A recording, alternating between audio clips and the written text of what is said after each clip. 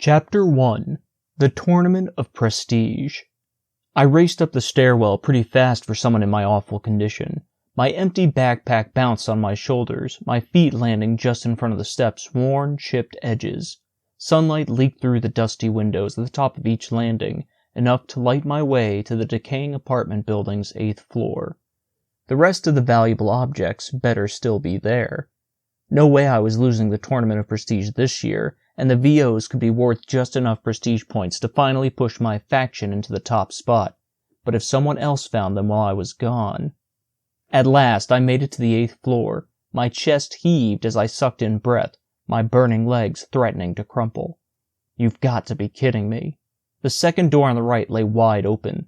My heart banged against my ribs, making it tough to breathe, as I crept to the door as quietly as only I could. I peeked inside the room. My gut clenched, even though I'd seen it coming. A boy about half my size, taller than average with good-sized muscles, stood in front of the old wooden cabinets on the left side of the room. He had blotchy dark gray skin, so was about 16 years old like me. His back looked a little crooked, like his spine wasn't quite aligned right. Mine was probably in similar shape. Even from the doorway, I could see through the cabinet door's inlaid glass, empty except for one measly glass bottle. Sure enough, the boy started to turn away from them. I jerked my head back into the hallway, then peered back in. He made his way to the right side of the room. No, not there. He stopped at the faded love seat wedged against the wall. Patches of peeled leather formed large, complicated shapes that looked like continents on a globe. Get away from there. Then again, this room had been scoured countless times over the past 50 years by generations of supply hunters like us, and none of them have found the short, tiny closet behind the sofa. Chances were slim this kid would. Please, Power, this is my last year. My last chance. Please don't let him find the VOs. He walked to the side of the love seat and put his hands on it. He was about to push it. I yanked my flashlight out of my pocket, snapped open the battery compartment as quickly and as quietly as I could, and hurled a battery across the room. Wasn't like I needed it. Our faction got fresh batteries every week from the mansion, and could probably get more if we asked. The battery smacked the back wall by the open window. I felt a light breeze, even from where I stood by the door, and hit the floor with a thud. The boy stopped pushing the sofa. Thankfully, he'd only moved it a couple of inches, not enough to reveal any of the closet. What the? He watched the battery roll across the wooden floor a bit and stay still. He walked toward it. Yes. He picked it up and headed toward the window, his back to me. Probably thought someone had thrown the battery through it. I crept toward the sofa as quietly as I could, so there was no chance the kid could hear me. Few people had feet as soundless as Gorin of Faction 235. I navigated around the squeaky floorboards. Good thing I'd memorized them during my first 2 trips to this room, after I'd found the jackpot of a closet this morning. Never could be too careful or prepared for a situation like this. Every VO counted, especially ones worth as many prestige points as DVDs. When I made it to the love seat, I shoved it aside as hard as I could and burst into the closet. Hey! The boy cried as I lifted the lid of the plastic blue bin inside and started to stuff the last of the whopping stash, a stack of plastic DVD cases coated in thick dust, into my backpack. Not sure exactly what they were, or what they did in the old world. Us supply hunters weren't trained to know stuff like that, annoyingly enough, though I'd give all my limbs to be given one hint. My feet shuffled toward me. Get your filthy paws off those. They're mine. I turned my head toward the boy. He towered over me, at least by a foot. Thick, muscled arms framed his sides. Okay, so I was wrong. He was bigger and stronger than me. He dug his gaze into mine with pebbles for eyes on his overly broad forehead. A large beak-like nose jutted from his face. Sorry, you know the rules, I said. I got to all these before you. Fair and square, which meant I got to keep them. Actually, I'd gotten to them way before him, but I had no proof of that, so no use mentioning it. He folded his meaty arms across his chest. Sorry, punk, but I don't play by the rules. I stopped stuffing the DVDs into my backpack. My knees knocked, then locked together, and my forehead grew moist. So he was that kind of supply hunter.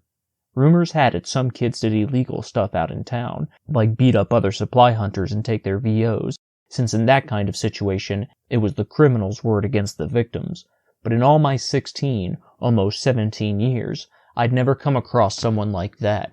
I'd always been able to find my VOs and slip back into my faction without being noticed. "Come on now," I said. "Rules are rules. You know that." I couldn't help but notice the slight quiver in my voice. "Great. So please, if you could just move aside, please." Did I have to say please twice like a complete idiot? The boy held out a beefy hand, eyes firm as asphalt. "Actually, I would much rather have you give me all those precious VOs you just put into your backpack and then kindly step aside so I can clean out the rest of the bin." I laughed, though it sounded more like an ancient animal corpse crackling in the summer sun out on the street. "You're kidding, right? You could go to jail for life for stealing these VOs from me. They're rightfully mine according to the rules." A scowl warped his dark gray face, making it real ugly, and a chill rolled down my spine. I've made a living breaking those pointless rules. Plus, I beat up punks at least your size about 3 times a month. Now hand them over, now, or things are gonna start getting real physical around here. I glanced down into my backpack and could have sworn I saw my life's dream rotting in one of its murky corners. According to the last tournament update, the top-ranked factions were extremely close this year, just like every year. My faction had finished in the top 10 the past couple of years, and we've been doing at least as well this year.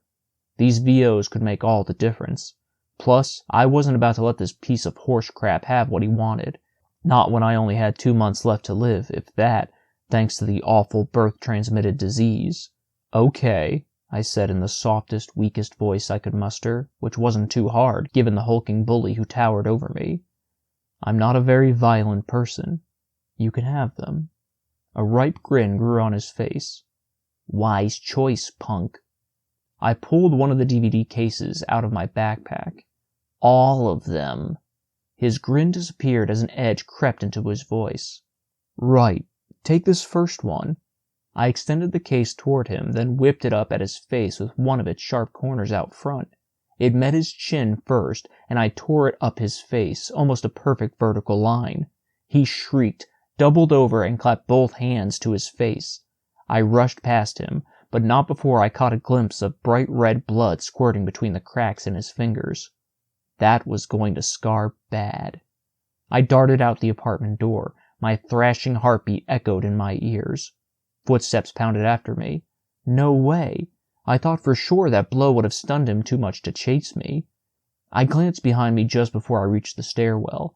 Sure enough, he was only a few feet away, his whole face a red liquid stream.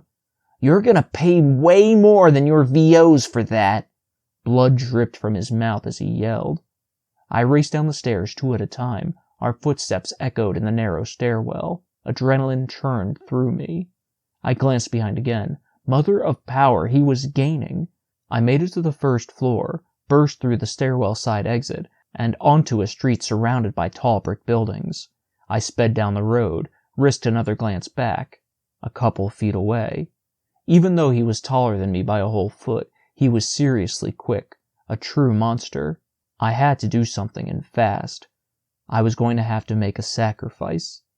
I twisted my body as I ran and threw the DVD case I still held, sharp corner out, at him, as hard as I could. It struck him in the left eye. Perfect. He let out another shriek, cupped both hands over his injured eye, and crumpled to the ground. I looked at the sky, a slow smile working its way onto my face, but I didn't stop, kept barreling ahead. I glanced back one last time before I turned onto Route 240. He still lay on the ground, both hands over his eye. I'd escaped. Thank power I'd escaped. Sure, it'd cost me a priceless VO, but since I'd gotten all the other VOs in that gold mine of a closet, not to mention was still in one piece myself, I was in pretty good shape, all things considered. My lungs threatened to shrivel into themselves, so I slowed to a walk. I navigated around Route 240's countless massive potholes and patches of weeds that poked up through it. Crumbling stone and wooden buildings lined the sides of the street. Same with the occasional flimsy metal sign, which either jutted far off to one side where it had been totally removed and lay next to the ruptured gap in the earth where it used to be entrenched. Remnants of the old world. I'd love to see how everything looked back then, when it was all still in good shape, and everything was in its rightful spot. Probably a lot cheerier than the dump it was now, but obviously there was no way to turn back time. Breath still gushed from my mouth after 20 minutes. I shook my head. I shouldn't be this tired. Even though I'd raced up and down those apartment stairs 3 times today, not to mention just escaped a raging bully of a supply hunter, the terrible disease kept sapping more and more of my strength away every day, and it would keep up the horrific tradition until it'd finally get me around my 17th birthday. What an awesome way to go out. I fast walked north toward my faction. Might as well put as much distance between me and the bully as possible. I didn't spot any other supply hunters along the way, but it was a bit early to be going home. Even though it was the last day of this year's tournament, I'd had enough excitement, and I'd made a priceless find. Chances were slim I'd locate any other VOs today, and even if I did, they were bound to be worth hardly any prestige points anyway. I deserved to turn in early. By the time I made it to the suburb, a sliver of sun sat on the horizon, and the thick forest cast most of the place in shadows. The late fall chill bit into me now that I'd been walking for a while. I turned onto my faction's cul-de-sac. My house loomed in front of me at the end. The big suburban residence with its chipped white paint always gave me a warm, homey feeling, even though I had only one real friend in there. The rest of the 8 boys of my faction were, well, not the easiest to get along with. I walked past the other faction houses in the cul-de-sac, then the last street lamp, even more crooked and pathetic than the others on the block, and finally went along the stone path that led to my faction house's door. Supposedly, the dwelling had a number in the old world, but it had long since eroded or fallen off. Now my faction's large black number, 235, had been spray-painted on the side of the structure. So charming. I went inside and headed to the living room, where heat roared from the fireplace. It seeped into me and warmed my bones. I grabbed one of the tree-branch torches that leaned against the wall and thrust the end into the fire. The pitch-drenched rag at the end of the stick blazed, helping to light the rest of the room. Like in most of the house's rooms, the wallpaper was peeling away in places, revealing small squares of naked white wall. A shoddy brown sofa sat in the middle of the area, next to a dilapidated wooden tea table that always looked like it had crumpled to the floor if anyone so much as breathed on it. Random patches of the sofa's exterior were missing, revealing yellow pieces of stuffing underneath. The sputtering torch lit my way to the garage, where I dumped the DVDs from my backpack into one of the large plastic bins by the door, the bin where I'd discarded the other VOs from the closet. I stared down at my precious find for a couple of minutes, barely aware of the soft whinnies that came from the faction's 2 horses in the garage's dimness. Please tell me this will do it. Please tell me we finally won the tournament of prestige. I couldn't sleep that night, nor concentrate on supply hunting all next day out in town. Not that it mattered. Yesterday was the last day that counted for this year's tournament, and by this time next year my body will have already been rotting for 10 months, 6 feet underground in the old world football field. I pushed aside that disturbing thought as I stuck to the dark alleys and shadowy areas, just to make sure I didn't run into the bully from yesterday, if he was even in good enough shape to be out hunting. I got home early again, grabbed a torch from the fireplace, and went to my room. I dropped my empty backpack on the faded wooden floor, which groaned in protest. I placed the torch on the wall sconce next to the wooden wardrobe, the only piece of furniture in the room other than the 2 small sagging beds. A bunch of lengthy, thin cracks splintered out along the walls, like the legs of a daddy-long-legs spider. Nope, not exactly the most luxurious room in town. That'd be in the mansion where the ridiculously lucky Bas de Luxe family lived. Jeff should be there now, getting the tournament results. Should be back in a few minutes. My whole body tingled with anticipation. I walked to my bed and reached into the hole in my mattress. Warmth spread through me as I pulled out a thin gold necklace. I kept a couple other objects illegally stashed in there, but this one was by far the best. Necklaces had been high on the VO list for a long time, but weren't these days for some reason. The other items I hid inside my mattress were hardly worth any points. Still, If Jev or anyone else in the faction, let alone all of Middleton, knew I kept any VOs for myself, I shivered. No use thinking about it. I held the necklace, which had some kind of silver-lined red stone on it, up to the torch. According to a recent VO list update, the ruler still didn't know what the point of necklaces were. I put it around my neck, something I'd started doing about a year ago. It just felt right. I stepped in front of the mirror above the wardrobe. The gold glinted in the torchlight, and every muscle in my body relaxed. So precious. The necklace looked out of place next to the mottled gray tone of my skin, which seemed even darker than yesterday, if that was possible. Now that I only had 2 months to live before the plague finally got me, my skin was darker than most kids in town. Such was life. Still, I could make out my large, blunt features. Not exactly good-looking, but I was tall and my decent-sized muscles stretched even my sweater sleeves.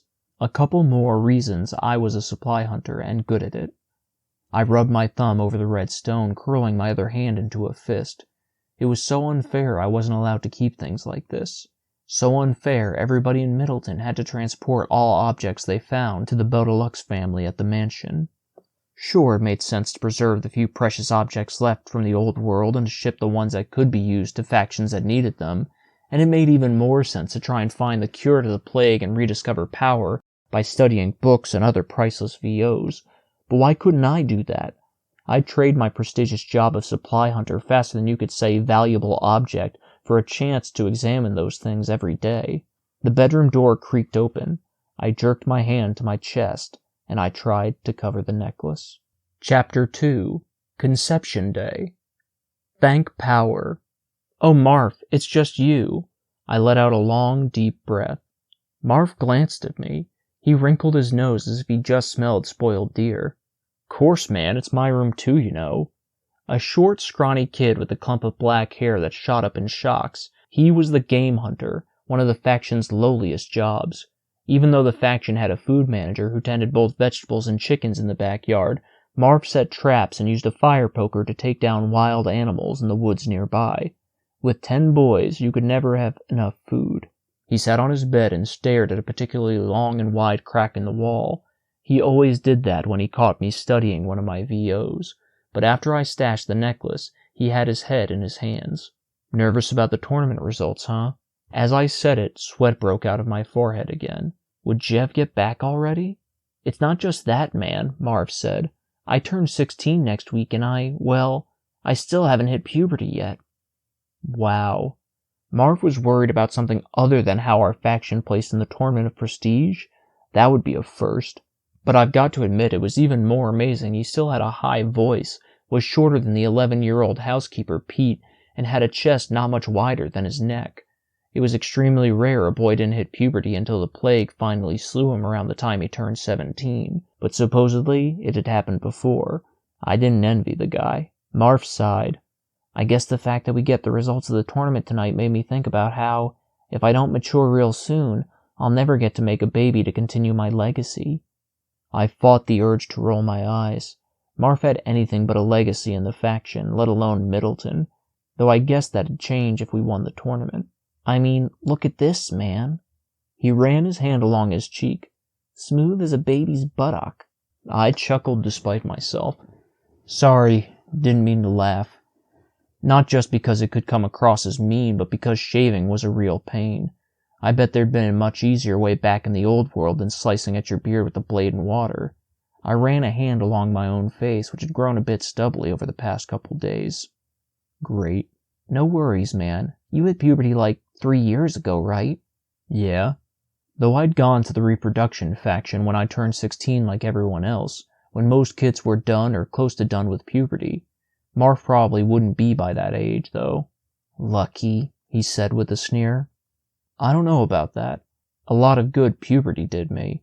My conception day wasn't exactly the best day of my life, you know. Well, duh, you've never told me about it, no matter how many times I've asked. And for good reason. Come on, man, spill. Never. The last thing I wanted to do was well up all the old feelings again. Just this once? Maybe it'll make me feel better about missing my conception day. You could really help a brother out. What had to be the most encouraging grin he could muster formed on his face. I sighed. He had a good point, and he was a good friend, and maybe I'd even feel a little better if I told him, since I'd never told anybody about that awful day before. Okay, I said. Here goes.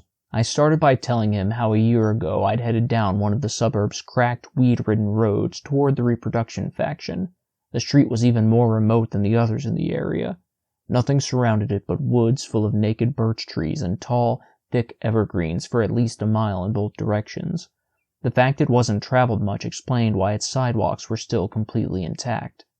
It was the same time of year as now, so a light chill stung the air. I placed my arms across my chest, rubbing my elbows to stay warm. Apparently the fact my heart beat as fast as a hummingbird's wings wasn't enough to heat me up. Even though I'd heard all about what you do on Conception Day, not just from lessons in my nature faction, but also from Chud, a guy who was kinda like an older brother to me, my nerves jittered like tree branches caught in a vicious windstorm. There was nothing like knowing you were about to make a baby, even though you'd never actually get to see the kid, or even the girl who'd give birth to it. I tried to take my mind off my nerves by thinking about what kind of baby me and whoever this soon-to-be a mom would have. Would it be a boy or a girl? What skills would it have? What job would it have in a faction? The questions kept rolling around in my head. Not that they really mattered, though. I'd never find any of them out anyway. A bit of a depressing thought, but such was life. Finally, the reproduction faction rose in the near distance on the right side of the road, and a sharp pang struck my chest. I could just make out the design that wrapped around the whole building toward the top, a thin orange line, a much thicker green one below it, and another thin red line below that. In the middle of the design was a large number 7, part of it orange, the rest red. A green word ran across the middle of the 7, but I couldn't read it. Not just because the sign was still too far away, but because I hadn't been taught to read. Only the Middleton rulers knew how, because it was their job to study and read books, those lucky pieces of horse crap. Still, rumors had it that the place used to be called a 7-Eleven back in the old world, probably at least half true, because of the number 7 on it. Such a bizarre name. What could it even meant back then? I made it to the decent-sized parking lot that spilled out in front of the building and went inside. A dangerously thin boy who looked like boredom would kill him before the plague did, what with his slouched shoulders and eyes that seemed to stare off into the cosmos, stood behind the counter by the door. Empty shelves jutted from the counter. "Faction number?" he asked with a voice even dull would describe as dull. 235. He crossed something off on a piece of yellowed paper. Fantastic. He pushed a blue plastic cup on the counter toward me. "Your girl is already here." Another pang hit my chest. Even though I'd expected it and wouldn't even get to see her, it was still extremely nerve-wracking to know the mother of my child was in this building, right here, right now. "So all you have to do is go to the room that has a door with a male symbol on it, and, you know." He tilted his head to the side. "You don't need me to explain, do you?" "No, I got it, thanks." This was more than awkward enough without him going into any details, but I think I knew why they had this guy stationed here. He seemed like he didn't give a flying piece of horse crap about the whole uneasy situation, and I bet that helped a lot of kids feel more comfortable with it too. "Fantastic," he said, as if it was actually the last word on his mind. "Come back here when you're done." While I headed toward the door at the back of the room, I glanced at the rows of shelves that formed aisles in the faction. Though nothing was on the shelves, I couldn't help but imagine all kinds of food on them, food much more advanced than the kind we'd have now. According to our Nurture faction lessons, people from the old world used to buy food, which came in all kinds of containers, made of plastic, metal, and glass, with some thin papery stuff called money. So bizarre. No matter how hard I tried, I couldn't quite picture it all. I glanced at glass doors with shelves behind them, along the far wall of the faction by the door with the male symbol on it. Old world food had been stored in there too. Incredible how the glass doors used to keep it real cold so it didn't go bad. That wasn't the craziest of all, though. Supposedly, there was some machine everyone used to have at their houses that could heat up food with a click of a button, and within just a few minutes. Much faster than Pete could cook a rabbit or chicken. Priceless. But of course, all those machines had long since been taken to the Baudelux family at the mansion, and all the food that used to be here had been snagged when the plague broke out. My head whirled with what the battles that took place here and in other old world food marts must have looked like.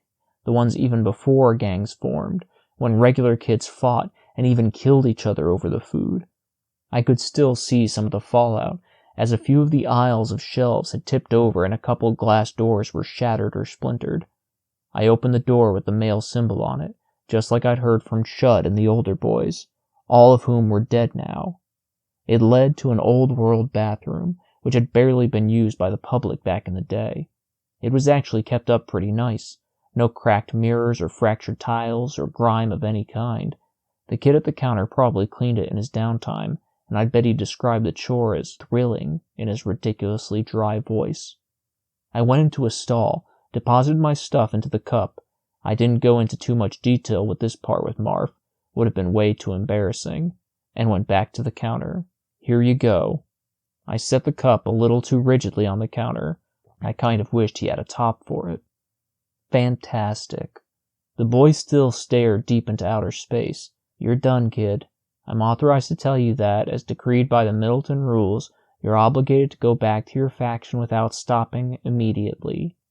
He picked up the cup and went to the room with the female symbol on it. The door closed behind him, and I stared as intently as I could at it, like if I concentrated hard enough, I might be able to defy the laws of physics and see the girl inside. The questions just wouldn't exit my head. Who was going to be my baby's mother? What did she look like? Then the kid's words stabbed through my brain. I had to leave. Now. Emptiness wafted through me as I left the reproduction faction and headed back the narrow road toward my faction, but I had to know. I just had to. And this would probably be my only chance, especially since the reproduction faction was on such a remote road. If I was stealthy enough, no one would ever find out. I veered into the woods, my feet sinking into the soft leaf-strewn ground, and hid behind a thick birch tree. The sweet, pungent scent of nearby pines invaded my nose. My breaths came out ragged, even though I'd only walked a few yards. A couple of minutes later, a tall, thin shape came up from the street from the direction of the reproduction faction. The figure had an appealing curve in the middle. Long red hair fell past her shoulders. Yes, a girl. Definitely a girl. I'd seen some out in town, but only at a distance like this. It had to be her. When she made it close enough for me to see her face, every muscle in my body froze. Her blotchy skin was a dark gray like mine, though her hazel eyes sparkled like the red stone on my necklace. An array of light freckles dotted her face and long, slender neck. Her sweatshirt and sweatpants, both ragged in places, hugged her body, emphasizing her curvy figure. A breath wrenched itself from my throat, and the girl jumped back, only a couple yards away. She glanced at the tree. I peeked around, her eyes the size of a spooked horse's. "Who's there?" she asked. "I can see your head, you know." Crap. Might as well show myself. I stepped out from behind the tree. My legs shook like crazy, and I prayed to power she didn't notice. "Sorry. Please don't be afraid. It's just I wanted to see who's going to give birth to my baby, or, our baby, I guess I should say. You know what I mean. Did I have to sound like a complete moron?" The girl's perfect full lips parted as she looked me up and down. Her eyes were even more sparkly than when I first saw them. If I had to choose anyone to have my kid, I honestly didn't think I could have picked anyone more beautiful. My stomach filled with this weird woozy feeling, one I'd never had before. "Please don't tell anyone. I wanted to know who you were," I said just a little too loudly. "I was curious, that's all." She bit her bottom lip, then took a step down the road in the direction she'd been going, as if she wanted to walk away and completely ignore me, but decided not to at the last second. She narrowed her eyes at me. "Curious? You know that's a rather dangerous notion, don't you?" Crap. I shouldn't have said that. "Oh, well, yeah, I guess." She bore her gaze into mine, and I shuddered. This could be bad. This could be real bad. Then she smiled. "You really are curious, aren't you?" Well, yeah. but believe me, I don't mean to be. Again, please don't tell anyone." She giggled. "Oh, no need to worry. I won't tell a soul. For a moment I thought you were some spy from the mansion attempting to unearth criminals by appearing to be a charming, trustworthy citizen, but I can tell you're quite genuine." I tried to hold back a grin. I couldn't argue with her thinking I was charming. Her smile deepened, and the woozy feeling grew. Was this what it felt like to be around a girl? No wonder the Baudelax family didn't let the sexes intermix. All we want to do is hang out with each other and never get anything done. It's nice to know who my child's father is as well. But her smile faltered and she glanced in the direction she'd been walking before, as if she still couldn't decide whether to jet or not. I couldn't blame her. It was extremely dangerous to be talking like this in plain sight, but I couldn't fight the feeling it was more than that with her. The way her nose and lips twisted so hard, it almost looked painful. "What's your name?" she asked. "Gorin of, Faction 235. And yours?" "Stausha of Faction 304. It's a pleasure to meet you." Though she bit her bottom lip again before and after she spoke, she sounded genuine enough. You too. So, what do you do exactly? You know, like your job." My face grew warm. Seriously, could I be any more of a bumbling idiot? "I'm a supply hunter." "Me too." I've got to admit, even though we just met and talking with her was illegal, it felt right for some reason, despite the fact that she was clearly a bit uncomfortable. Her eyes grew wide. "Wait a moment. Since you hid behind a tree in order to witness the mother of your child, would it be accurate to deduce that you illegally kept a few VOs for yourself? Perhaps even study them on occasion?" All the oxygen gushed out of my lungs. "What?" More like a squeak than a word. "I thought so." She held her open hands out in front of her. "Don't be alarmed. I told you I won't tell a soul." Okay. I could trust her. I just knew it. Something about her, but I couldn't put a finger on it. "How'd you know?" She put her hands on her hips. "Well, I assumed somebody who had the gall to covertly try to discover the mother of his child, not to mention was a supply hunter by profession, would also have the audacity to study any VOs he happened to come across." She was smart, all right. Not to mention used a lot of fancy words. Where could she have learned them? All I could do was nod. "Same with me." Her face brightened, a light pink tinge blooming through the dark gray skin. She seemed to have lost any discomfort she'd had. "I absolutely adore objects. I wish I didn't have to keep hiding the ones I have." "Me too," I murmured. "And I wish I could obtain more. Perhaps even have a house for myself, too. Wouldn't that be marvelous?" I continued to jerk my head up and down. This girl was unbelievable. Priceless, even. In ways, she was just like me, but different, too. Incredible. "Just between you and me," she said, her eyes rolling toward the sky. "One day I plan to escape to the rural region of Middleton, so I can have my own farmhouse. Now that would be precious. Don't you agree?" The way she spoke, the words gushing out of her, clearly she'd never told anybody any of these things before. Of course, she couldn't, since she'd get in big trouble. But she obviously thought she could trust me. Goosebumps popped up on my arms. I never thought talking to a girl could be so enthralling. "Yeah, definitely," I murmured. Her plan would work too, since nobody lived in the farmhouses on the outskirts of Middleton. As for the rest of the old world state of Pennsylvania, I shivered.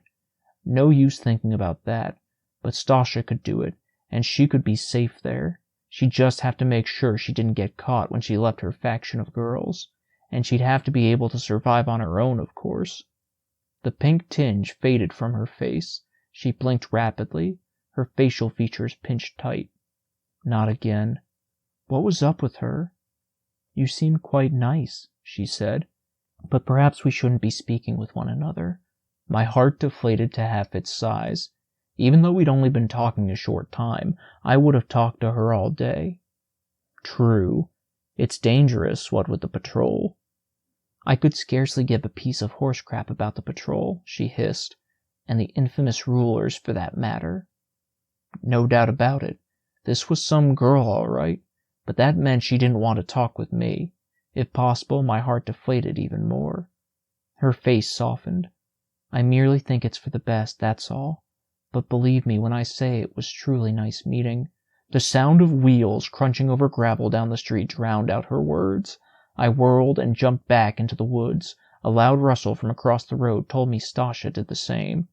When I'd gone a few yards, I turned back around and stayed completely still. Through the cracks and layers of vegetation, I could barely make out a black and white patrol car pulled by horses roll past along the street and out of sight. Mother of power. That had been close. When the patrol car left, I told Marv back in our bedroom.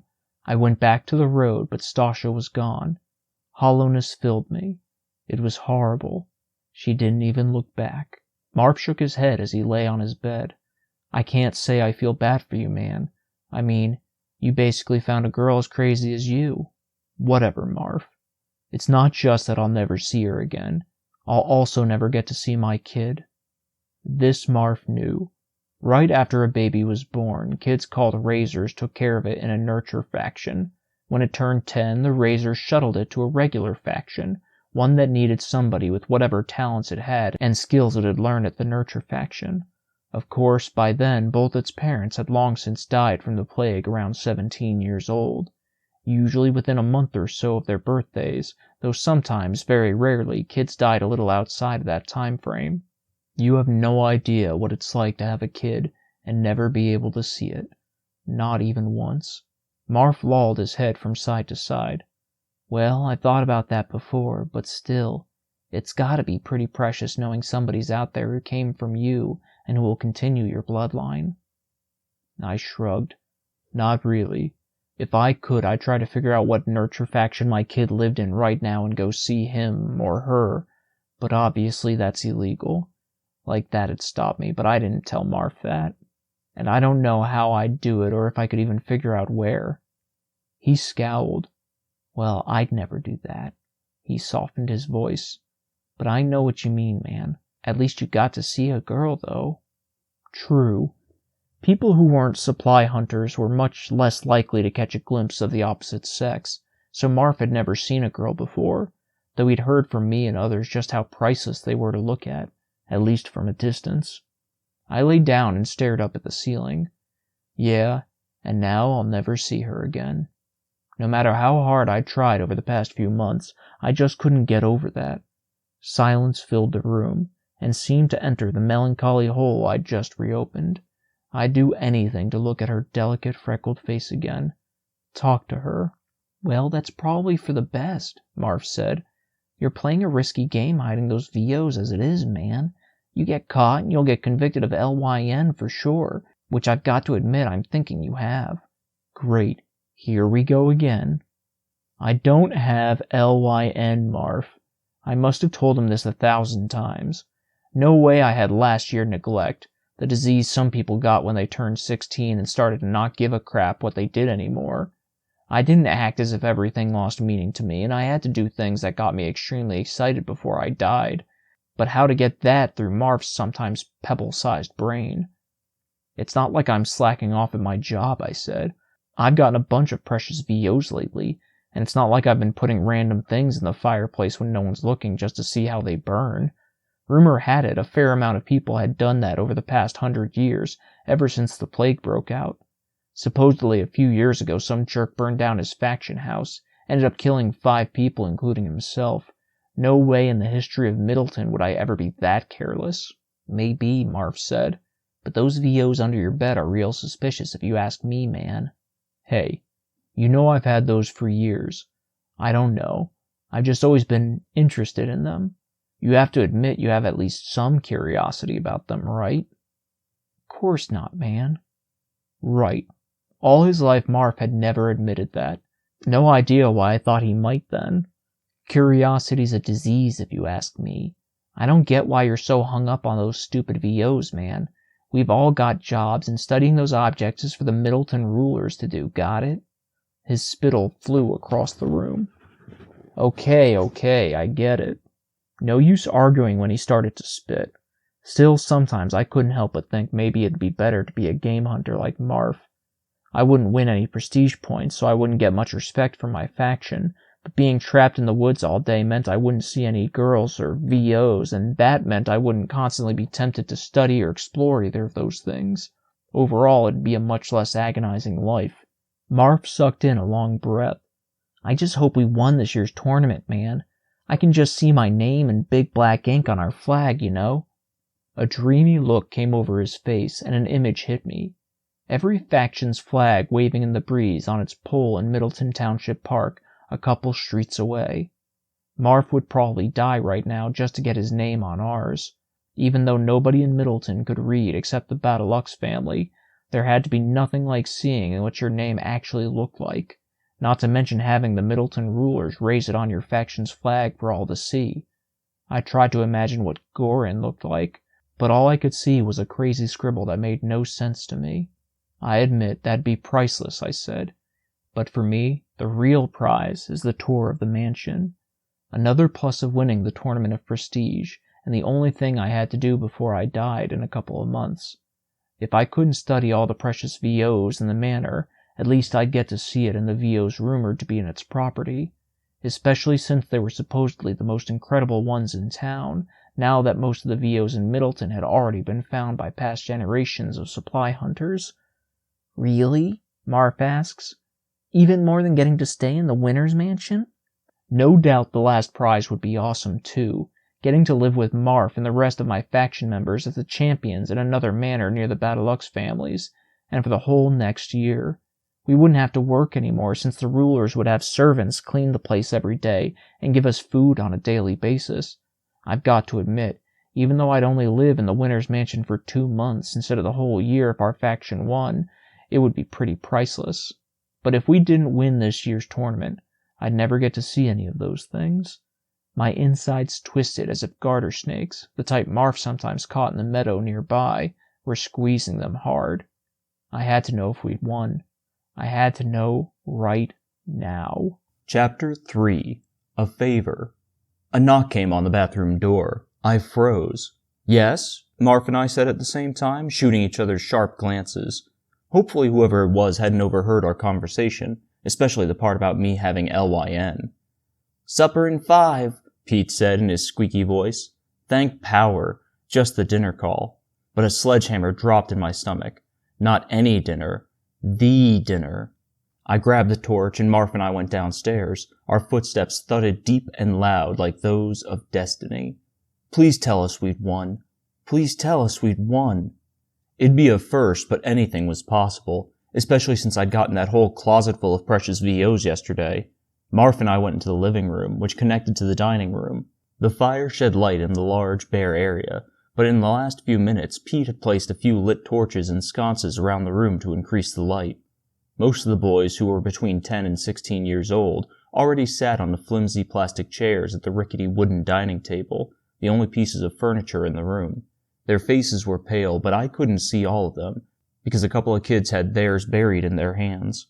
Normally they'd be shoveling the food into their mouths. Chunks of chicken sat untouched on a plate on the table. Jared shook his head, eyebrows pinched together. Despite the nerve-wracking occasion, the food manager was clearly not happy people weren't eating the chicken he'd tended to in the backyard coops. Strips of squirrel Marf had hunted sat on a plate next to the chicken. Today's offering from Jared's hydroponic greenhouse also lay on a large platter in the middle of the table, a bunch of different types of vegetables, tomatoes, potatoes, and a few others. My arm trembled as I plunged the rag end of the torch into the bucket of water by the fireplace, and the blaze died. I placed the torch next to the others that weren't being used. My heart raced at least 3 times its normal rate as I sat with Marv toward the end of the table, our usual spot. I couldn't help but notice his hand shook a little in his lap. The delicious scent of fresh-baked chicken and the smoky aroma of the torch I just doused mixed together and filled my nose. Jev, a thin boy about my height, with a face a darker gray than most in the group, since he was 16 years old like me, sat at the head. His face was expressionless. The faction leader, Jev, motivated everybody in the house and made sure they all did their jobs. His rumpled black suit and the dark patches under his eyes showed how seriously he took that duty. Or maybe that was because of the tournament results he just got. Oh, Power, please tell me it's the news I've been waiting for. As you all know, he said in a low, deliberate voice, the results are in, so I won't make you wait any longer. He exhaled a short breath. We placed second. The sledgehammer dropped out of my stomach and plunged through the wooden floorboards under my feet. That was it. Just like that. My life's dream, gone. A couple kids gasped. Some slumped their shoulders and dropped lower in their chairs. Others, like me, just stared at Jev. Are you serious? Asked Rack, one of the Faction's 6 supply hunters. His fist hovered above the table as if he wanted to slam it down in frustration. We placed second overall? As in number 2 in the whole stinking town? That's right, Jeff said in his low, steady voice. Out of all 312 factions. The room whirled. I could barely control my breath. You've got to be kidding me. My last year alive and my faction won second, which got us absolutely nothing. I'd rather we didn't even make the top 100 than get that agonizingly close. Not that that mattered. My life's dream was dust. I felt like banging my head against the table. I felt like grabbing the dishes of meat and throwing them across the room. But I didn't, because deep down I knew I couldn't give up. Not yet. Some way, somehow, I'd lay my eyes on that mansion. I'd find a way, even if it took my last 2 months to come up with the perfect plan. How many points did we lose by? Marv whispered just loud enough for everyone to hear. Little over 500, Jeb said. Not a lot. We'd needed to find 2, maybe 3 more of the most precious VOs to beat the top faction, but they were real rare now. Thank power the DVD I hurled at the bully yesterday wouldn't have put us into first. I didn't think I'd have been able to live that down if I would have. Even though we lost, Jev said in his calm voice, I gotta say I'm very proud of you all. He looked around the room at each of us with a firm expression, a glow in his eyes. You can't get much closer than that, though I know it is as disappointing as it is impressive. This time the silence stretched on for what had to be a whole minute. Place, second place, second. I just couldn't wrap my brain around it. Finally Jev gestured toward the table. You might as well dig in. Nobody moved. Not even a decent meal on such a depressing day, said Dustin, the largest supply hunter, in a voice even gruffer than usual. He motioned a beefy hand at the plate of piled meat nearest him, a scowl on his wide, heavily bearded face. He was the only one of us who could grow that much scruff. Thanks to Marv's pitiful catch today, he glared up his sharp brown eyes at Marv down the length of the table from his spot by Jev. Marv snapped his head toward him. Hey man, I turn 16 next week. My body's not what it used to be. He'd been using that excuse a lot lately. Maybe it was partly true, but he'd always stunk at hunting. The only reason I continued to get so many precious VOs was because I'd gotten better at spotting them. Seemed every day I'd gotten slower at carrying them back to my faction house, thanks to the disease that ate away at me, making my limbs feel like they kept gaining more and more weight, and making me more and more tired in general. And it's not that bad. Marv's spittle flew across the room. At least I got 5 squirrels today. Here we go again. I'd be pretty angry if I was him, but he had to watch his temper, or at least his saliva output. Hey, watch my food! Trod, the second largest and strongest supply hunter, barked as he leaned forward. He sat directly across the table from Marv. The pathetic jerks. The boys always picked on Marv, but no doubt it'd be worse after a day like today. Leave him alone, I said with a raised voice. He did his job. If you say so. Dustin's voice sunk a couple of octaves. Trod eased himself back in his seat. Even though most of the kids didn't talk to me, they had a lot of respect for me, probably because I found the most precious VOs of all of them. When you think about it, at the end of the day, it was because of me we almost won this year, and everyone knew it. Enough, Jeb said.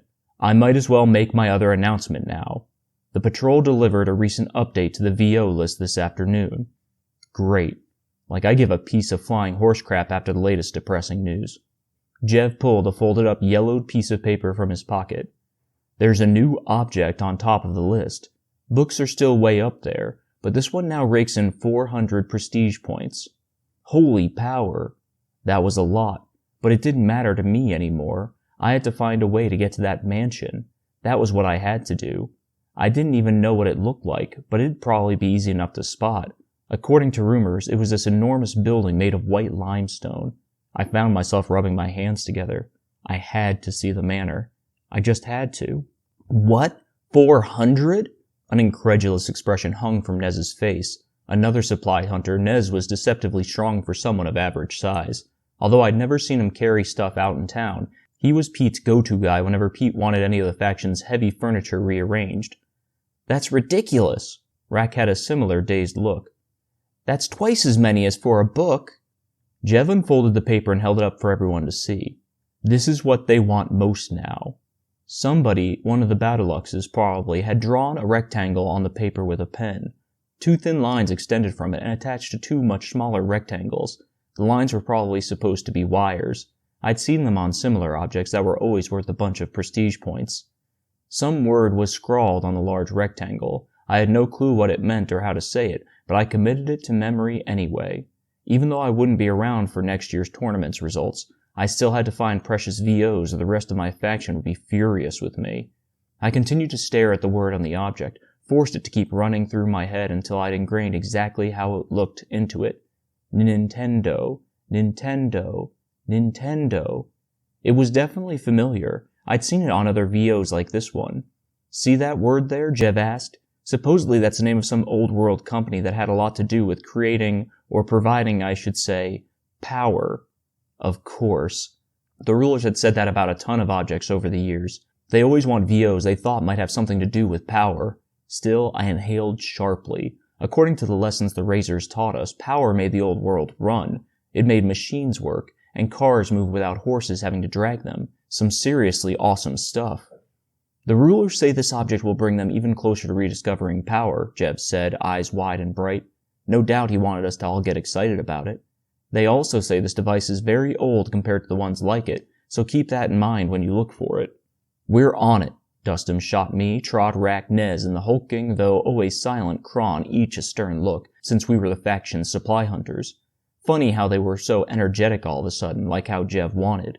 Then again, they each had at least another year to win the tournament. So luckily, I gave Dustin the most determined look I could muster.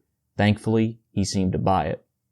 "That's it for the announcements," Jev said, and everybody finally dug into the meal. I forced a couple of chunks of squirrel down my throat. After we all finished, we piled our dishes on the kitchen counter and moved to the living room to play backgammon, chess, checkers, or cards, the only VOs we were allowed to keep for some reason. Probably so we didn't die of boredom, though they kept me right at the edge. The faction had a set of each game on a shelf in the painfully dull room. As usual, Marf and I grabbed the dog-eared set of cards and sat in a corner of the room on more flimsy plastic chairs with a fold-out table between them, our typical spot. Everybody was uncharacteristically quiet. The only sound was the clink of dishes from the kitchen as Pete washed them. Jev, expressionless, stood by the room's entrance and watched everybody, as if making sure we were all having fun. What a prude. As Marv and I played Crazy Eights, I tried to think of some way to get into the mansion. It was illegal to come within sight of the place unless you were a faction leader, and the patrol heavily enforced that on the roads. Even if you were the housekeeper transporting VOs, the guards stopped you at the gate and brought them the rest of the way themselves. But there had to be a way. And the sooner I got to the mansion, the better. My time in this horrific world was running flat out. When my brain fried from thinking too hard and getting nowhere, my gaze wandered to the large photograph that hung over the mantel by the fireplace. No clue why our faction got to keep that VO either, though I always thought it was the most fascinating object we had. The rulers probably let us have it for motivation, so as to keep us working hard in the hopes that one day life will be as nice as it looks in the photo. It portrayed extremely realistically what looked like a family of 4 from the old world, back when everybody was part of a family, not like now when a faction was your family, except for the Battleluxes, that is. It made sense though. Today's age wasn't like the old world, which had power, an almighty force that made it way easier to live, with what being able to heat up food, wash your clothes, and get to and from work a lot more quickly. Now that I thought about it, power must have given people a lot of extra time, enough to hang out with the opposite sex at least. The photograph was pretty priceless though. 2 kids, a boy about 10 years old, if I'd a guess, and a girl about 13, stood in front of their parents by the swing set in the background. Since then, the set had been replaced with chicken coops, and the outhouse now stood next to it. The back lawn's grass was extremely short back then, but had grown so long it now folded over. The parents smiled, the brightest of everybody in the photo, mirroring that of the clothes they and their kids wore. Amazing how vibrant garments were back then, and not a single hole or patch to boot. Although the parents gazed at the camera, their faces were turned slightly toward each other, as if they were sharing a secret, loving smile, too. The father had his arm wrapped tightly around the mother's waist. Rumor had it guys and girls could form the strongest bonds of all with each other, stronger than members of the same sex, and that in the old world they formed what were called relationships that eventually led to families. I never really believed the rumors, though, until that short amount of time I spent with Stasha outside the reproduction faction. A longing feeling settled over me, so I focused on the photo again. Judging by how tall and filled out the parents looked, they must have been real old. Well, to us. No way I would have been able to guess how many years. No matter how much I thought about the idea, I could never wrap my head around it. What would it be like to live that long? Legend had it the average person back then lived to about 80 years old, or even more. 80! I couldn't even imagine that. No way I'd want to live that long, though. Not like this, anyway. But in the old world, a whole different place with knowledge we could only dream about, that we could only try to uncover. Well, that the Bad Deluxe family could only try to uncover. With 2 months to live and no way to read and no VOs to study other than the ones in my mattress or left in town, there wasn't much else I could do or learn. Unless I found a way to check out the mansion as soon as I could. I looked up from my cards and spotted the answer.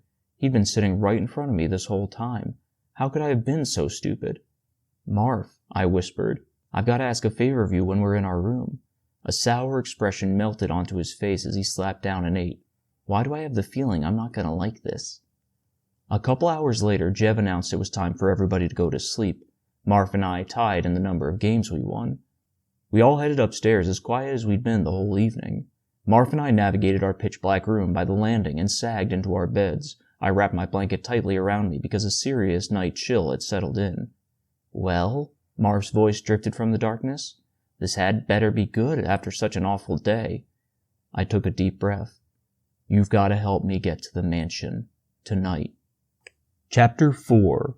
The Middleton Rules. "What?" A rustle came from Marv's bed as he turned toward me. My eyes had adjusted to the dark thanks to the moonlight that spilled through the window. "Are you absolutely out of your mind?" "Could you speak a little louder? I don't think Trot heard you down the hall." "Right, sorry. But no way. What's wrong with you, man?" "Nothing. I don't think I've ever thought more clearly in my life. I want to see the mansion before I die. It's just something I got to do." "Do you want to get us both in trouble? Do you want us both to get nailed with LYN and publicly hanged in the cul-de-sac tomorrow?" A gruesome hanging I saw a couple years ago flooded my head, and I cringed. 2 bodies dressed in the customary black death robes swung below the rusty rim of what had been called a basket hoop in the old world. Their vacant eyes, which still sometimes haunted my sleep, stared at me. Nothing but a frayed rope connecting their necks to the rim. I didn't know what the poor boys had done to be convicted of LYN, but they'd been from faction houses toward the top of the street. Then another disturbing memory of a hanging, the oldest and worst of them all, flashed through my mind. A large, plump body with wispy, scraggly hair on its head drifted from side to side as it hung from a basketball rim. I tried as hard as I could to shove the image out. "You won't be convicted," I said. "You're not 16 yet." "Yeah, but I'll have life in jail," Marv practically spat. "True. The usual punishment for an infraction according to the Middleton rules. That's just as bad if you ask me. Forget about helping the faction get prestige points. I have a reputation of a criminal, and then I'd never get my name on our flag." "All good points." I kept quiet. "And you will be convicted of LYN if we get caught, Gore." His eyes shone white in the dark as he stared at me, unblinking. "And I'd go as far as to say, especially if our own faction catches you, even though you win a ton of prestige points for us, we'd get even more if we got you convicted of LYN." That was also true, as disgusting as it was. If a faction discovered one of its own members had LYN and reported it to the courts, that faction would earn at least double the prestige points I'd earned each year. In fact, rumor had it, factions sometimes even framed their soon-to-be deceased members just to snag the jackpot. I prayed to power my faction wouldn't do that to me before I finally saw the mansion. "You know what?" he said. "You just proved it. You do have LYN." "What? No, I don't." "Yeah, you do." "No. I've wanted to go to the mansion for years now. That's definitely not LYN." "Whatever, man." A rustle from his bed as he turned on his back. "But this is serious stuff. I mean, those VOs under your mattress are one thing, but if you get caught going to the mansion, you're as good as horse chow." He packed a lot of bite with that last declaration. I took a deep breath. I was losing my chance to convince him fast. I had to get things going in my direction, like now. Look, all I need you to do is show me through the woods, point me in the general direction of the mansion. I glanced out the window at the looming black forest where Marv hunted every day. Supposedly, the manor's huge property was somewhere on the opposite side of those woods. If the rumors were right, I doubted that the Battlelux family could cover the whole perimeter with guards. There, Marv pointed, his arm a skinny, dark shape, toward the corner of the room by the window. That's the general direction of the mansion. Good luck, man. Part of me wanted to laugh. Real helpful, Marv. Oh, okay, I guess I could go ahead and start heading in that You gotta cross a brook, though. A brook, got it. There's this stone path you gotta use to go across it, and when you do that, there's this boulder you need to turn off at. Gah. He threw his hands into the air. Forget this whole mission, man. It's not like it's that complicated, but it'd be too hard at night for someone who's not familiar with the area. Exactly, that's what I figured. That's why I need your help, Marv. Is the boulder the last obstacle? Pretty much, it's straightforward after that. Perfect. Just show me to the boulder and that's it. You can come back as soon as you do that. No way, man, I'm not that dumb. He folded his arms across his chest. Come on, I need you. I can't go through the streets. The night patrol will see me. Like I said, you don't even have to bring me that far. We can do it right now, get it over with tonight. Aw, man. Getting closer. I swear I won't ask you another favor for the rest of my life. And I racked my brain hard. I'll recommend to Jev you take Nez's spot as supply hunter. I don't know if he'll do it, but you know I have a lot of respect in the faction. A long silence. Please, Marv. Then an even longer, withering sigh. Fine, he grumbled. I can't believe I'm actually going to do this. I fought the urge to jump from my bed. Thank you, thank you, thank you. All right, don't get excited, man. And when you get back from the mansion, don't tell me anything about it. I don't even want to know, though I'm sure it's pretty precious. But before we go, just tell me one thing. A rustle as he turned toward me, those unblinking white eyes trained on me again. Why do you want to go there so bad? What's this ridiculous obsession really all about? Dead silence. Like my conception day. I'd never told anybody about this, either, but Marv deserved to know if he was going to take the risk of bringing me to the manor. I took a deep breath. Well, to start, I guess you could say I was always naturally curious. Gee, you think? I pushed on. When it was time to play games back in my nurture faction, sometimes I'd just study the actual games themselves, like the cards or the checkers set, instead of playing them. Same with other kinds of objects, like pens and even the furniture in my room. I'd pull the drawers out of my wardrobe and look inside it. Then I'd put the drawers back in slowly so I could see how they fit. You're so weird, man. I chuckled. I guess. The Razors didn't seem to think much of it at first, but then they definitely started to get suspicious. They just kind of watched me study things with this weird look on their faces. That's when Shud gave me a, special talk, I guess you could say, when I was around 7 years old or so. A pang struck my heart at the thought of good old, fun-loving, understanding Chud. A razor? Marv's voice was thick with worry, though tinged with satisfaction. You mean you got busted? Actually, no. Chud was the housekeeper. He snorted. Oh, what a dumb job. Yeah, like his was any better. Anyway, like you just implied, even in the Nurture faction, nobody gave him any respect. Chud was the most priceless guy in the faction, though, at least in my opinion. He was always in a good mood, jolly, you could even say, and he was really funny, like you. Heh, I knew Marv would appreciate that. Yeah, he was cracking jokes all the time. He was pretty overweight, though, so the little kids, and even the Razors, made fun of him for that. I guess we always had more than enough food, so he got to eat extra. Anyway, for some reason he liked me.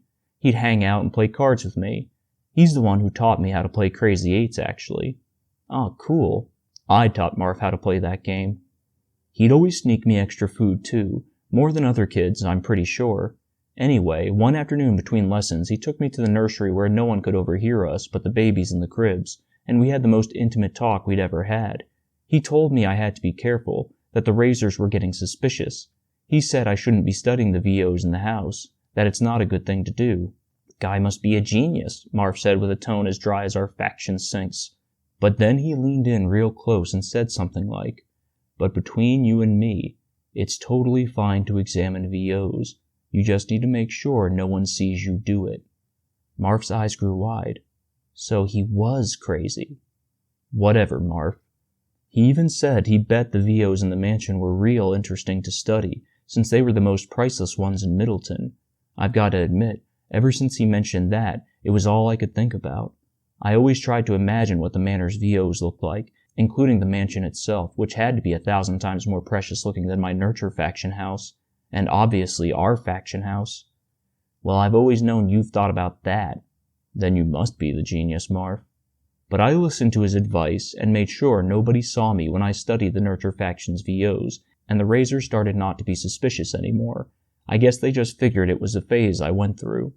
"Man, you were insanely lucky," Marf said. But then, a couple years later, the worst thing ever happened, or at least one of the worst. I swallowed.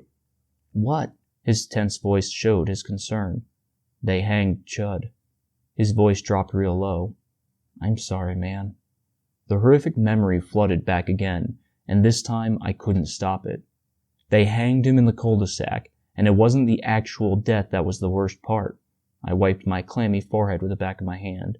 You see, in his room they'd found all these papers he'd drawn on. He'd scribbled tons of pictures of objects in the faction, including diagrams that showed how they worked. The diagrams even had measurements and stuff on them, so it obviously wasn't art or anything. He must have taken the papers and a pen from the entertainment room to do all this stuff. He was a thinker, Chud was. "Again, weird," Marf said, but his voice was still low. He obviously felt bad for the poor kid. "So, what was the worst part, man? Though I'm not sure I want to know." I took another deep, quivering breath. "Well, when the patrol arrived, they made Chud put on a death robe while they built a fire by the basketball hoop, and just before they hanged him, they burned his papers in front of him and everybody in the faction, even the youngest kids." My breaths came out hard and fast now. You think the fact they were about to kill Chud would be the thing most on his mind, but it wasn't. I closed my eyes. I'll never forget how he screamed and begged like an absolute madman for them not to destroy what he called his life's work. His incredibly high-pitched screams echoed in my mind, as well as his vigorous attempts to break free from his handcuffed hands and the two strong patrol officers who held him steady next to the basketball hoop. My stomach shrunk in on itself. "Sounds awful, man," Marf murmured. "Tell me about it." But anyway, right before they hanged Chud, the patrol told him in front of everyone the same things you've always said, that he shouldn't have been studying the VOs, that was the Battlelux's family's job. But here's the thing. Chud was one of the nicest people I ever knew, much nicer than the Razors or any other kids in my Nurture faction. So I figured if he liked to study objects like I did, then there was no way it could possibly be a bad thing. In fact, it had to be a good thing. I've never wanted to diagram or draw VOs on paper like him, but I admit the more interesting the VOs I found out in the middle of town were, the more they made me want to see the mansion and what it had too. Maybe even for Chud in a way. I don't know. A long silence.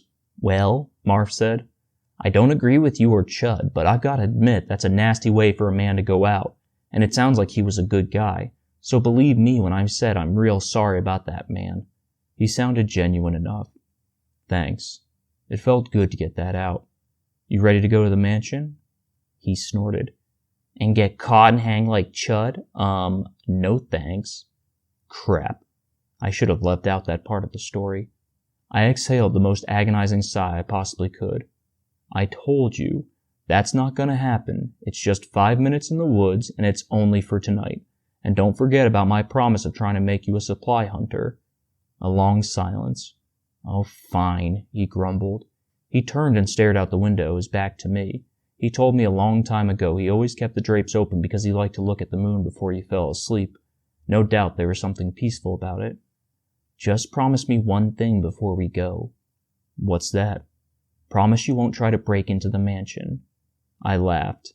"Come on, Marf. Even I'm not that crazy. Now here's the deal.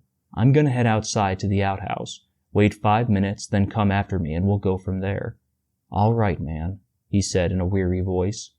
I rummaged inside my mattress, pulled out the gold necklace, and put it into my pocket. No way I was going on this kind of mission without it. In a way, the precious VO had inspired the operation in the first place. I also put my flashlight in my pocket in case I needed it. Good thing all us supply hunters had one. We were only supposed to use it in town, and even then only in dark areas, but at this point, I couldn't care less about the stupid Middleton rules.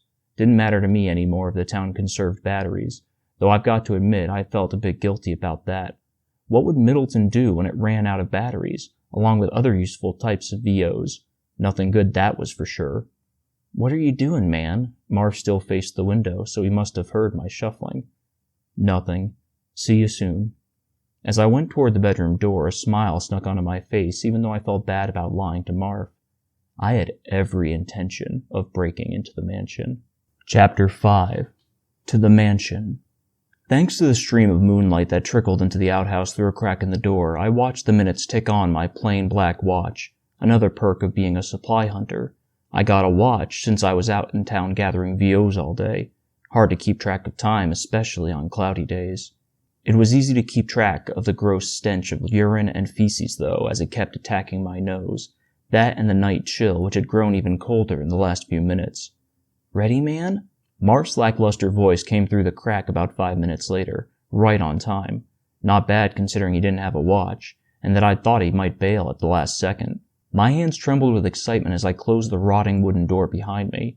Thank power, the overwhelming stench of human waste didn't follow me. I trailed his puffy figure. He wore a baggy sweatshirt 3 times too big for him and a raggedy pair of sweatpants, past the chicken coops. As expected, all the chickens were asleep.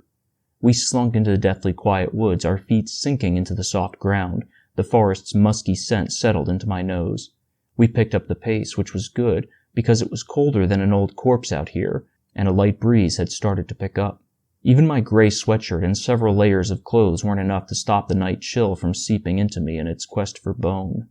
More silver moonlight spilled through the gaps between deciduous treetops, which still had pockets of leaves clinging to them here and there, the only light in the dark forest. I couldn't help but imagine the glow as Chud revealing the only way from above. He'd be so glad I was going on this mission, or something it seemed he always wanted to do but couldn't, or never tried. My flesh tingled, though I wasn't sure if it was from excitement, the cold, or that thought. I continued to follow Marv straight ahead. Even though he hunted every day, he wasn't even close to as quiet as I was. His feet made light thunderclaps as they hit the ground, and the foliage he stirred sounded like a whirling rainstorm. No wonder he had trouble catching animals. When we came to the brook, we cut to the right and trailed along it. Its soothing trickle greeted my ears, though all I could see was its thin black outline. "This is your favorite place, right?" I asked. He told me that a long time ago. Made sense since one of his duties was to fetch water from the stream. "Sure is, man." Energy filled his voice. "If I've made a good catch for the day, there's nothing like sitting next to this brook and watching it flow along before I head back to the faction house." "Relaxing, huh?" "More than that, man. It reminds me of life in a way. You keep coursing, keep going forward. You got to, 'cause it's the only way things are gonna get better. You can't ever give up, can't ever stop flowing forward, you know what I mean?" "Sure." I've got to hand it to him. Marv was a tenacious little guy.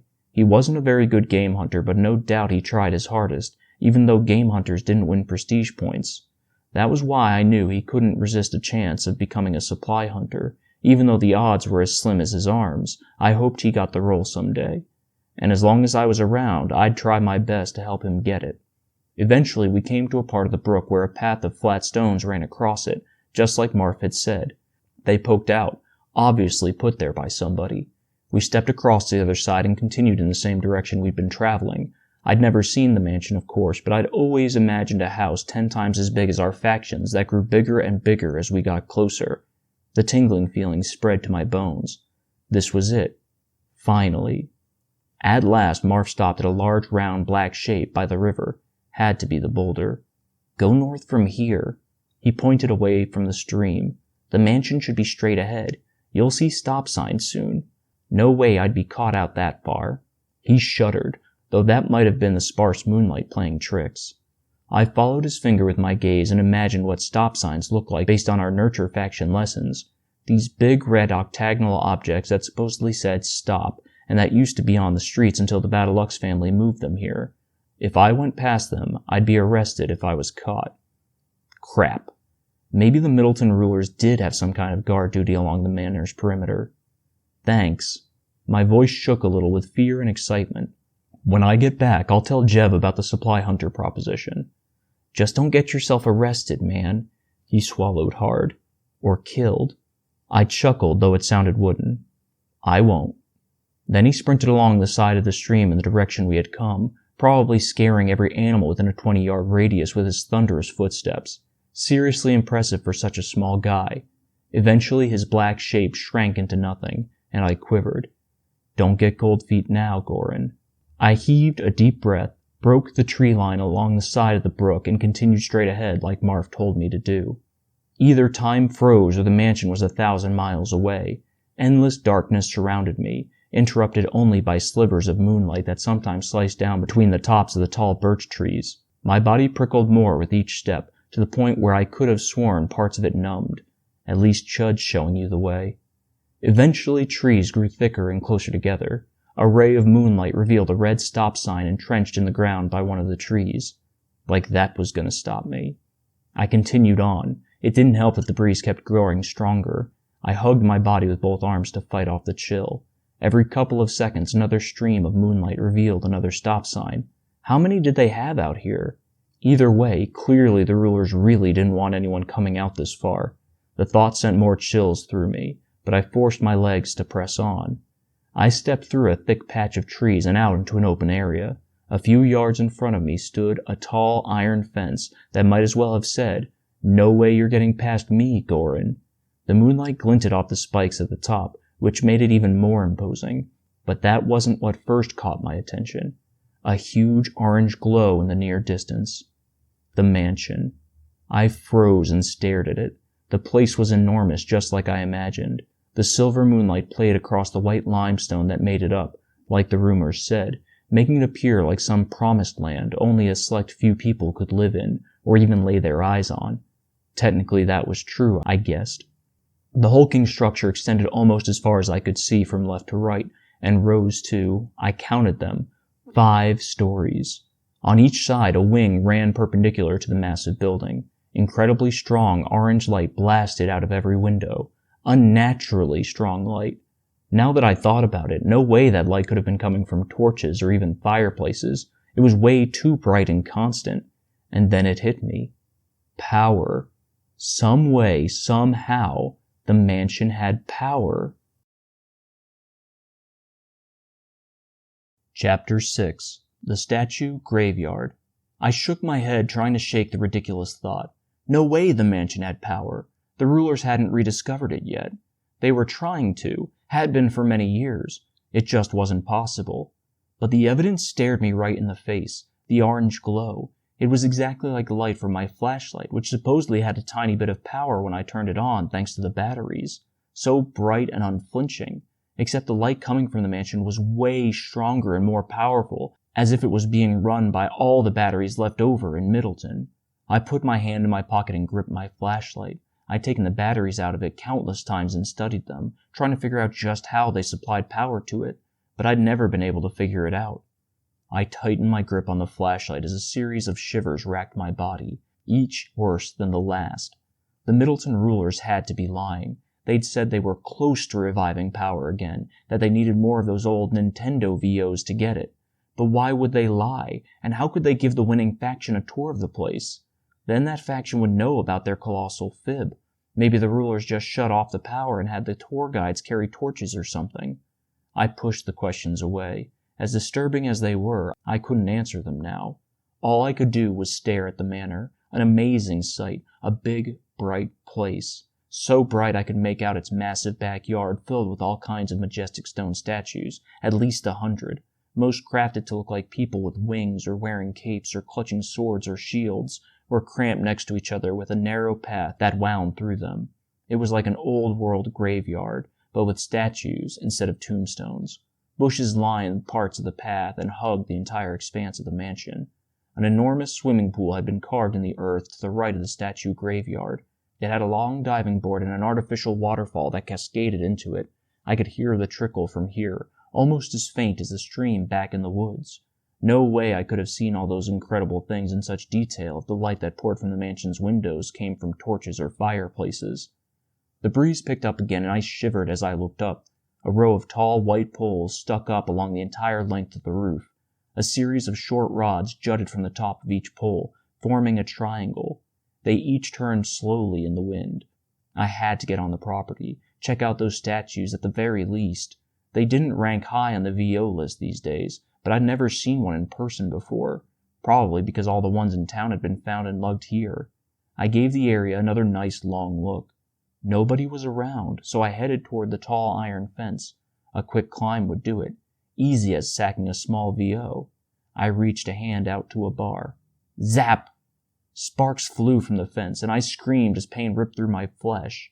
I landed hard on my back. More pain shot through me. A hot, tingling sensation spread from my hand through the rest of my body, like all the nerves in my funny bones were being hit one after the other. I clutched my injured hand to my chest. It wouldn't stop shaking. Why wouldn't it stop shaking? At last the pain started to die down and my hand stopped trembling. I touched it with my other hand, but it wouldn't register. Numb. Please, power, tell me my hand gets its feeling back. I studied the fence. It looked the same as before. No white sparks shot from it. Did I just touch raw power? Was the fence full of the crazy stuff? Had to be, since the mansion had it, and I'd never seen a fence or any other VO do that when you touched it. Sure, my flashlight had power, but it didn't hurt when I held it. This fence must have had more power, much, much more. How could something so horrible and painful be such a good thing? I picked up a branch with my good hand and threw it at the fence. They met with another zap. More sparks flew, and the branch shot to the ground. I stared at the branch. It didn't move. Well, one thing was for sure. I was never touching that stupid fence again, which meant I wasn't getting into the manor. Hollowness invaded my chest as I slowly climbed to my feet. Parts of my body, including my hand, which still pulsed with pain, were numb and weak. This was it. After a whole lifetime of wondering what the mansion was like, this was as far as I'd get. Sure, the place was priceless, the coolest thing I'd ever seen, but it only made me want to get in there and look around even more, especially since the Battlelux family had revived power. Don't get so down on yourself. At least you got to see it from the outside. But my body and soul sagged heavier than the mansion as I turned around and went back into the forest. The moonlight had grown softer, making it more difficult to see my way. Maybe a cloud was passing by. The occasional chirps of nocturnal woodland creatures had grown less chatty, sounded more like they were arguing with each other. The questions roared back. How did the rulers get power, and why didn't they tell the rest of us they had some? It couldn't be good, our own leaders lying to us like this. If only I could tell somebody, anybody, but no one would believe me. They'd have the patrol slap handcuffs on me on the spot and send me to the prison as the newest LYN madman. I couldn't even tell Marv. He thought I was crazy as it was, and he didn't want to know about the mansion anyway. Every step felt like I was lifting a mountain, and not just because of what I'd been through that night. It was bad enough the plague sapped more energy from my body every single day, but to be traveling at night after a whole day of supply hunting, it was just too much. My breaths came out more like long, labored gasps. The sweat that coated my body had chilled in the frigid night, making me even colder. I made it back to the boulder by the brook when a low wail tore through the woods. I froze. What was that? It sounded human. The sob broke out again, longer and louder this time. I quietly slunk toward it. I tried to stay in the deep shadow of particularly thick trees and came up to the backyard of a house in a different cul-de-sac than my faction's. The yard was the same as my faction houses, complete with a chicken coop and wooden outhouse. Torchlight streamed through an open window on the first floor where the sobs came from. Who would be up at this hour? Despite the fact I'd just gotten injured by a power fence that refused to let me into the mansion, I bit back a grin at the irony of that question. I snuck across the empty yard, careful to keep quiet so I didn't wake the chickens, and peered through the window. Rows of cribs sat inside the room. A nursery, which meant this was a nurture faction. Priceless. I hadn't been to one since I grew up in one, because we weren't allowed to visit other factions. No, couldn't risk catching a glimpse of the opposite sex, now could we? At the far end of the room, a girl raised around 15 or so rocked a baby gently in her arms. Shh, everything's okay, little one. Go back to sleep. She was pretty, with her tiny frame, long, slender neck, and white nightgown that fit her thin figure nicely. It stunk like horse crap I couldn't talk to her. Even worse, the baby she held made my heart ache. I imagined myself where she sat, holding and gently rocking my baby. Precious power. That kid could even be mine. I grabbed the window frame with both hands, about to launch myself in the house through the window and grab the infant from the girl's greedy little arms. Calm down, Goran. It's not your baby. My arms sagged. It was so unfair. If I couldn't get inside the mansion because of the power fence, then I had to find my baby and hold him or her like this girl held this infant. But the chances of finding my kid were incredibly slim. There were a ton of nurture factions with no way of knowing which one had my baby.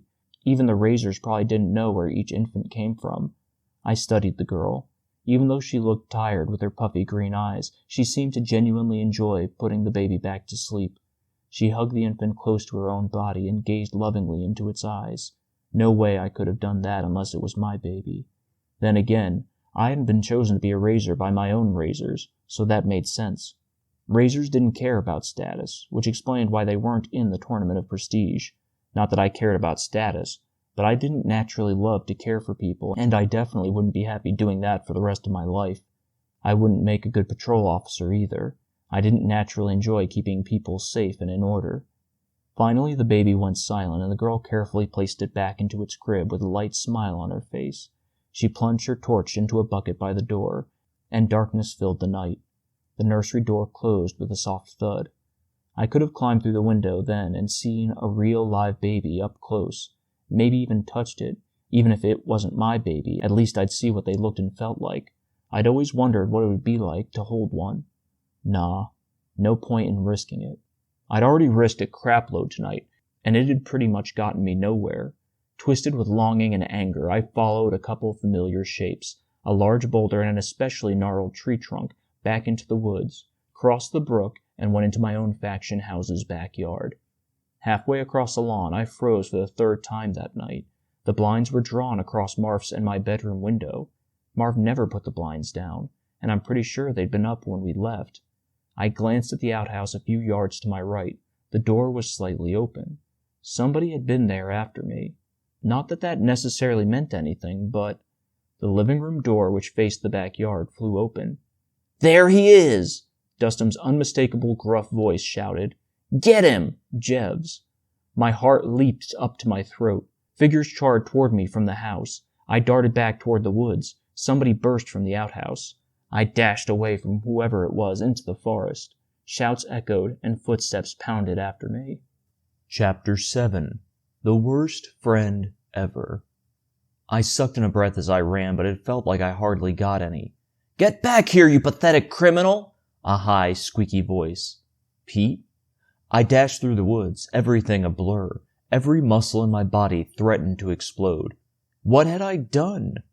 Though my feet were quiet, they weren't very fast. The plague had really slowed them, and every other muscle in my body over the years, not to mention all the traveling I'd done in the last 24 hours. The other supply hunters would catch up to me soon enough. I glanced back. Couldn't see the boys' black shapes, but their frenzied shouts filled the night. I might have been a good distance ahead, but where in the history of Middleton could I go? The trickle of the brook dripped into my ears, and with it an idea. I dropped my knees to the ground, felt around until I found a decent-sized rock, tossed it into the stream, then slipped behind a tree on the outskirts of the brook. "Quick!" someone shouted. "Into the stream! I just heard a splash!" The boys careened past me and jumped into the brook, making much louder splashes. When their footsteps faded on the opposite side of the stream, I let out a long breath and sagged against the tree. That had been close. Way too close. I slunk back toward the cul-de-sac. As I snuck along the perimeter of other factions' houses' backyards, everything was quiet except my heart, which still thundered in my chest. I blew it. I blew it big time. The only time I ever left the faction house at night, I got caught. Marf, too. The other faction members must have caught him when he came back from the forest, and then put our room's blinds down to make it seem like Marf was asleep, not realizing Marf never lowered them. Poor Marf. My whole body ached, not just from terror, running, and the plague, but from Marf. He'd done me a favor, and now I'd destroyed his life. All he'd ever wanted was his faction's respect, to get prestige points and have his name scribbled on our faction's flag in the park. And now he'd never have the chance to achieve any of those. He'd never let me live this down. I was the worst friend in the history of Middleton. Not to mention I'd destroyed my own life, too. The whole town would be looking for me now, and it wasn't like I could leave Middleton, not with all the savage tribes out there that killed and ate kids who wandered into their territories. I put a hand in my pocket and curled my shaking fingers around the gold necklace. At least I had my most priceless VO. Just its light, slightly cold touch against my skin made heat radiate throughout my body.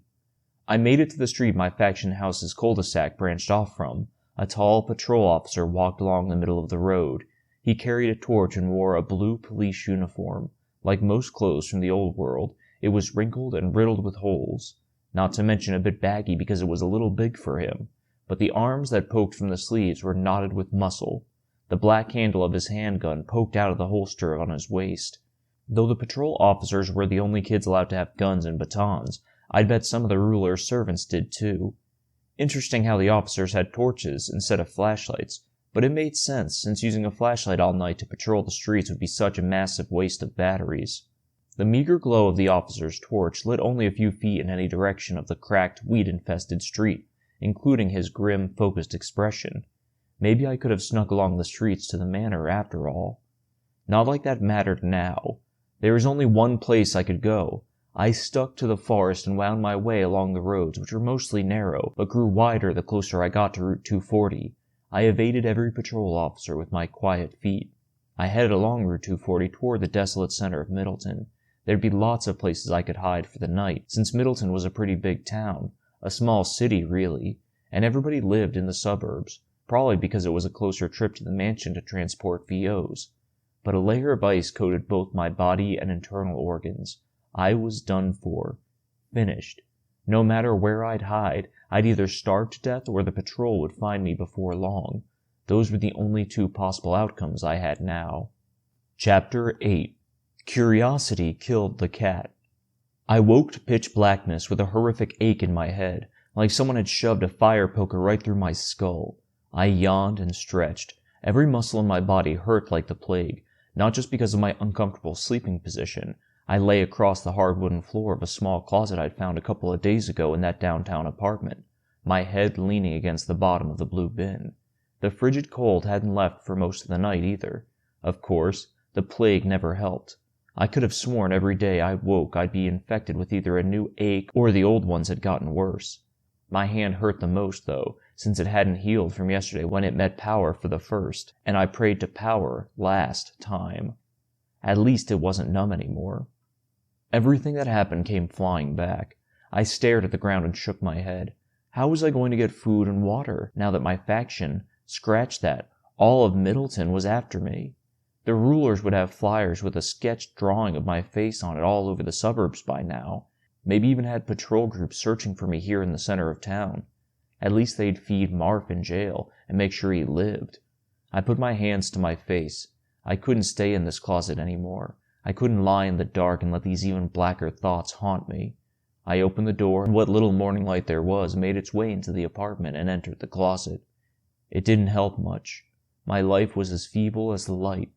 And to think just yesterday this place had seemed so exciting that I'd been bursting with hope at the possibility that maybe, just maybe, the precious VOs I found here would finally lead to my faction winning the tournament of prestige. Now the apartment felt totally empty, and I didn't have a single ounce of hope to cling to. I groaned, dragged myself across the desolate living room, and gazed out the window. At least nobody was in the pothole-filled road 8 floors below, but somebody was bound to come around before long. Across the street, a brownstone apartment complex, an exact replica of the one I stood in, stared back.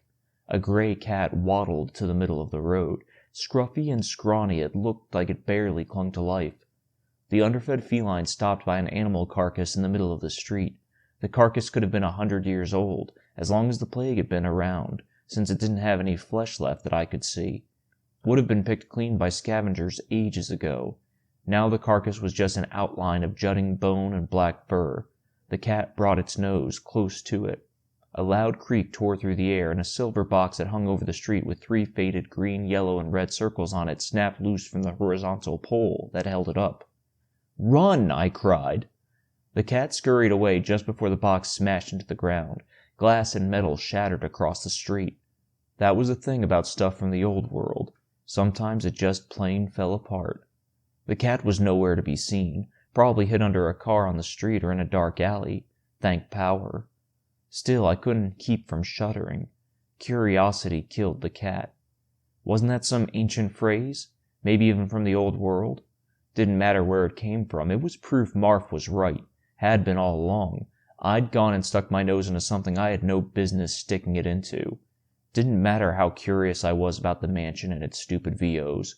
It was the Baudelux family's job to study them, not mine. My job was to find the precious objects.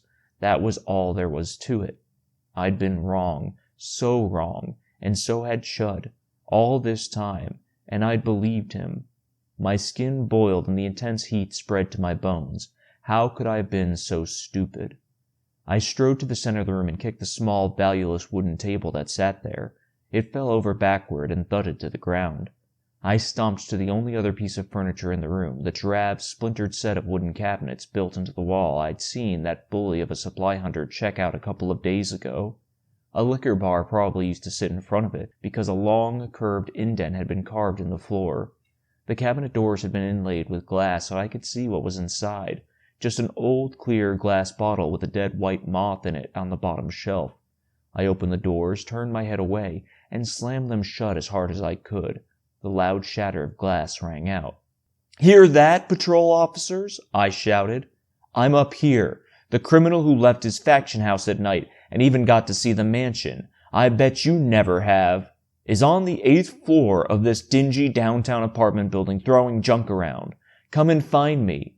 You can even have my precious—" I reached into my pocket. "Necklace." I held it as high as I could. On second thought, "Just see if you can take it from me." I curled my free hand into a tight fist. On third thought, "I'll tell you what I'm going to do with this VO." I ran to the window, opened it with a low crack. Still nobody outside. Figures. Oh, I'll tell you what I'm going to do. I'm going to rip this stupid thing into pieces and throw it out the window. This is one VO you'll never get your hands on, you pathetic Middleton rulers. I was about to tear the necklace when its gold glinted. My arm trembled, like my hand that had touched the manor's fence yesterday. What in the history of Middleton was I doing? I'd lost my mind. I'd gone totally, undeniably nutso. I let the necklace drop to the apartment floor, then I sagged next to it and crumpled against the wall. Was this what happened when last year neglect reached a high level? Was this why the rulers locked you up when they realized you had it? Because you were a threat to society? Because before long you'd become a blithering madman who wanted to toss objects into a fireplace and risk burning your whole faction house down? I gazed at the necklace, which lay a couple inches on the hardwood floor, and my body grew a couple degrees warmer. I might have had a disease, but I loved that thing. Such a beautiful object with its shiny gold and bright red stone. And the fact it came from the old world, a place 1,000,000,000 times better than this dump, a place where people grew old. I couldn't destroy it. It was too priceless, I said out loud. Energy invaded my body. I couldn't go out like this. Couldn't let the patrol come find and kill me in this decaying downtown apartment. Sure, I could pretty much throw away my chances of ever seeing the mansion again, much less break into it, same with finding my kid. But I could at least try to get Marf out of jail. It was probably the last thing Patrol would expect me to do. No doubt Marf would hate me forever, but at least I owed him that much. And if I was able to do that, then maybe, just maybe, he could teach me too, since I needed him to survive anyway, and maybe he'd have a better life than if he stayed in prison. It was the least I could do after what I'd done to him. Unfortunately, the prison was uptown toward the suburbs, but I had to risk it. I put the necklace in my pocket and clenched it tight as I walked toward the apartment door. Despite the fact the VO represented everything I'd been dead wrong about, it still gave me hope. And it was all I had left except my life, and maybe Marv, if I could somehow find a way to break him out of jail. Chapter 9. The Courthouse. I stuck to streets hardly traveled, ones by building where most of the VOs had been found, so I didn't bump into anybody. Most of the structures were run down, their windows either open or totally smashed. Occasionally I passed a mangy, stray dog or cat, but they paid me no attention. As usual, they were probably just digging around for food scraps.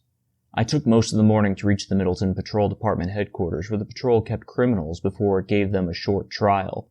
If the patrol found them guilty, it tossed them into the actual prison farther down the street. I reached the station just before noon. The large brick building rose in front of me as I made my way along the sidewalk. My stomach fluttered. The imposing building reminded me of the mansion's tall iron gate. It practically said, "No way you're going to break Marf out of this thing, Gorin. No use even trying." I checked out the area. Nobody was outside. Not surprising. You'd have to be crazy like me to try break somebody out of the patrol department. All the building's doors were kept locked at all times, and the inside was crawling with officers. Same with the courtyard in the back. I'd checked out the latter and peeked through enough of the building's windows in my day to know. Plus, there was no way a prisoner could break out of his cell's barred window. Yeah, this was going to be tough, if not impossible, but I had to give it a shot. I took a deep breath, heart thumping heavily in my chest, then slunk across the street and entered a dim alleyway along the right side of the station. I'd been here a few times in the past just to explore, so I knew my way around. Curiosity killed the cat. I shivered. I stopped by the first row of bars that lined the side of the building. Crap, too high up to look into. Despite the risk, I was going to have to call out Marf's name. No other choice. "Marf," I whispered. "Psst, Marf, you there?" No answer. I went to the next set of bars. "Marf, psst. Marf, come on, answer me." I glanced toward both ends of the alleys, but there was still nobody around. No criminals peeked between their bars either. Maybe it was a dry season for crimes or something. I just moved past half the rows of bars, deeper into the alley, where it would be harder for anybody outside it to hear me or see me because of the dimness, when a familiar high-pitched voice asked, "Gore?" I looked back toward the row I just passed. Marf stared down at me. The bars ran across his face as though crossing him off from existence. His mouth hung open, eyebrows knitted. "Marf!" I ran up to the wall. "What are you doing here, man?" His voice shook as he narrowed his eyes at me. "I came to get you out." He snorted. "Get me out? Don't be ridiculous, man. There's no way you can get me out of this awful joint." "How do you know? I mean, there's gotta be some—" "That's not the point anyway. I don't want to leave." "What? Are you out of your mind? You want to live here the rest of your life behind bars?" Mark just stared at me. "Well, it's better than you freeing me." His face gleamed a pinkish gray, every muscle in it tense. "You ruined my life, man. You're the worst friend a guy could ask for." Even though I knew it was true, he might as well have taken a torch and lit my head on fire instead of saying it out loud. "I know, Marf. Believe me, I get it." "Right." He pulled his head away from the bars. "No, wait, please, let me explain." He brought his face back into view, but a little further away from the bars. "You were right all along," I said. "You were right all along, and it took me doing something dumb like convincing you to help me to visit the mansion to realize it." "You didn't convince me, man. I'm not that stupid. I just knew you wanted to do it so bad." Typical defensive Marf. Couldn't pin anything on him. "Yeah, believe me, I really appreciate that you helped me, but now I know I should have just done what I was supposed to do and not question the leaders. Then none of this horse crap would have happened." The intense scowl stayed on Marf's face. "Whatever. Because of you, we're both chicken feed. I got an appointment at the courthouse at noon. They'll convict me for sure, man. The last year of my life behind bars. No baby, no tournament, no legacy. Nothing." He slammed his fists against the bar so hard they made a clang. I glanced towards the end of the alley, but there was still nobody around. Still, I had to calm Marf down because if he kept up this racket, somebody was bound to hear us eventually. "Look," I said, "you know I never would have asked you to help me find the mansion in a billion years if I knew this was going to happen." Marf let out a long, weary sigh. "I don't want to talk to you, man. I don't even want to look at you. You know, I always knew I should have had your job. I might not be as big and strong as you, but at least I know not to poke my head where it doesn't belong." He started to pull away from the bars again. "Wait!" I yelled. I yelled so loudly it echoed in the alley. Crap. But I was losing Marf fast. If I was going to make a move, I had to do it now. "If I could get you out, would you come with me? I know you just said you wouldn't, but you also said your life is chicken feed if you stay here. If you escape, we'd at least have a chance. Live somewhere on our own. Lead our own lives. You wouldn't be able to continue your, legacy or win the Tournament of Prestige, but you could be free." Marv bit his lip, his gaze drifting away from me. Then he slowly shook his head. All those things you just said, that's what I lived for, man. I don't want to do anything else. I know, but being free would be better than rotting away in that cell your whole 16th year, right? He chewed on his lips some more, lolled his head from side to side. Even if you could break me out, and even if we could live on our own, where are we gonna go, man? I might be a tough guy and great at hunting. For the first time during this conversation, I fought the urge to roll my eyes. But it's too risky to live in the center of Middleton, and obviously the suburbs would be even riskier. And we can't leave town. There are all those savage tribes past the farms. A light shudder ran through his puny shoulders. Right. The tribes. We had learned in our nature factions that groups of kids who'd broken off from nearby towns lived in the miles upon miles of cornfields and woods that surrounded Middleton. Even back in the old world, Middleton had been a big town, a massive source of civilization, but it was smack dab in the middle of nowhere. The tribes didn't have many VOs, so they lived off all that open land. Some were even nomadic, but the stories we'd heard, how they killed any kids who wandered into their territories and ate them. I shuddered. But Marv just hit on something big. That's just the place. I mustered the biggest smile I could. The farms. Supposedly, the tribes didn't come that far into town. They knew not to get too close because we had guns and weapons. We can stay in a farmhouse. There's plenty of open forest around there, and then we'd have the entire place to ourselves. How precious would that be? Supposedly the rulers had picked the farmhouses clean of VOs ages ago, so nobody from Middleton lived there either. Too far away from the middle of town in the mansion, I guessed. A long silence. I'm telling you, it's our only chance. If we don't try, both our lives are going to be chicken feed like you said. He nodded slowly. Maybe, A loud click came from behind him, and he ducked out of view before a long creak of a door opening tore through the air. You, somebody inside said in a gruff voice. Time for your trial. Follow me. Crap. I might have been too late. I glanced at my watch. 12 o'clock on the dot. The jail door shut with a clang. I dashed along the alley toward the back of the station. I leaned against the wall and craned my neck round the corner. The station's back door opened and Marv's short, scrawny figure exited, his hair a mess of black shocks like always. He looked even more pitiful than usual with his hands cuffed behind his back and the tall, muscular patrol officers, they had to be 16 years old, that flanked him on all sides. Even though their faces were dark gray and splotchy, they strode confidently with burly legs, not to mention guns poked out of holsters on their waists. They really weren't taking any chances of Marv escaping. Come to think of it, was there a reward for capturing me? Was there a slew of prestige points on my head? The party headed across the courtyard, which the weeds were mercilessly trying to tear up. No matter what the Battlelux family learned from all those VOs, no doubt the weeds would eventually reign over Middleton. Marv and his captors edged around the giant hole in the middle of the courtyard. Maybe a statue used to sit there? And reached the courthouse on the other side. The building was even bigger than the police station and much more priceless. It was built out of white limestone, like the mansion. A series of tall columns and a long, wide staircase framed its entrance. After Marv's party climbed the steps and entered the courthouse, I darted into the courtyard. There wasn't much cover, so I tried to stay near the random scraggly trees along the path. When I reached the courthouse, I sprinted along its side. I stopped and peered through the first window, which was broken like most windows out in town thanks to generations of supply hunting. Shards of glass still clung to parts of the frame. Even though darkness stared back, I knew a courtroom was inside because I'd not only explored the outside of this building before, but also this room itself. But that was the old me. I continued to check the windows until I found a room lit with the orange glow of torches that lined its walls. This had to be where they'd bring Marv. Rows of wooden benches stretched out before a large judge's desk on the left. A boy who looked as old as me sat at the desk. He wore black clothes and held a wooden gavel. Right. Boys got boy judges, and girls got girl judges. I held back a gasp.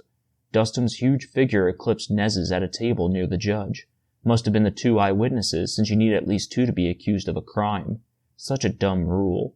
Then again, it made sense for the Battlelux family to try to cut back on kids lying about other kids committing crimes. Kids were always doing that to people they didn't get along with, or who were from competitive factions. Still, everybody knew the rule didn't work all that well. Dustin and Nez's cold, sharp eyes made it obvious Marv was going to be put away for the rest of his pitiful life. unless I did something. Fast. Of course, this courtroom's windows were still intact. Figures, though that was probably why they were using the room. I grabbed the frame and tried to pull the window up, careful not to use too much force, but it wouldn't budge. As locked as Marf's face. The courtroom door opened and Marf entered, his eyes distant, expression defeated. The officers surrounded him. My heart kept charging against my ribcage.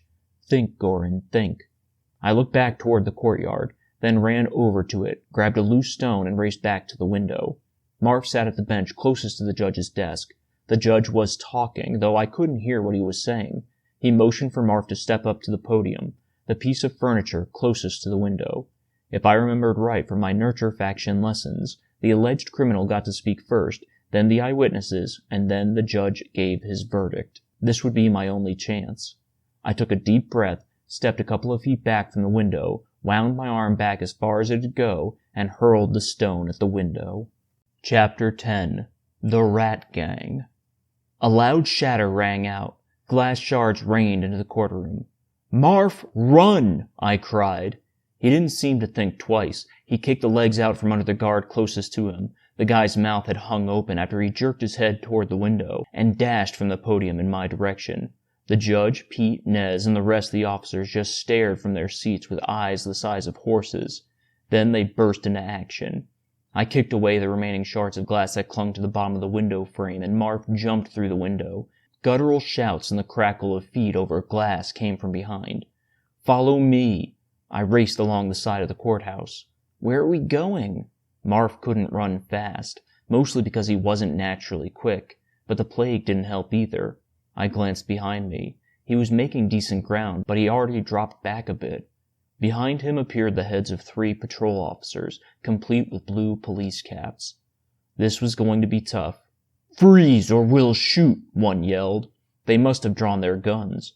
My heart on the roof of my mouth, I turned from the alley onto a street I've been on a gazillion times before. If I remembered right, and I usually did, it was the 5th car down, a pale yellow.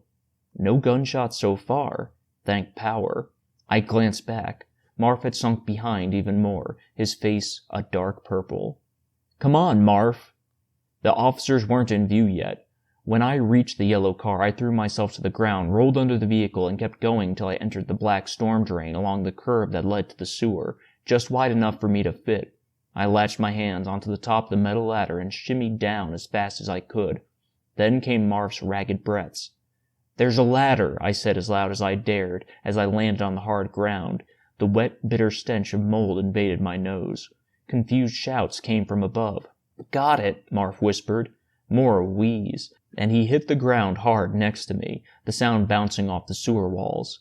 I cringed and waited a second, but no more sounds came from above. "Follow me," I whispered. "They'll figure out where we went before long." I clicked on my flashlight and we headed along the concrete platform, slower this time so Mark could catch his breath. At least it was a little muggy down here. A welcome change from the constant overbearing cold. I kept the friendly yellow beam of light on the cracked ground so we could see where we stepped, though the calm flow of water came from our left. Out of the corner of my eye, I could make out the dark stream that coursed there. Gray brick walls curved into the ceiling. We reached the first intersection. I visualized our position based on my memory of the street above, and headed north toward the suburbs. I kept my free hand on the chipped, cracked wall to our right as I went. From time to time we stopped. I switched off the flashlight and we listened, but we never heard any footsteps. Looked like we'd lost our chasers. Marf's silence made it obvious he was still pissed at me, though, but I couldn't let that bother me. I was so happy he'd not only agreed to, but had actually broken out of the prison faction. I didn't know what I'd do without him. We passed small chambers to the side of the main sewerway. One time I pointed my flashlight's beam into one of them and swept it over rusted bed frames complete with deflated mattresses. They rested on stone platforms to the sides of the grotesque water. A couple fold-out metal chairs sat at the entrance. Remains of the rat gang? Marf's breath came out steady now. Gotta be, and probably some of the last ones left. Not that the rat gang brought much down here, anyway. We learned about the rat gang in our nurture factions. It was the suburbs gang's biggest enemy until the legendary Alik Badalux family led the suburb gang to victory over it and took over Middleton. Like most times when I was down here, a scene I imagined happened 50 years ago flashed through my head. Grungy kids slept on the mattresses, knives under their pillows. Others sat on the chairs by the entrance to the main chamber of the sewer, deathly quiet as they listened for signs above ground of the attacking suburb gang.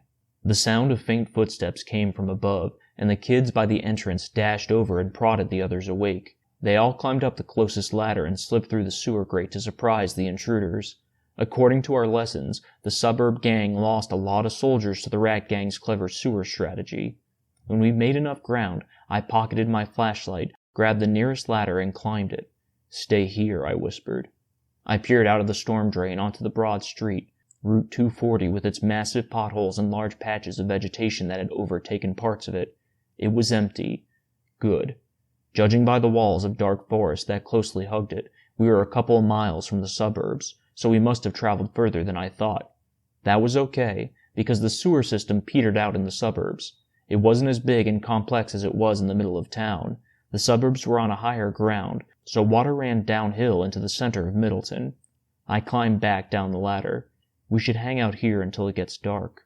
"How come?" Marf's voice came out extra high. "It'll be a lot easier to sneak past the suburbs then."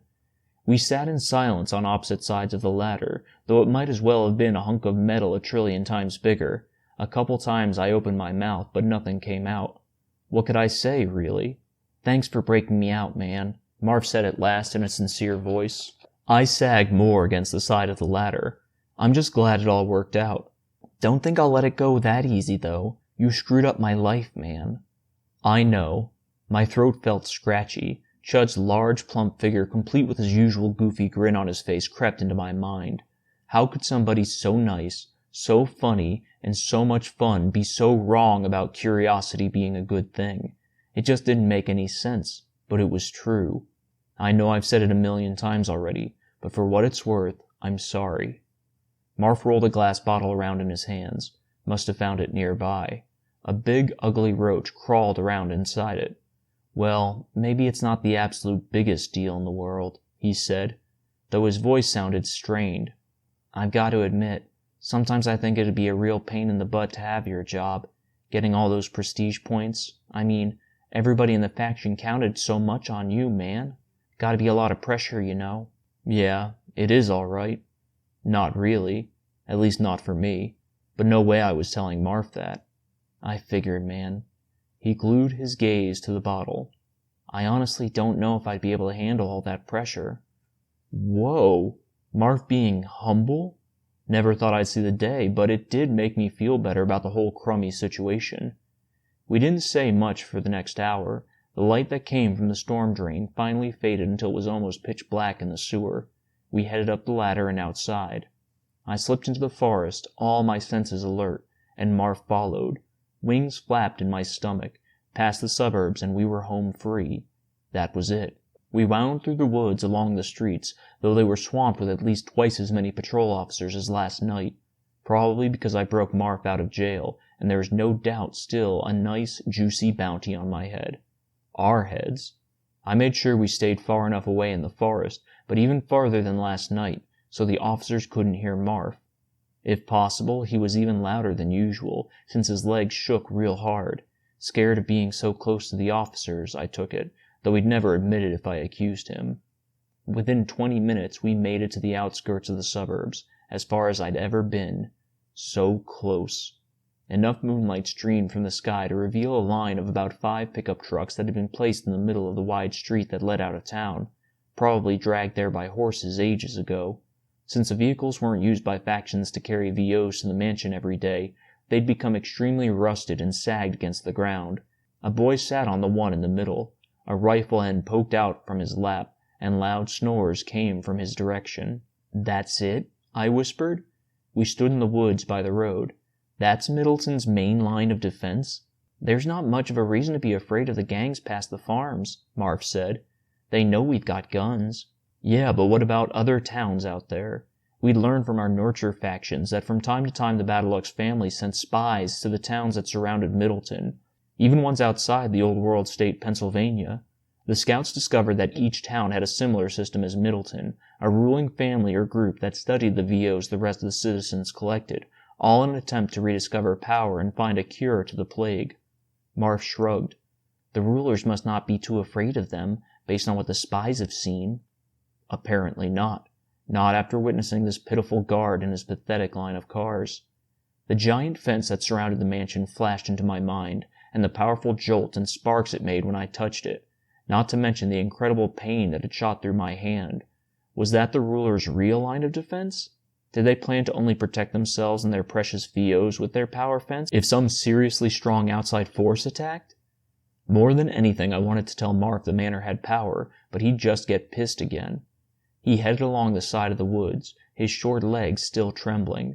Despite the delicate operation, I held back a grin and followed. We passed the sleeping boy, making sure to stay far enough away, and continued down the road until he was out of view. Then we walked along the middle, still deathly silent. Marv's strides were steady again, and the wings in my stomach stopped flapping so much. We'd done it. The hard part was over. Now to find a farmhouse. The broad street, which we could see thanks to the pale glow of moonlight, gradually sloped uphill. Deep black forests surrounded the road on both sides. Eventually we slowed to what felt like a crawl, though sweat matted our clothes to our hot skin. At least my skin burned like a torch. A good thing, considering the night chill. My stomach growled. I'd completely forgotten that I hadn't eaten since last night. "We're gonna have to get hunting soon," I said. "I could eat a horse." Marv let out a weak chuckle. "Tell me about it, man. Thank power there's all this woods around. Should be easy enough to find food. Only problem is I need something to hunt with." "We'll find something, even if we have to make it. Let's get to a farmhouse first. I'll feel better when we've put some good distance between us and the suburbs." Finally the road leveled out. 2 huge hills loomed in the distance, one at each side of the street. "What's that?" Marv pointed toward the one on the right. No, not a hill. At least I'd never seen one like that. Looked a bit like a funnel with a wide bottom that curved thin in the middle, and then grew wide again at the top. "That's not a farmhouse, right?" "Don't think so. I don't think farmhouses are that big or shaped like that. Looks like some other kind of building." "Weird. Wonder what's inside it." I shot him a sideways glance. "Not that I'd ever go and find out," he said real quick. "I'm not that stupid, man." Rolling meadows replaced the forest on both sides of the road.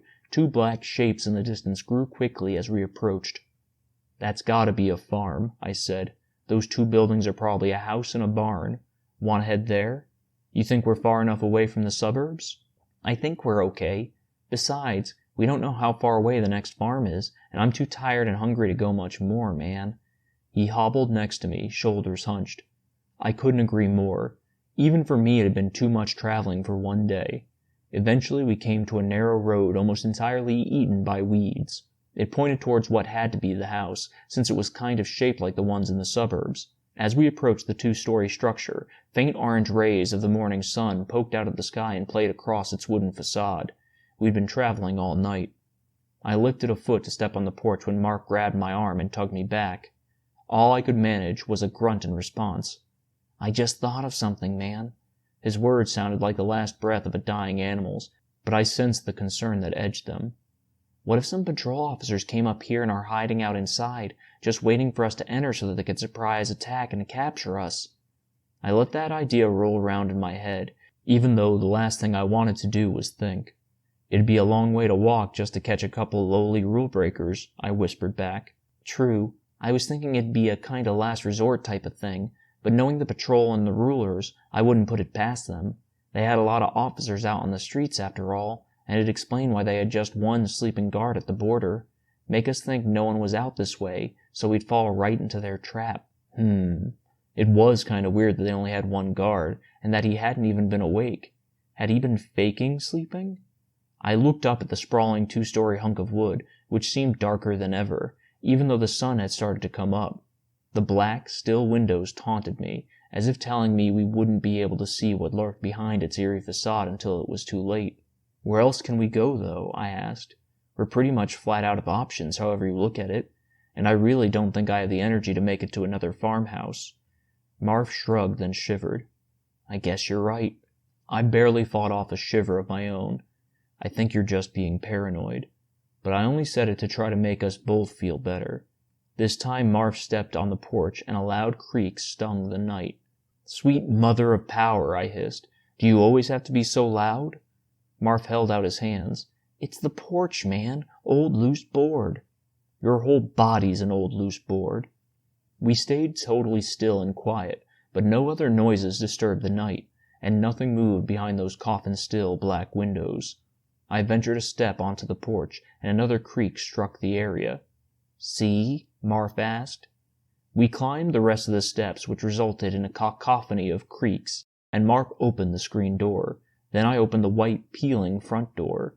We stared inside. The now stronger rays of sun made their way through the windows and revealed an empty living room with splintered, faded wooden floors and a vacant fireplace. As I thought, the Middleton rulers must have taken all the furniture and VOs from the house. I let out a large pocket of air I hadn't known I'd built up inside me.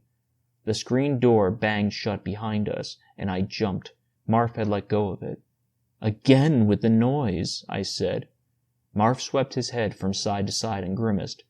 "Crap. Nowhere to crash. At least there aren't any patrol officers, or spiderwebs for that matter. Kind of weird since nobody lived here, but I wasn't going to complain. Sure, the floor's hard, but I say it's as good as a place to sleep as any. We could crash in the meadow, but there'll be lots of bugs and maybe other gross stuff out there." Marv shuddered. "I'm not afraid of no bugs, man." "Right." He pointed to a pair of saggy dark blue sneakers with hardly any holes in them near the front door. "Looks like they didn't take all the VOs." I placed my own sneakered foot next to one of the shoes. "Weird. They're in pretty decent shape. Even better than mine. A supply hunter could have easily used them." Marv shrugged. "Whoever sacked this place probably didn't see them. Funny how you can miss stuff that's right in front of you. If we're lucky, maybe there are some other useful things the rulers left behind." He looked up at me with a glare that threatened to impale my skull. "We could sure use something in this crappy situation you got us into, man." I tried to keep my gaze on his, but it was hard. "Well, let's explore the rest of the house." We started with the living room. Then I saw them. Fire pokers leaned against the fireplace's iron cage. Thank power. I pointed them out to Marv, and his eyes lit up. "Guess the looters didn't need them," I said. "Well, it's not like they were going to use this fireplace, man, and the other houses already have pokers." He picked up one and caressed the gnarled hook-like point at the end. His mouth twisted into a rich, malicious grin. "Yeah, this baby'll work all right. It's a nasty thing, I'll tell you that." I choked back a laugh. He looked so puny and harmless compared to the long, sharp poker. We checked out the rest of the house, both the first and second floors, but the whole place was empty. No furniture of any kind except a rickety wooden table and chairs in the kitchen that looked ready to collapse. "Hey man, check it out." Marv stood by the window of what used to be the master bedroom on the second floor, though the bed wasn't there anymore. "Looks like there's a garden outside." The sun bathed the backyard in enough light to make out a couple of rows of brown, scraggly plants. A light green tinge poked out of them here and there, as well as a few tiny, shriveled red spheres. "Tomatoes," he said. "You're right. Tomato plants. Look like they're just about dead, though." "True." He frowned. "Wait a minute. I'm no plant expert like Jarrus, but won't vegetables die in the fall unless they're in a hydroponic greenhouse?" "Well, yeah, that's probably why they're dying." "Sure, but that means someone's been here in the past year. No way they would have survived last winter, man." Before I could let that sink in, the bedroom door creaked behind me, and something grabbed me around the stomach, pulled me back, and wrenched my arm behind my back. My breath caught in my throat as sharp pain stabbed my neck.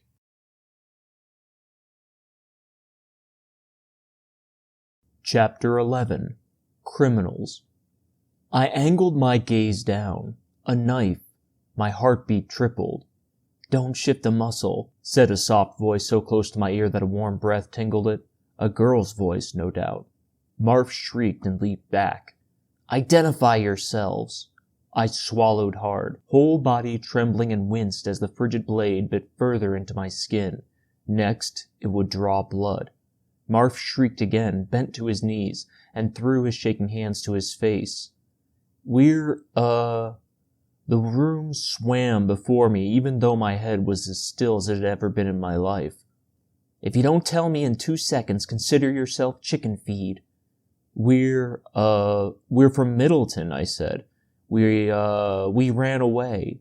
The only thing I could concentrate on was Marv's figure hunched on the floor. He removed his hands from his corpse-white face, his eyes larger than the ripest apples in fall. He rolled his gaze up to the right of my head.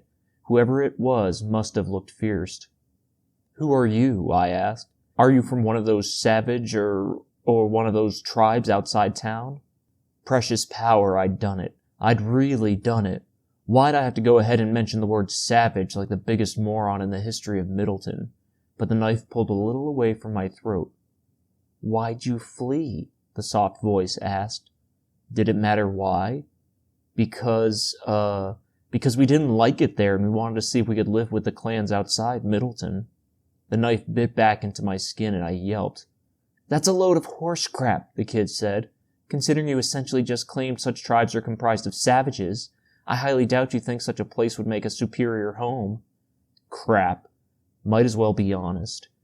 Okay, we left because I tried to break into the mansion where the Middleton rulers live, and, Marv helped me, even though he didn't want to. We're both criminals. "You truly attempted to break into the mansion?" Was this kid deaf or something? Yes, and we got caught in the act, so we ran away because the rulers would hang us if they captured us. The hand wrenching my arm back eased and the knife slipped away. "I fled too," the voice said, "though for different reasons." I stumbled forward a few feet, whirled around, and almost dropped to my knees like Marv.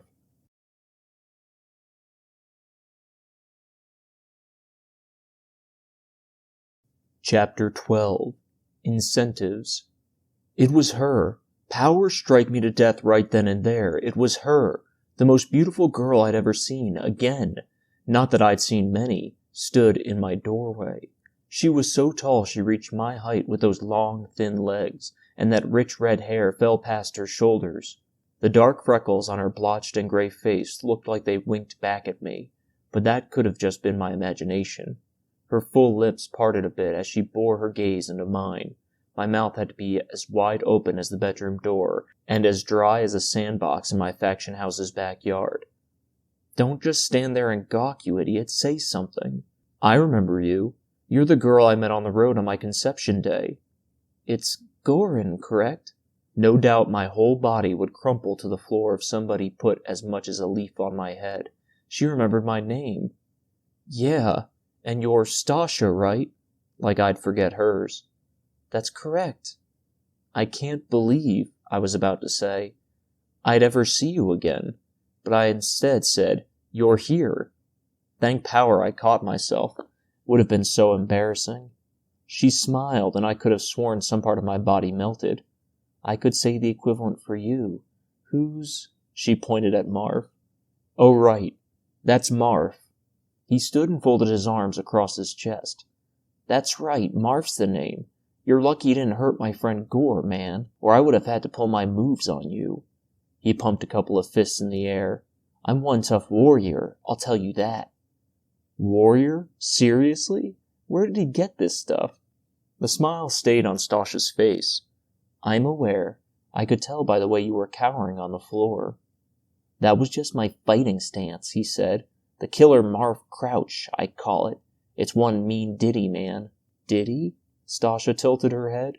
"That's a type of song, you know." "Whatever, man. It's pretty nasty. That's all I'm gonna say." "It's a pleasure to meet you, too." Her smile grew wider, and wings flapped in my stomach again. Funny how she could be so fierce one second, and then so light-hearted and fun the next. Even funnier I could notice that just after having my life threatened. "How did you know we were here, and where'd you come from?" I asked. "Well, first of all," she said, "you guys were as boisterous as the plague." "Boisterous?" I asked. "Sorry, it means loud, right?" She'd used big words when we talked near the reproduction faction. No idea where she could have learned them, though. "I heard you dragging your feet all the way up the drive. Then the multiple creaks when you stepped on the porch steps, followed by the bang when the screen door shut. And regarding your second question, I came from the barn. I sleep there. Lots of hay. Very soft." "Why didn't I think of that?" I asked, as Marv said, "Makes sense." I glanced at him. He openly gaped at Stasha, eyebrows slightly raised. Unbelievable. Not that I could blame him with someone that pretty, but still. So those shoes by the door must have been yours, I said. That's correct, Stasha said. I leave them in the house at night. I adore the sensation of the grass and hay on my bare feet. Her expression grew rigid. In any case, I believe I've already laid claim to this farmhouse. However, there are plenty others in the area, any of which ought to suit both your and Marf's needs. My heart shrunk to the size of a pebble. She didn't want us around. She didn't want me around. I guess I shouldn't have been surprised. She'd kind of acted that way when I met her by the reproduction faction. She'd clearly wanted to talk with me, but was uncomfortable and wanted to jet at the same time. That might be true, I said, but this house is pretty big. More than big enough for the three of us. Don't you think it'd be better if we band together? It'd be nice to have a company, and we could help each other survive. Marf unfolded his arms from his chest. Sure sounds good to me, man. I can offer my warrior skills in case we're attacked by the patrol or any of the savage tribes, or some other force that seems unstoppable. He pumped his fists in the air again. I'm one mean ditty, I'll tell you that. It took all my willpower not to groan, not just because of his ridiculous warrior talk, during which I couldn't have helped but picture his trembling little legs as he snuck by the patrol officers back in town, but because he managed to use the word ditty wrong even after Stasha told him what it actually meant. Deep creases lined Stasha's forehead. Well, don't get me wrong. While it's certainly a nice notion, I don't think it's such a good idea. You both seem pleasant enough, but like I said, I think it's for the best that we go our separate ways. There's enough farmland for all of us here. It looked like she mustered the biggest smile she could, but something about it was off, as if someone created it by slopping a bunch of paint on her face. What was up with her? But why? I asked. You haven't really given us a good reason. It just didn't make any sense. Who'd want to live all by themselves in some run-down farmhouse on the outskirts of Middleton? She rocked her tall, thin body from side to side, clasped and unclasped her hands. I glanced at Marf, who stared at Stasha with eyebrows raised. Well, you know, because... She squinted, as if she could read, and the rest of her sentence was scrawled across the far wall. Because why? I bore my gaze as hard as I could into hers. At last the paint on her face washed away, and her expression grew hard. Because we're less likely to be detected by the patrol if we split up. But the way she ended that statement, more like a question, betrayed the fact that she didn't believe it. That might be true, I said, but I'd personally rather get caught and hanged by the patrol than live the last of my days all by myself. Come on, why don't we at least talk and get to know each other better? Just a little. Then you could decide if you still want to be on your own. What do you say to that? She stared at me. Her perfect lips pinched so hard they morphed white. Marf smiled and nodded. My friend's a wise man. You could say he's one mean ditty, too. I mustered the warmest smile I could to match Marf's. Just talk with us for a bit. We'll tell you our story and you can tell us yours. She blinked a couple times, then swallowed. All right, very well. Why don't we head downstairs and sit at the kitchen table? It looks like it's about to disassemble into a million pieces, but it's surprisingly stable. Thank power. But seriously, what had that been about? Stasha turned around and headed toward the door, and Marf blinked and shook his head real fast a few times, like he'd just been crudely wakened from a long sleep. Clearly he found Stasha as incredibly attractive as I did. After we sat at the table, she was right. The rickety chairs somehow held our weight. I explained how we got to the farm, even though I would have rather turned myself into the patrol than tell such a cute girl the unbelievably stupid mistake I made. So you see, it was all Gore's fault. Marf folded his arms across his chest again. I disagree. Stasha looked at me from across the table with glinting eyes. I think what he did was brave. He yearned for something, and he wasn't afraid to pursue it. Another pair of wings joined the others in my stomach. Brave was the last thing I expected her to think of me. So why did you run away? I asked. She grunted, her expression sour. I just couldn't endure it anymore. The rulers, the way they manage Middleton. She shook her head. It's illogical and I can't stand it. What are you talking about, man? Marf's nostrils flared. Crap, I knew that look. He was climbing towards his spitting state. The Battlelux family takes care of us, make sure everyone's doing their jobs. Middleton's a great place to live and you know it. She let out a scornful chuckle. You must be joking. You can't do a single thing you want. You can't choose what job you'd like. You can't raise your own child, even if it's only for a couple of months, or live where you want. You're not even permitted to keep any VOs for yourself for power's sake. And for good reason, man. A spray of Marf spit flew across the table. There he goes again. Stasha leaned back in her chair, lips curled in disgust. Everybody just can't be doing whatever strikes their random fancy all the time, Marf said. There'd be no order. We wouldn't survive a minute without the way Middleton's set up. Again, I disagree, Stasha said. I think we all could have more freedom if we put our heads together and pondered the notion, but the rulers would never permit us to attempt such an endeavor. They're too stubborn in their vast mansion with their unjust rules and precious VOs. She gritted her perfect white teeth, which shone bright against her dark gray face. And they have everyone brainwashed with that absurd tournament of prestige and other incentives. Other incentives? What did she mean by that? Still, I hadn't thought of it that way. Sure, I'd always hated life in Middleton, but like Marv, I always figured nothing could be done about it. Maybe Stasha was onto something. Maybe there could be a way for everyone to have more freedom while the town was kept running smoothly at the same time. Marv's face grew to a dangerous shade of red, so I said, So you left because you got sick of it all? Partly, Stasha said. After all, I wanted my own house, my own things, my own life. I had to at least try to obtain them before I died. Goosebumps sprouted on my arms. She was just like me, except I had to see the mansion and its valuable objects before I died. She turned her head toward me, bore her gaze into mine. But it was a month ago, when I gave birth to, our children. That catapulted me over the edge. She shifted her attention to the table and slumped her shoulders. What? Children? I jumped from my seat. I gave birth to twins, she said in a low voice, though I didn't know their sexes. I clapped a hand to my forehead. Mother of precious power. All this time I've been thinking about my kid when I actually had two. That's amazing, I murmured. I know, a miracle really. She looked up, her face flushed, eyes teary. This was obviously hard for her to talk about, but I couldn't help but think about how she gave birth a month ago. So that was how old our babies were. It really felt like way too much time without being able to see them. Them. I had twins. I paced in front of the kitchen table. This is all so much to sink in. I took a deep breath and looked at Stasha. But you were saying about how giving birth sent you over the edge? As difficult as it was for her to talk about, I had to hear the rest. That's correct. It was just so horrific.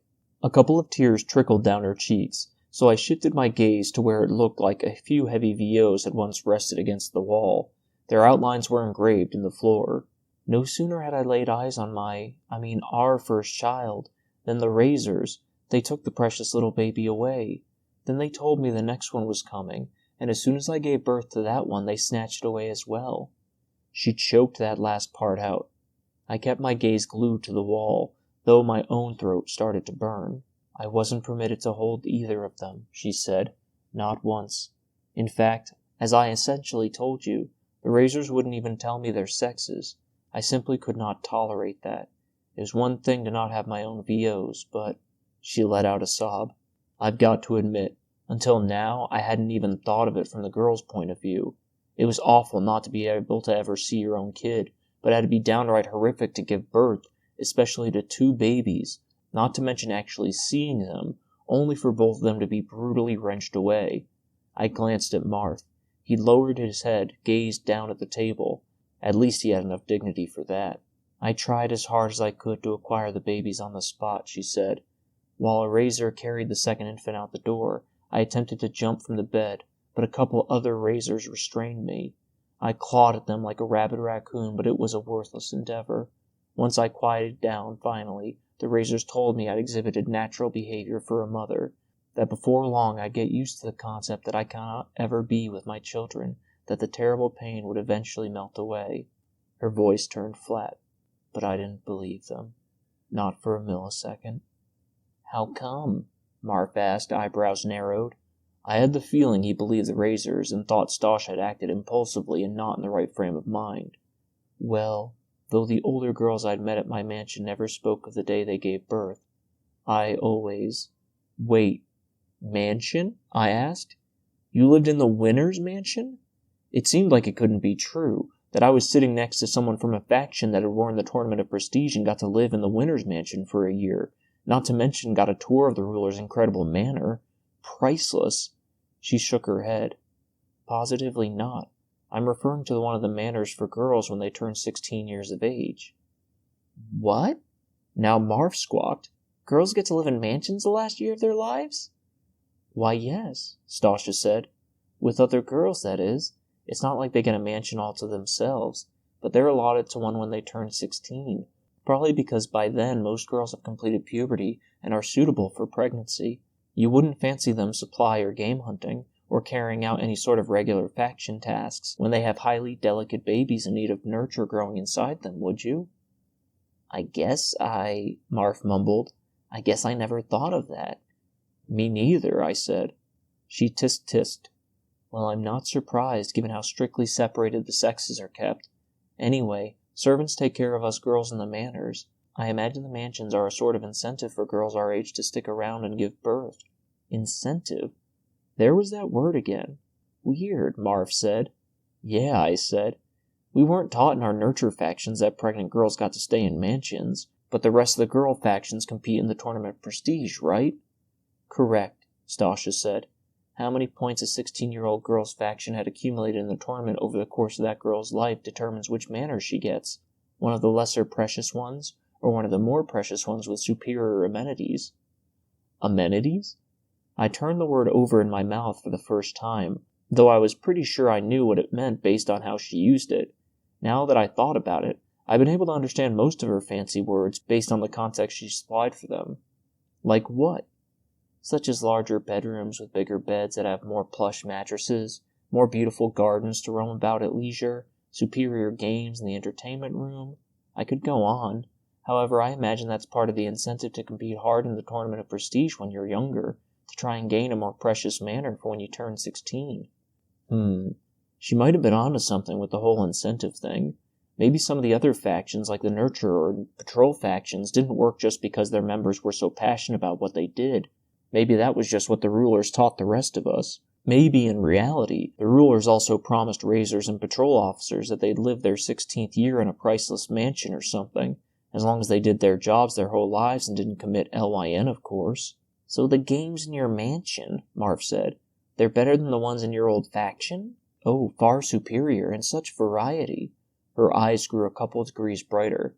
After playing nothing but chess and backgammon back in my regular faction, I was utterly appalled by how much more fun games can be, and how different.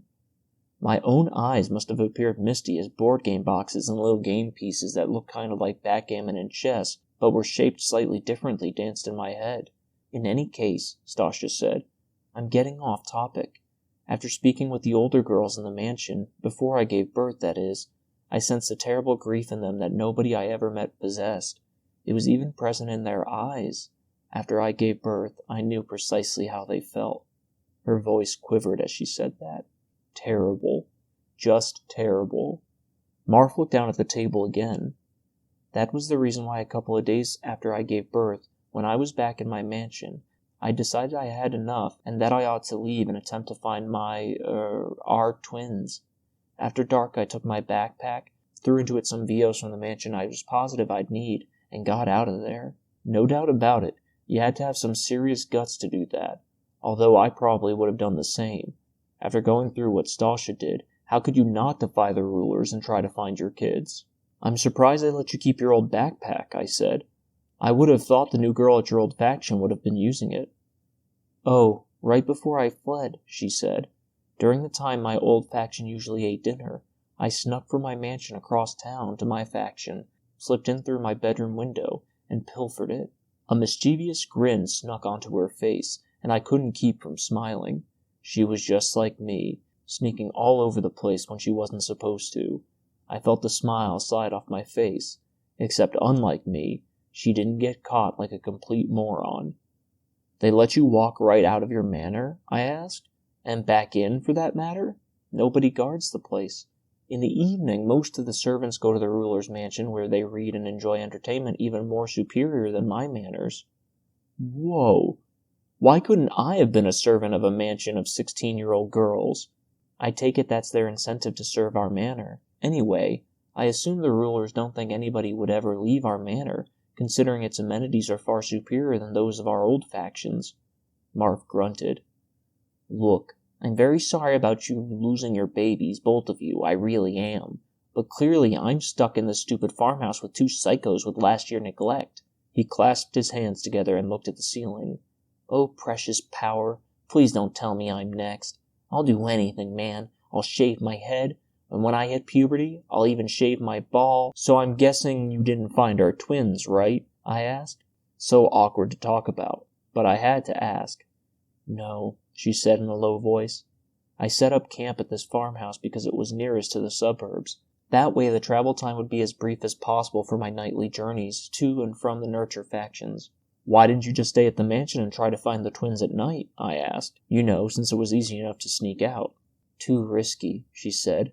Chances are somebody would eventually discover my absence, or happen to witness me on my way out or on my return. Plus, had I been fortunate enough to recover the babies, where could I have taken them? Surely not back to my mansion, and I craved more than anything, still do, mind you, to be with them for as many waking seconds of my life as possible. Her voice cracked as she said that last point. I could only nod, a longing feeling digging into me. All good points, and I felt the same way. Not that it mattered much, I suppose, she said. I discovered quite quickly how impossible it is to find the twins. Hopeless as a matter of fact, especially considering that they're likely in separate nurture factions. Yeah, I knew that feeling all right. Looking at all those babies, who all looked the same for the most part, in that nurture faction made it painfully obvious how impossible it was, and that was just one nurture faction. The thought was too depressing to dwell on, so I said, So you've been here for a month? That's correct, she said.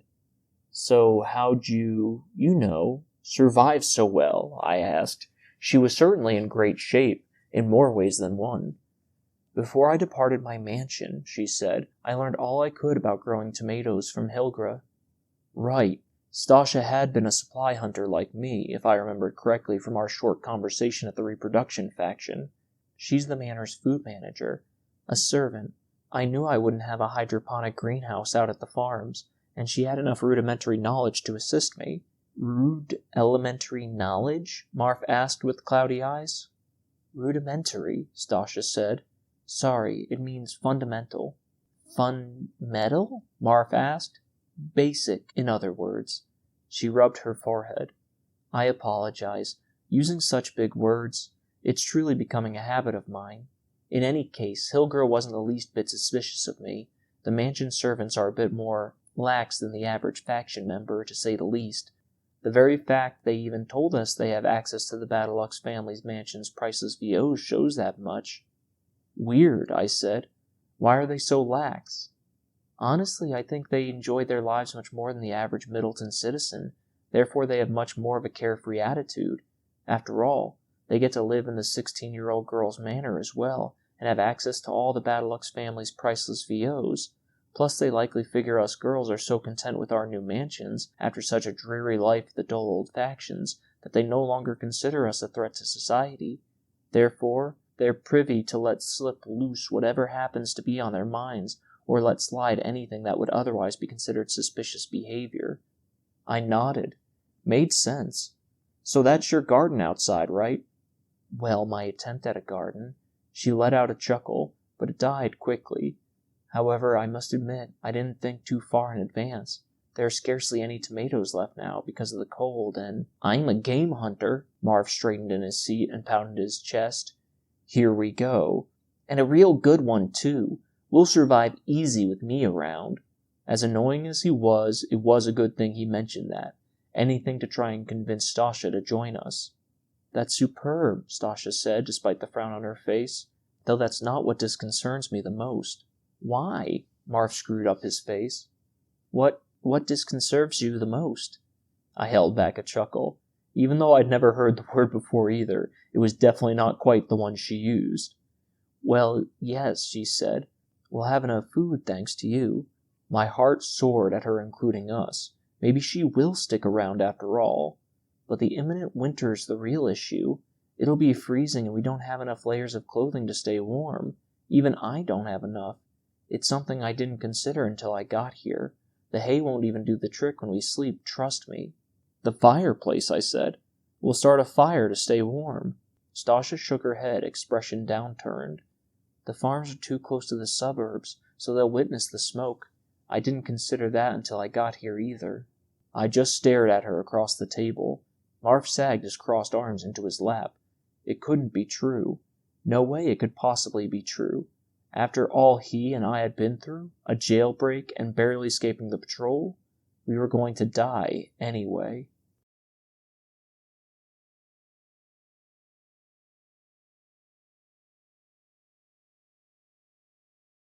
Chapter 13. Highways and Airplanes. "You've got to be kidding me!" Marv glared at me with eyes colder than the fast-approaching winter. "Gore, I'm gonna kill you!" I looked down at the table. "Seriously, man," he said, "I'm gonna kill you. Not only did you ruin both our lives, but now you've got us both killed. At least I would have been alive in that freakish prison for the last year of my life. Now I've only got about a week to live." A deep cold soaked my body. He was right. I'd killed us both. Somehow, I'd managed to make things even worse than they were before. I'd be lucky to even keep the title Worst Friend in the History of Middleton now. "I believe we literally only have a couple days or so to live, actually," Stasha said in a low voice. "There are scarcely enough tomatoes in the garden to last the three of us even 2 more meals, and that's really pushing it." I put my head back into my hands. No, we couldn't give up that easy. I pulled my head back out. "There's got to be something we can do." "Course there isn't, man." Marv sprayed more saliva across the table. "We need fire to cook food and stay warm. We got no chance without it. Now that I think about it, that's why the patrol put practically no guards at the border. They knew we were chicken feed if we left Middleton, so why bother beefing up the border or sending a patrol unit out here?" I barely heard what Marv said, as my mind churned on frenzy mode. Raw meat. We can eat raw meat. It's a risk because there's a chance we can get sick from it, but it'll keep us alive at least a little longer. "Oh, great." Marv leaped from the table. "That solves the problem, then. We can stay alive a full week until we freeze our little rears off. Great thinking, man." He paced in the middle of the room. "What about the tribes outside town?" I asked. "Maybe there's a way we could live with them. Integrate ourselves into one of their groups or something." Marv snorted. "They're a bunch of savages, remember? They eat kids, man. No way we're gonna go anywhere near them." "We don't know for sure they eat people," I said. "That's just what we've been told." "So you're saying you don't believe anything the Middleton rulers told you?" Marv shook his head, his face as red as the tomatoes in the garden. "Well, they obviously haven't told everybody everything about how Middleton's run. And, well, I was about to tell him and Stasha what I found out at the manor, about how it had power and the Badlocks family didn't bother to tell the rest of Middleton, when Stasha said, "I think Goran has a point." No way. She liked my idea? Again? I could definitely get used to this. She leaned forward, her dark gray face more vibrant than I'd seen it so far. "Maybe those tribes did consume children in the past, but Middleton hasn't come in contact with them in a long time. They stay away from us because we have old world weapons, but maybe the tribes have evolved after all these years. Maybe they've become more civilized and wouldn't mind having some help. Marv, you could hunt for them."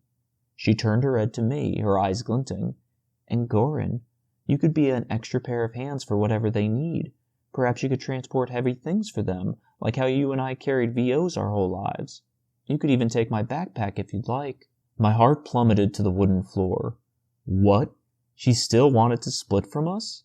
That must have been why she was so excited about the possibility of us living with the clans. She wanted us to get away from her. But why? How could she possibly want to stay here and freeze to death, especially since there was the possibility of surviving with the tribes? No, this made about as much sense as the least valuable object in Middleton being worth prestige points. Marv stopped pacing. He put a hand to his chin where a layer of drool glistened. That really doesn't sound like such a bad idea." Just what I was thinking, but... "You've got to come with us," I said to Stasha. "You've just got to. No way you're going to stay here and die in a few days." She stared to my left, refusing to make eye contact. "Be honest," I said. "What are you hiding from us? Please tell us. You can trust us." Her gaze meandered to mine, and I leaned forward with what I hoped was an honest-looking, trustworthy face. Her expression grew rigid, and she put her hands on her hips. "That's preposterous. I'm not hiding anything. Positively nothing." "Yeah, right." "Then why in the history of the Badalux family would you possibly rather stay at this death sentence of a house than go someplace where we might actually have a chance to survive?" "I gotta be honest, man." Marv trained his gaze on her. "I don't get it either." Her firm expression dropped. Her lips trembled as she glanced back and forth at us. Tears crept into the corner of her eyes, and she feverishly blinked them away with her long, delicate eyelashes. I leaned back. Not quite the reaction I was expecting. "Just think about it," I said. "If it works out with the tribes, you'll actually live until you're 17. At least you won't be in Middleton." Clearly she had a lot of beef with the town, so it had to be a good tack. "What do you think?" She nodded slowly. A couple tears slid down one of her cheeks, and she wiped them away with her fingertips. "Okay," she murmured, so quietly I almost couldn't hear her. "Okay, I'll go." "You will?" She nodded more firmly. "Yes, I will. I'll go." I wanted to ask her again what she was hiding, but whatever it was, it looked like it was too personal. At least she was coming. That was all that mattered. Marv sat back down, his eyes hard. "Okay, let's try that. Tomorrow we'll officially leave Middleton. We'll eat some tomatoes in the morning, and I'll hunt on the way with that nasty fire poker. I'll call it Marv's Nasty Fire Poker of Death." I barely stopped myself from rolling my eyes. "Sounds good to me." I sagged deeper into the chair. At least we had some kind of plan, and Stasha was coming with us. My eyes started to drift shut, and I forced them back open. "Well, I think I'm gonna hit the hay," Marv said. "No pun intended." His eyes fluttered open and closed too. "Knowing you, I think it was," I said. "And me too. I'm so exhausted I can't even think about anything anymore." Stasha chuckled. "The barn is just outside to the right." I didn't even remember landing in the hay. I woke up about 10 hours later. Dusk sun filtered through the rows of windows just below the barn's ceiling beams. Marv slept a few feet away. I shook him. "I might have caught just one squirrel today," he murmured, eyes shut. "But it's a seriously fat squirrel, man." "Marv, get up." It took a couple more prods before he woke. "Oh no," I murmured. "What?" Marv rubbed his eyes with his tiny fists. "What if Stasha left? What if she ran away to some other farmhouse while we slept?" Marv shrugged. "Whatever, man. Let the crazy girl do whatever crazy girls want to do." I raced out of the barn into the house, but Stasha sat at a table with a pile of scrawny tomatoes on it. I let out a long gush of air. "Well, aren't you alert and spry this morning?" She grinned and gestured toward the table. "Just finished cleansing them in the brook, so go on and indulge yourself. Oh, and here's some water we can all share." She pointed to a metal canteen on the table. Must have stolen it from her mansion. I've got to admit, I keep gaining more and more respect for her. After we ate, Marv eventually joined us. Stasha refilled the canteen with water from the brook and packed the rest of the tomatoes in her frayed yellow backpack. Marv grabbed the fire poker from the living room and we left. The night chill, which had reached an all-time coldest for the year, hit us, so we moved at a good clip to stay warm. We made it to the main road and trekked along it farther away from the suburbs. The giant black shape at the right of the hill in the near distance loomed above us again, like Chud's divine form guiding us through the night, or maybe more like Black Death leading us to our ends. I pointed towards it. "What's that, Stasha, you know?" "Not entirely." Her voice floated from a tall, thin black shape a couple feet to my left. "Some kind of factory, perhaps. I studied it a couple of weeks ago." "Great!" Marv, a short black figure to my right, huffed. He carried the fire poker in one hand. The sharp, gnarled end glinted in the moonlight. "Another one falls to the curiosity disease." "One thing I know for certain, though," she said. "Something's going on over there. Every once in a while a car approaches from the suburbs and visits it." "What kind of car?" I asked. "Well, it's kinda crazy," Marv said in his typical sarcastic voice. "But it's got like 4 wheels, man, you know, like every other car in Middleton. And it's got like windows on all sides and seats inside. And it's pulled by these like giant hairy beasts that—" "A really fancy and shiny one," Stasha said. "It must belong to the Badalux family because no faction has a vehicle as stylish as that one. In addition, its horses are large and tall and well groomed. They pull the car quite easily." "Yes, I quite agree with that description." Even in the dark, I could make out Marv as he stroked his chin.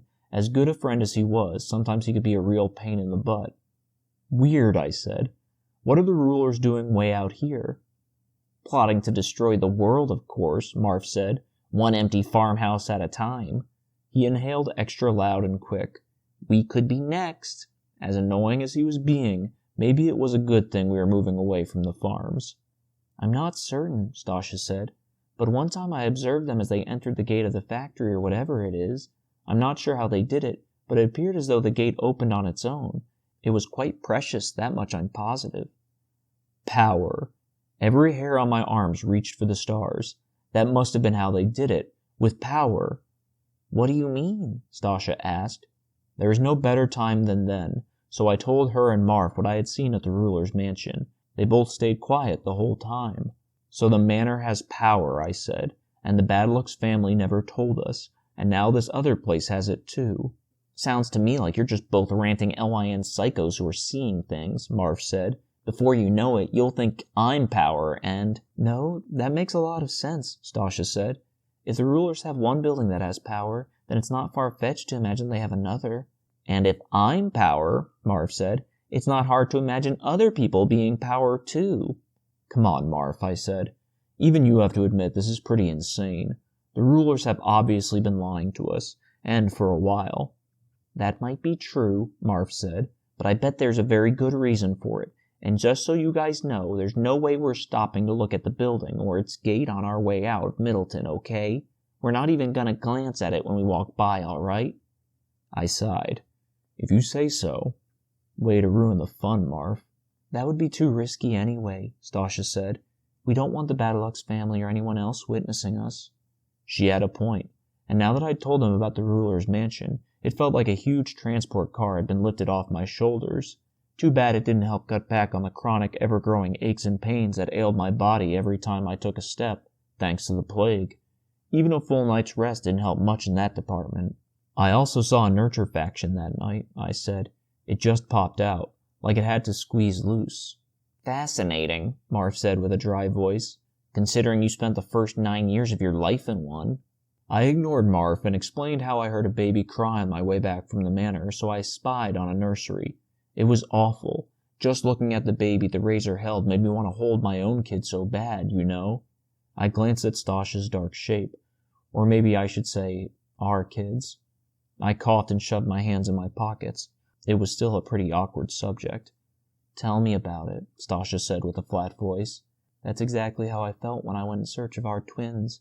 Sometimes it's all I can dwell on. So when you looked for them, I asked, did you pretty much do the same thing I did? Try to peek in at nurseries at night? Essentially, she said.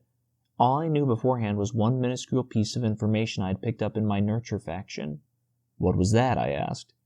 Yeah, what was that? Marv asked, because we're all just dying to know. Well, Stasha said, one time I overheard two of my razors conversing in the nursery. They just received a new baby and couldn't recollect its name, though they knew its parents' names. Then the younger razor said the baby was a male, and the older, more experienced one said that meant the child had the same name as his father. Oh, I said, so a baby gets the same name as the parent of its sex? At least the first name. Now that I thought about it, that was a terrible way to name people. If Stasha was right, and there really could be some way for everybody to have more freedoms, then maybe people could have different, more fun names. Names they'd want to have. Would definitely be an improvement. So razors do know the names of their kids' parents. That's correct, Stasha said.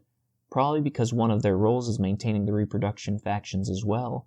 I imagine part of that duty is naming each kid they assist in birth, and the rules must state they do so according to the baby's sex and parents.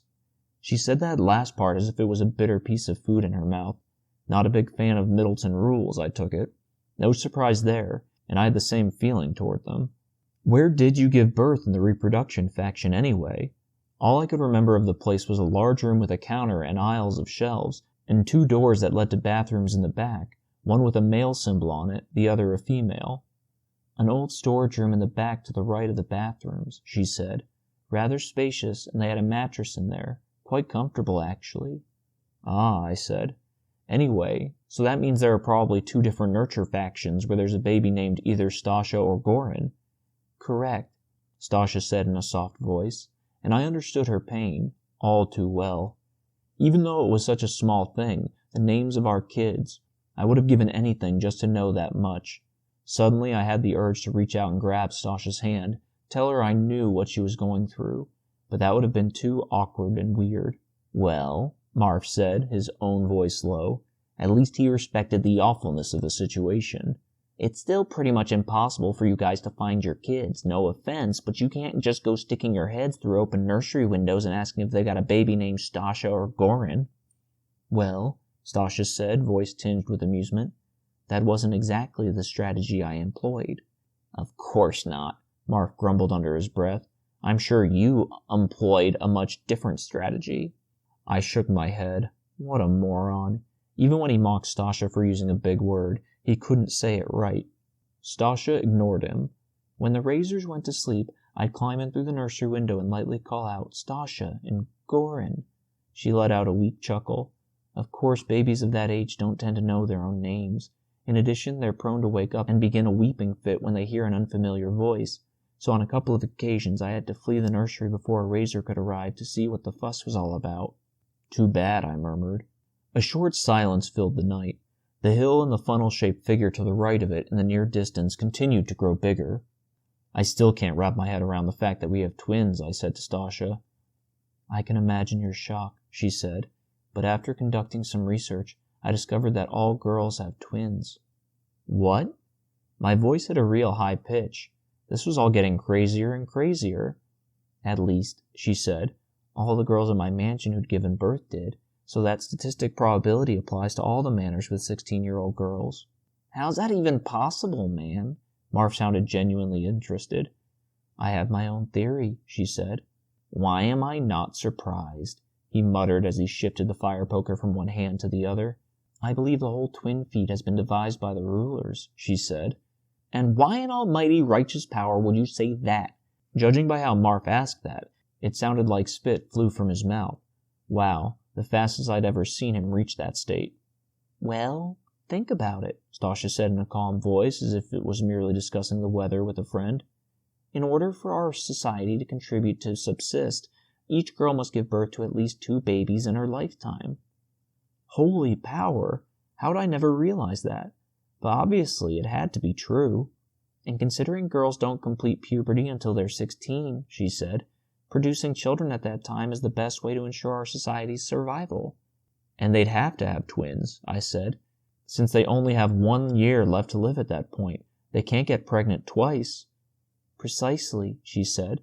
In addition, it reduces the amount of time we spend in the mansions, which entails more supply hunting to benefit our society. A brief silence. Again, her theory sounded right on target. She might have been even more of a deep thinker than me. Concerning the twin feat, she said, the rulers have clearly found some way to accomplishment, and I think I know how. How? I asked before I could stop myself. Well, the servants made me take a sequence of pills up to the day I gave birth. Pills? I asked. From where? I asked one of the servants that very question. Of course, Marv grumbled, though I quivered. It was so awesome to know someone like me. Supposedly the rulers have stockpiled them from the old world, Stasha said. In any case, the servants told me the pills would assist with the birth and make it less painful, but the birth was still remarkably excruciating, so I have a hunch that in reality the pills were the culprit for me birthing twins, same with all the other girls as well. Let that sink in. Wow, the rulers obviously know a lot more about stuff than they let on. You know, with their advanced birth pills and having power and not telling the rest of Middleton? My gut churned. It all felt off. I still don't get why they'd hide all this stuff from everyone. I think it makes perfect sense, man, Marv said. I mean, there's no reason for everybody to know everything about how Middleton's run, right? Like, why should us boys have to know that girls have twins? As far as I'm concerned, the Bad Luck's family secrets keep society functioning without kids constantly asking questions or prying into things that aren't their business. That's what I say. As much as my gut still churned, Marv had a point, but Stasha had a lot of good points too. I let everything said up to then that night stew in my brain, and I had the feeling that Stasha and Marv did the same. After a couple hours, it was still night, and the farms just seemed to keep going. though the huge, looming, funnel-shaped figure grew bigger and bigger. We stopped on the side of the road, and Marv tried to hunt. Stasha and I sat on what was left of a decaying curb while he plodded around in a patch of woods nearby, louder than a raging thunderstorm meeting a hurricane. Not to sound mean, I said to Stasha's tall black shape, which sat on the curb a few feet away, but I really don't know how he catches anything with all that noise. He must not be that bad at setting snares. Stinks we don't have any. She laughed. I don't consider you mean at all. My heart drummed in my chest, but I empathize with Marv. But I assume the kids in your faction teased him a lot. Yeah, probably because he's not a very good game hunter. I suppose that's why he's so, well, arrogant. He wants to impress everybody, make them think he's valuable, you know, since no one ever really considered him that.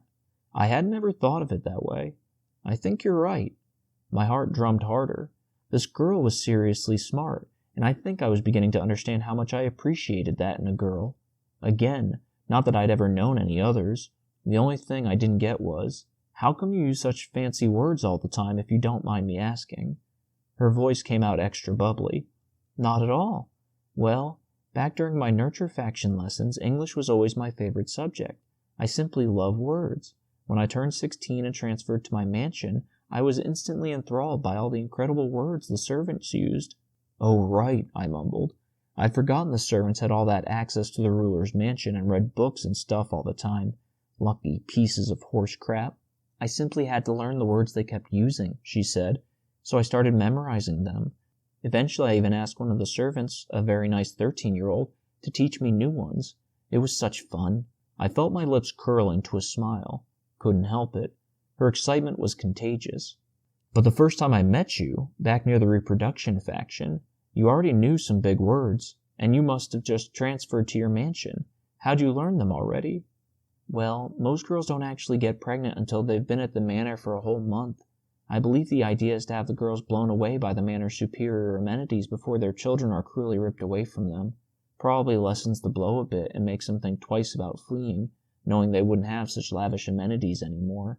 Obviously, it didn't work on me. She let out a dry chuckle. Good for you, I said. No doubt about it. This girl was a thinker, like me, and should, power bless him. Thanks, but yes, I adore words. I expect I'd love to read if I'd ever been taught how or was permitted to own a book. I even asked the servants if they could bring one over to our mansion once, but they're not allowed to, she sighed. That's another thing the average citizen ought to be able to do. Read. Yeah, that'd definitely be cool. So my fancy words don't bother you? No, I think they're priceless. I wanted to say more, like that she was priceless, when Marv blundered through the foliage that lined the side of the street. No luck, he grumbled, and I'm freakishly starving. Same here, I said as Stasha said. Me as well. She unzipped her backpack and we dug into the tomatoes. When we finished, she said, Only enough left for one more meal. She filled the metal canteen with water from a stream Marv found while he'd hunted, and we set out again. A half an hour later, woods replaced the farmlands on both sides, and a half an hour after that we made it to the massive funnel-shaped building. My body tingled as we walked past it in the forest along the side of the road, so nobody in the building could see us. If Marv wasn't there, I'm not sure how I'd be able to keep myself away from the place. I might have even climbed a tree to get a better look over the fence. Don't be stupid, Goran. That's what got you into this mess in the first place. But then again, maybe Stasha would think it'd be a brave thing to do.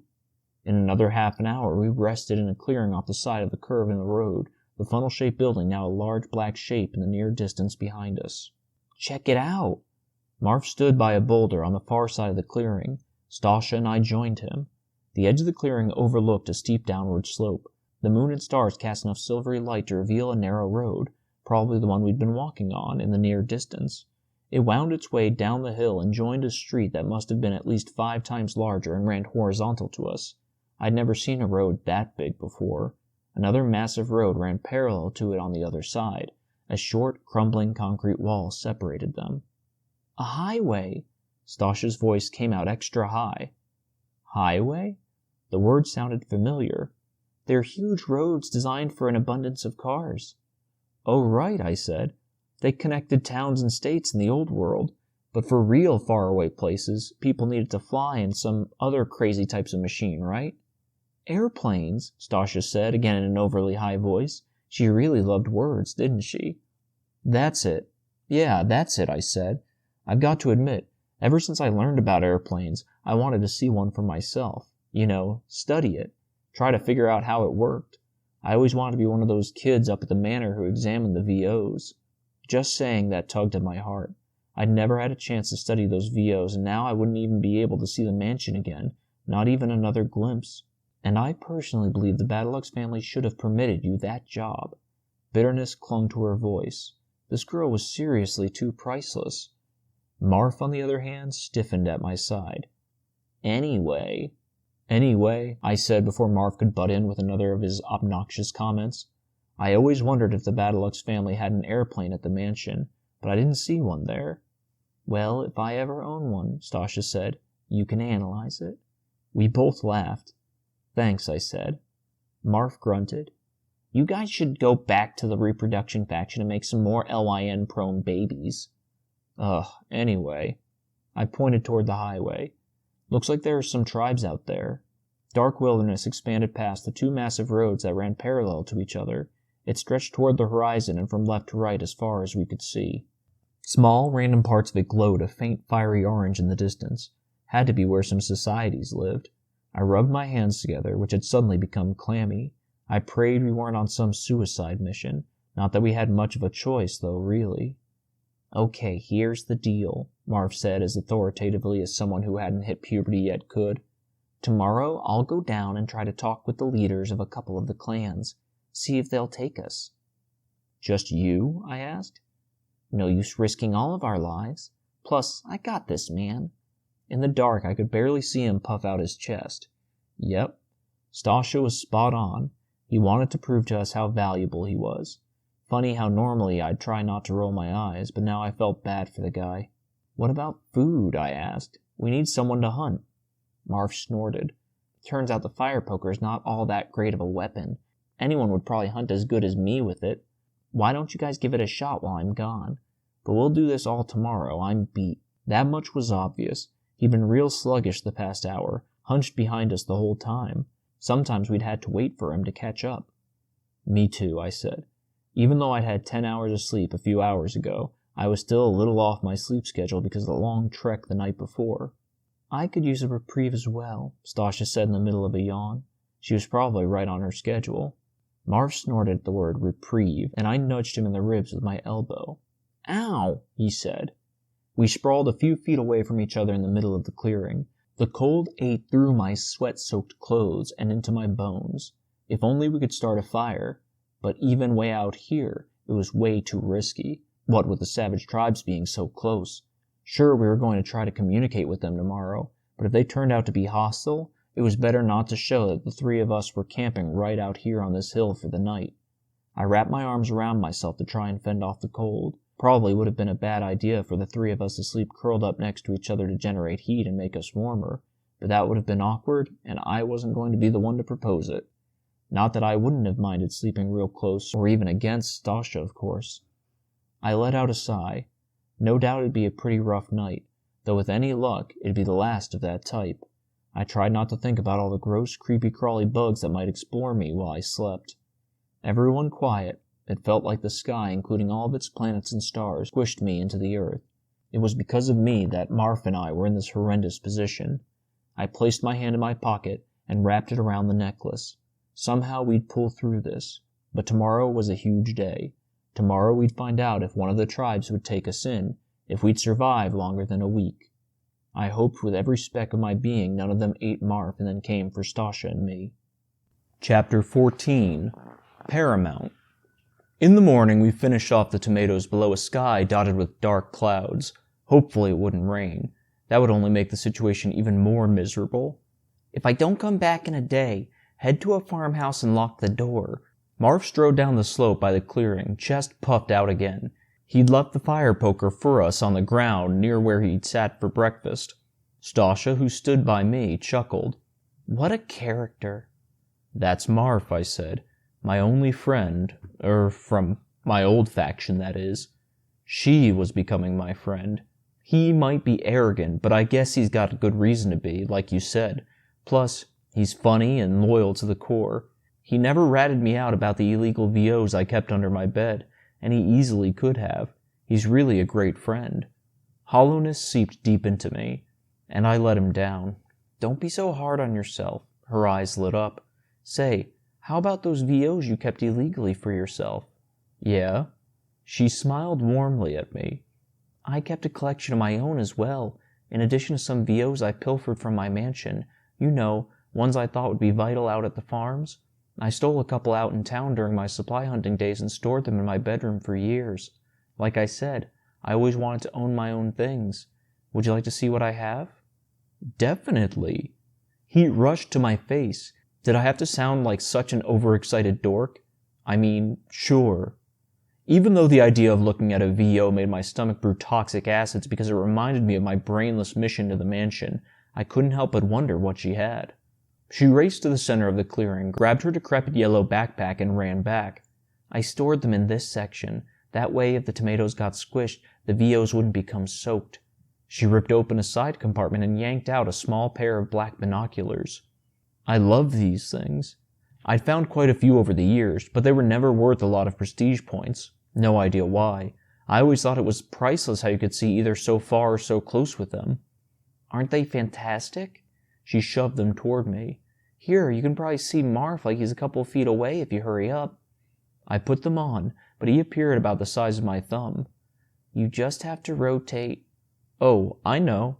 I turned the dial between the two lenses, and Marv grew in size at a fast rate as he stepped over the dilapidated concrete wall that separated the highways. I've studied lots of these myself. Couldn't help it. They're so much fun. It's amazing what people from the old world made. These things don't even need power, obviously, though maybe you need it to make them. Stop babbling, you idiot. Once again, I sounded like some overexcited dork. Not something I wanted to sound like in front of a girl as smart and as pretty as Stasha. I turned the dial until Marv took up my whole view. Then the forest on the other side of the highways ate him, nothing but green filling all my sight. My heartbeat thudded extra hard. Good luck, Marv. Please, Power, don't let that be the last time I ever see you. I took off the binoculars and handed them back to Stasha. I've also got this. Her hazel eyes glowed as she removed a small blue rectangular object from her backpack. Couldn't remember what they were called, though. I've seen a few of those, too. How'd you bring those VOs with you when you transferred from the mansion? I didn't. A sneaky grin snuck onto her face. The night I pilfered the backpack from my old faction, the same night I fled for the farmhouse, I stole these from their hidden spot in my bedroom, in the hole in my mattress. I positively wasn't going to live in my own farmhouse without my precious VOs. I chuckled. I also kept my VOs in a hole in my mattress. Great minds think alike. A rich smile bloomed on her face that sent the wings in my stomach into action again. I turned the new object over in my hand. I remember when these were high on the VO list. What were they called again? Cameras. Right, cameras. The rulers conjectured cameras had something to do with rediscovering power, but then the device dropped off the list the very next week. I remembered that, though the Badalux family said that about a lot of objects, like that recent Nintendo one, and then they fell off the list and we never heard about them again. Kind of suspicious, actually. Stasha shrugged. I assume the rulers discovered they'd been erroneous. Maybe, I said. Or maybe they lied about it all along. She tilted her head back. Why would they do that? You sound a bit like Marv now. She laughed. I hope I'm not that daft. I'm just saying, I said. If the Badalux family could lie about reviving power, maybe they've lied about other stuff too. She grinned. Sounds plausible to me, like with the pregnancy pills being to alleviate pain when actually they cause girls to produce twins. Exactly.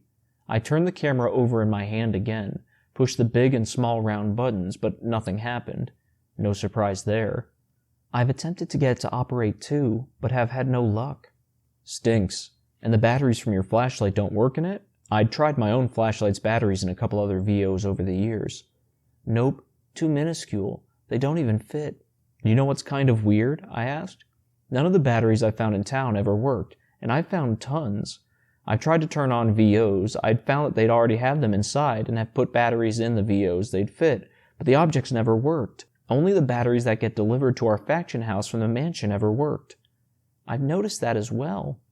I held back a smile. Only Stasha and I would ever try such LYN type stuff. Her forehead crinkled. It is rather suspicious, don't you think? Definitely. But then again, if the rulers have been lying about rediscovering power and the advanced birth pills, it makes sense for them to have found some way to put power in batteries or make new batteries or something. Agreed.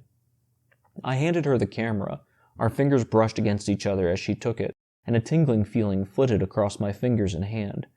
So why'd you like this VO? I mean, why'd you want to steal this one in particular?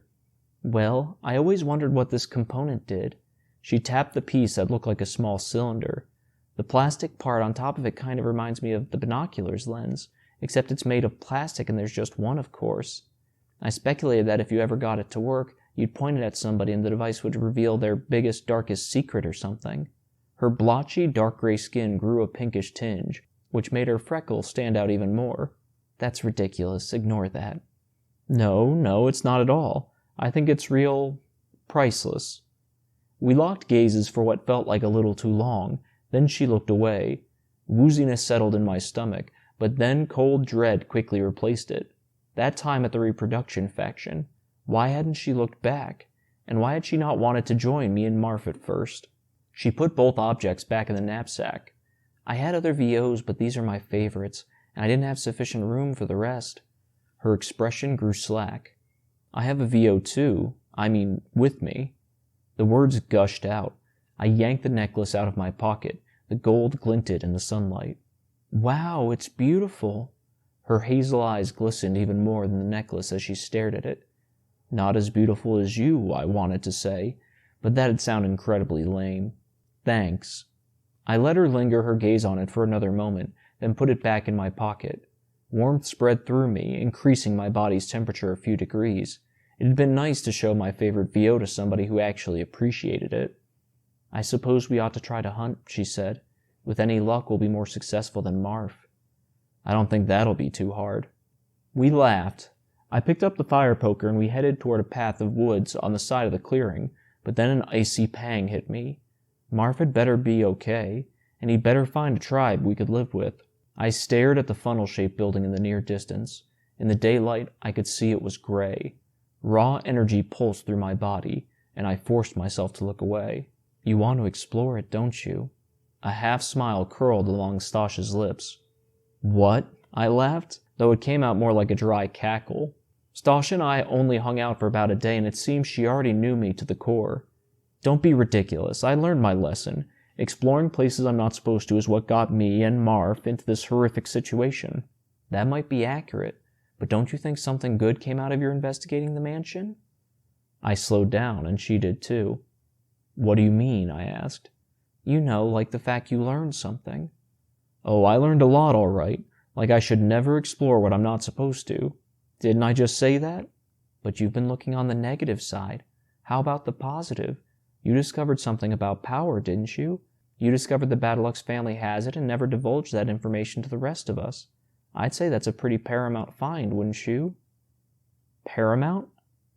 Very important. I stopped walking, and so did she. What was she getting at? Sure, I guess, I said. So you regret you found out something important? Well, no, I guess not. I shook my head. Where are you going with this? Like I said before, I think what you did was brave, and I think you unearthed something that could alter the way people think and feel about the rulers, about Middleton, if they believe you, of course. I say that's quite priceless. So even though you're in this abysmal situation, I'd say it wasn't all for naught. I let that sink in, but I'm gonna die because of it, and poor Marf, who had nothing to do with, I'm only saying, perhaps it wasn't a complete bust. Perhaps it was even supposed to happen. Perhaps a light breeze ruffled our clothes and I shivered. I don't know. Perhaps I'm merely babbling. But I couldn't fight the feeling she was right. I had found out something important, something the Middleton rulers kept hidden from the rest of us, for a reason, and it couldn't be a good one. After all, the greedy little pieces of horse crap lied to us, and no matter what, that wasn't right. Something was wrong in Middleton, and if Stasha, Marf, and I only had a couple of days to live, we had to do something about it. Let's explore the building. Exhilaration pounded through me. It just felt right. Come again? While Marf's gone, we have to find out if the rulers are keeping any more big secrets. Like you said, it could be Paramount. Right, let's do it. What do you think? A fat smile formed on her face. I was waiting for you to propose the idea, but let's hunt first. We ought to have at least something for when Marf returns. Right. He better come back. If he wound up dying because of my stupid actions, I didn't think I could ever live it down. We went into the woods, which were made up of mostly large evergreens. Their pungent, minty aroma caressed my nose. Stop, Stasha whispered about 10 minutes later, and we both did. Right there. She pointed to the right. A young buck snacked on a bush dotted with wildflowers in the middle of a clearing.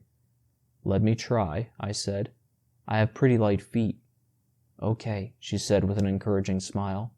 I crept toward the clearing, the fire poker firm in my grasp, 1 foot in front of the other. That's how you do it. Just don't look like a complete bumbling idiot in front of Stasha. Crack. I stepped on a branch. I stopped and stayed as deathly still as I could. The buck lifted its head, ears jutted out. Just wait, Stasha whispered from a few feet behind me. Eventually the deer lowered its head and went back to feasting on the flowers. Chances were slim I could get any closer than this. I raised the fire poker above my head. I can't believe I'm about to do this. Sure, I'd cut up that supply hunter's face real good with the edge of a DVD, but he was a bully. This was an innocent animal. Plus, I hadn't killed the guy nor intended to. I took a deep breath, then threw the poker into the clearing towards the deer's head as hard as I could. A loud thud rang out as it connected with the target. The deer immediately crumpled to the ground, didn't even let out a squeal. I leaped into the clearing, picked up the spear, and stabbed it into the deer's head. To be sure, the deed was done. A sickening crunch tore through the clearing as the sharp end of the poker punctured the beast's skull. I let go of the spear, which still jutted from the skull, and clapped a hand to my mouth. My stomach boiled until it became nauseous. Poor thing. Stasha glanced down at the deer. I hadn't even noticed she'd sidled up beside me. I couldn't bring myself to look at the dead animal. I killed it, I murmured. I killed it. I know. Must be a tad emotional, huh? A tad? It's horrible. I killed a deer. I killed a living thing. I'm aware, but it was for the best. She looked at me with downcast eyes. We need food. But my heartbeat kept racing. My whole body shook. Oh, look at you. She stepped forward and wrapped me in a firm hug. My convulsions stopped just like that. She pulled away quickly. I apologize. Her face was the pinkest I'd ever seen it. That was out of line. It took a couple of seconds for me to find my voice. No, it wasn't. It was nice. I needed that. Even as I spoke, I couldn't get the feeling of her soft body around mine out of my head, not to mention the light, fresh scent of her long red hair. So intoxicating. But the fact she hugged me, she obviously cared for me at least to some degree, or she wouldn't have wanted to comfort me so much. Anyway, she didn't meet my gaze with hers as she fiddled with her fingers. Like I said, we need food, and deer kill what they need to eat too, you know. Yeah, but I've got to admit, I never thought I'd feel like this. I put a hand on my stomach, which still churned like a sea of acids, though for a different reason now. How did Marf do this every day? She shrugged. I imagine you get used to it after a while. It's a way of life, I'd say. Couldn't argue with her there. I grabbed the shaft of the fire poker and gave it a good yank. Another sickening crunch tore through the air as it ripped out of the buck's head. Blood spurted onto the ground, and I turned away from Stasha and dry-retched into a bush. Stasha chuckled. You all right? I kept my head in the bush. Thank power nothing actually came up. Yeah, I'm okay. Though my face burned. What wasn't okay was how embarrassing it was to dry-retch in front of somebody as awesome as Stasha. I pulled my head out of the thicket. Where should we put the deer? We can't just leave it out here while we check out the building. We'll cut it up and store some of it in the backpack where the tomatoes used to be. We dragged the buck to the clearing, and Stasha cut the beast's throat with her knife.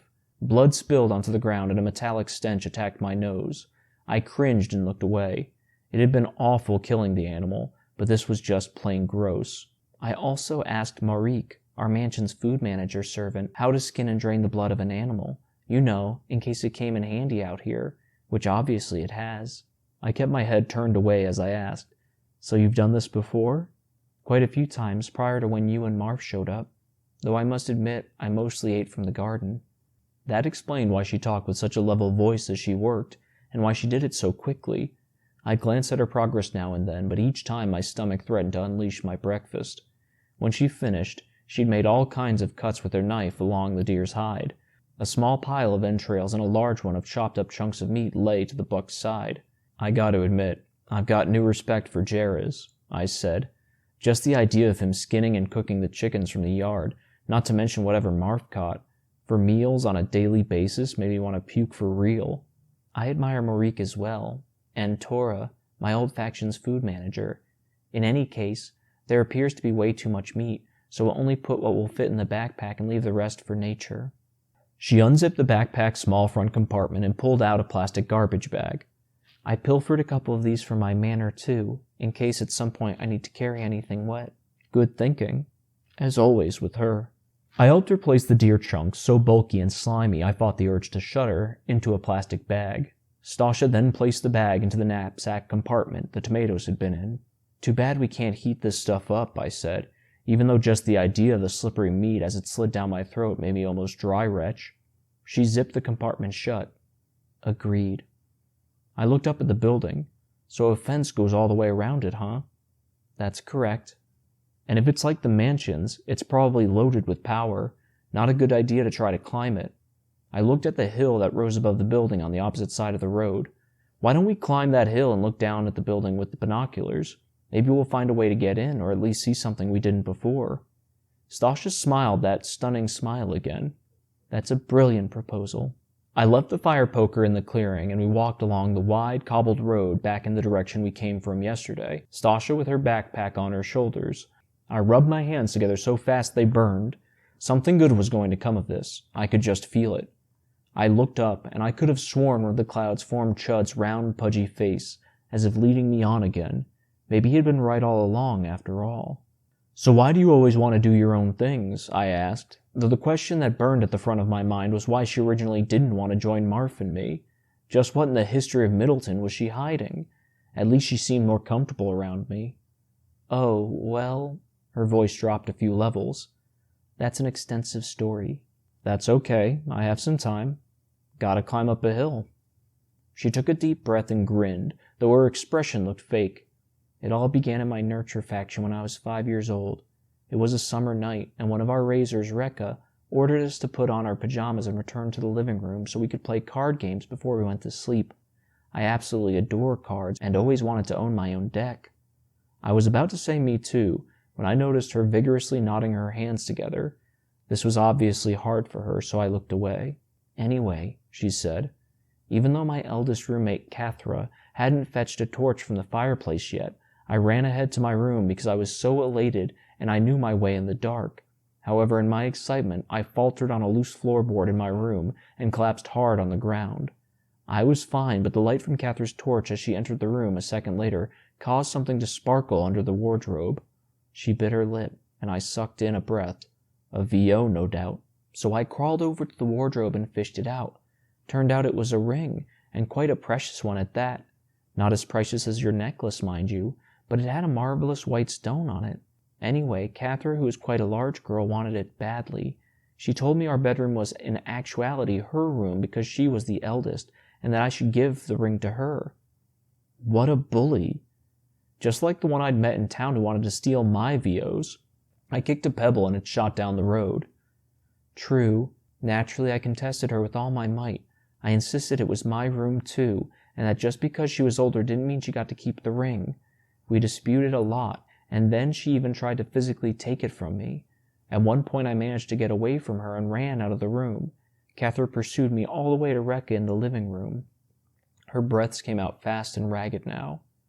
I told Rekka, and I was quite hysterical at this point, mind you, that the ring was rightfully mine and that Cathra was attempting to steal it from me. There was no doubt where this was going. Let me guess. Rekka took it from both of you. She nodded, her chest heaving.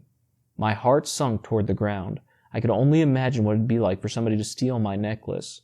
I reached into my pocket and she gave it a squeeze. She declared it belonged to the Middleton rulers, Stasha said, and that she'd have someone deliver it to the mansion the very next day. Naturally, I was crushed. It was the most beautiful thing I'd ever seen, and I'd found it, and I had to fight to keep it from that malicious bully, Cathra, only to learn I couldn't keep it for myself, nor any other priceless objects for that matter. "I'm sorry," I said in a low voice. Now I was the one who wanted to hug her, squeeze her in my arms as tightly as I held my necklace. But the first time we hugged, though it had been awesome, it had been awkward too. But things were definitely heading along the right track. I just needed to get to know her better, and her telling me about this childhood story was definitely a step in the right direction. "It's still a painful memory," she said, her eyes glassy, "but it taught me something paramount. It made me realize I want the freedom to have my own things." "That reminds me of the first VO I played with at my nurture faction when I was only a couple of years old," I said. "It was some kind of cube. You had to line up all the squares of the same colors on each side." "I remember those. They were adequate practice for the mind, yet entertaining at the same time." "Yeah, well, when I realized the cube was a puzzle, it made me think of all VOs as puzzles in a way. I just had to know all their secrets." Stasha smiled. "I totally understand." My head felt so light, I wouldn't be surprised if it just floated away. It was truly incredible to talk to someone who got me, especially someone as smart and cute as her. "Ever since then," I said, "I was hooked." Maybe we should head into the woods now. Don't want to get too close to the building." She nodded, and we slipped into the forest. "Also," I said, "some of my favorite times in the Nurture faction were when the Razors told us stories of the old world." "I agree. Some of those are pretty priceless." "Yeah. My imagination always got the better of me when they told us about all the different continents and countries and machines. I always tried to imagine what the old world was like while the Razors described them, with all the moving cars and airplanes. And I guess that curiosity carried over when I became a supply hunter. I wanted to know exactly what every object did and how it did it, so I spent a lot of time studying the ones I found. It's amazing I did as good a job as I did considering how much time I burned examining VOs. Now I understand why you wanted to see the mansion so much." The slope became steeper and my breaths got heavier from both the nerves and the effort. Still do. If I could, I'd go back in time and think of a better way to check it out. A way that wouldn't get Marf in trouble, at least. "You think there's some device from the old world that could bring you back in time?" Stasha chuckled. "Now there's an enchanting notion." "Perhaps." We climbed the rest of the way in silence. That thought stuck in my head.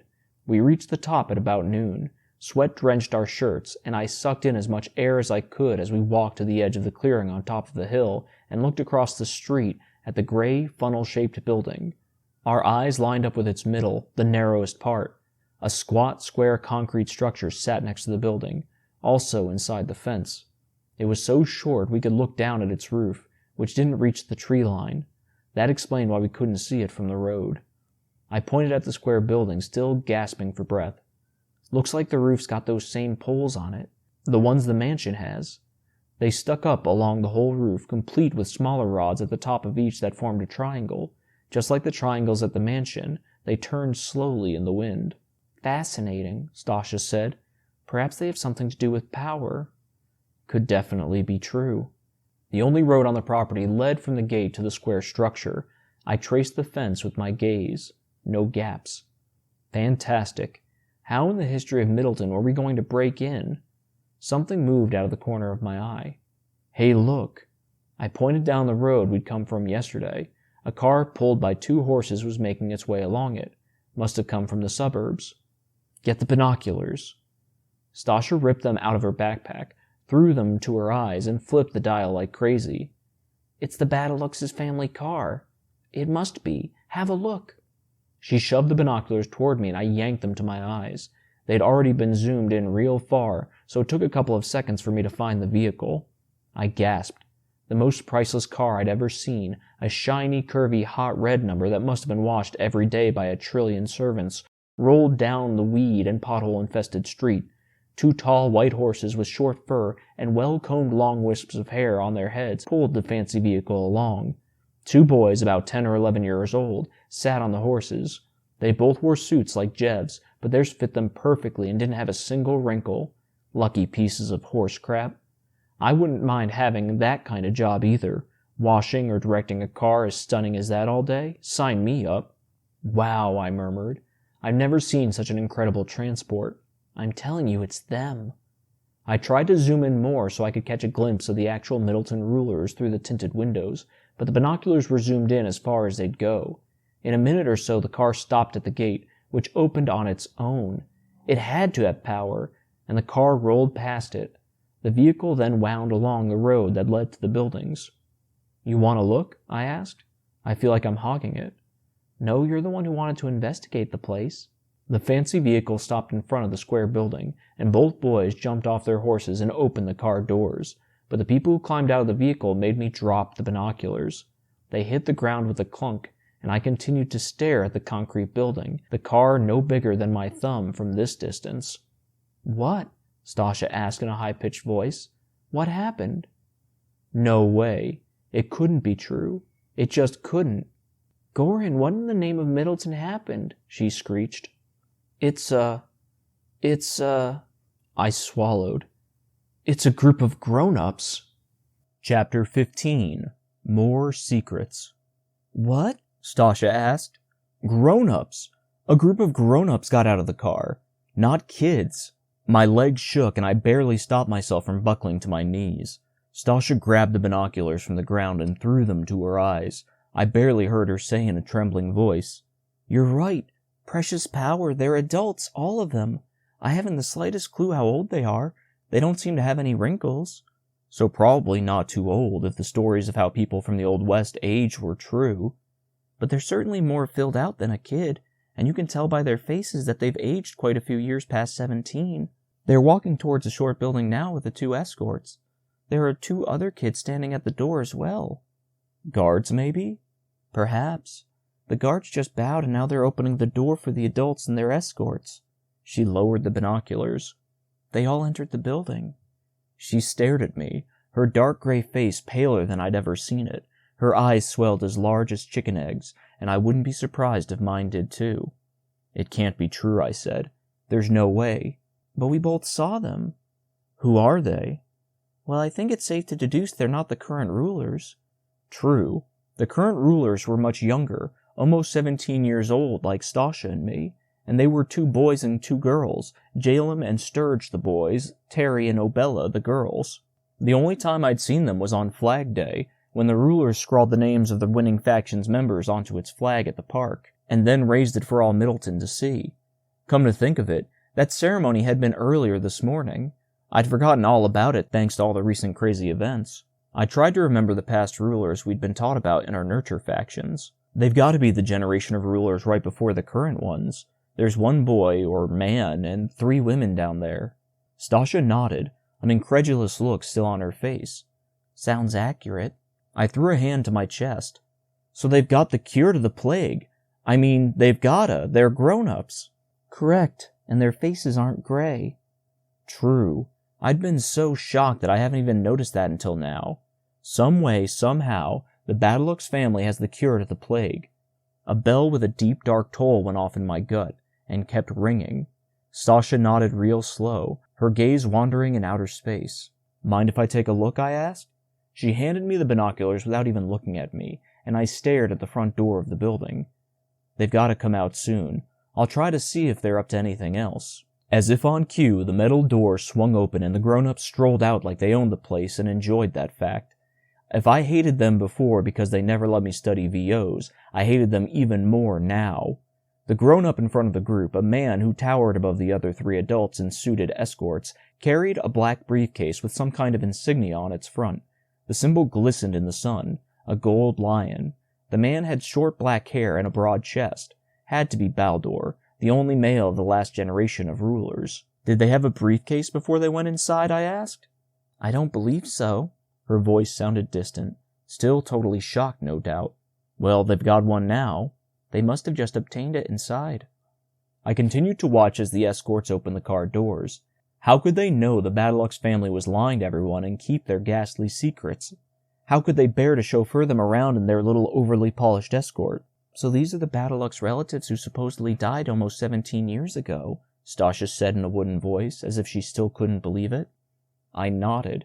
Right before they, or the girl rulers at least, gave birth to the current leaders, who were then supposedly raised by the family's loyal servants, who, in essence, ruled Middleton while they reared the next generation of leaders.